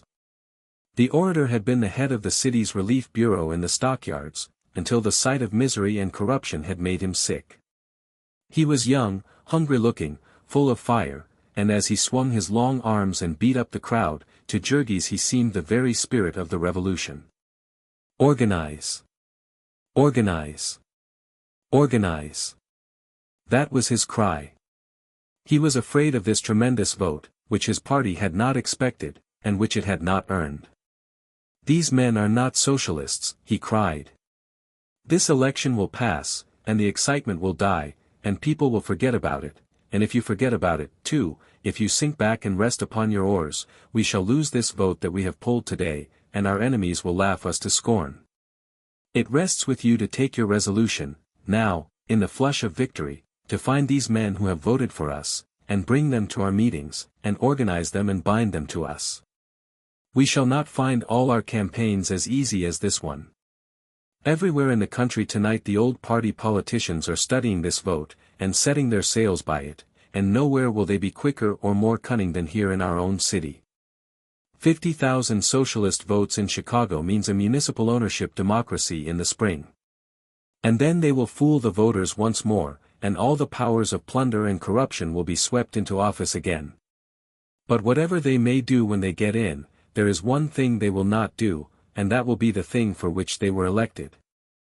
They will not give the people of our city municipal ownership, they will not mean to do it, they will not try to do it, all that they will do is give our party in Chicago the greatest opportunity that has ever come to socialism in America. We shall have the sham reformers self-stultified and self-convicted, we shall have the radical democracy left without a lie with which to cover its nakedness. And then will begin the rush that will never be checked, the tide that will never turn till it has reached its flood, that will be irresistible, overwhelming, the rallying of the outraged workingmen of Chicago to our standard. And we shall organize them, we shall drill them, we shall marshal them for the victory. We shall bear down the opposition, we shall sweep if before us, and Chicago will be ours, Chicago will be ours. Chicago will be ours.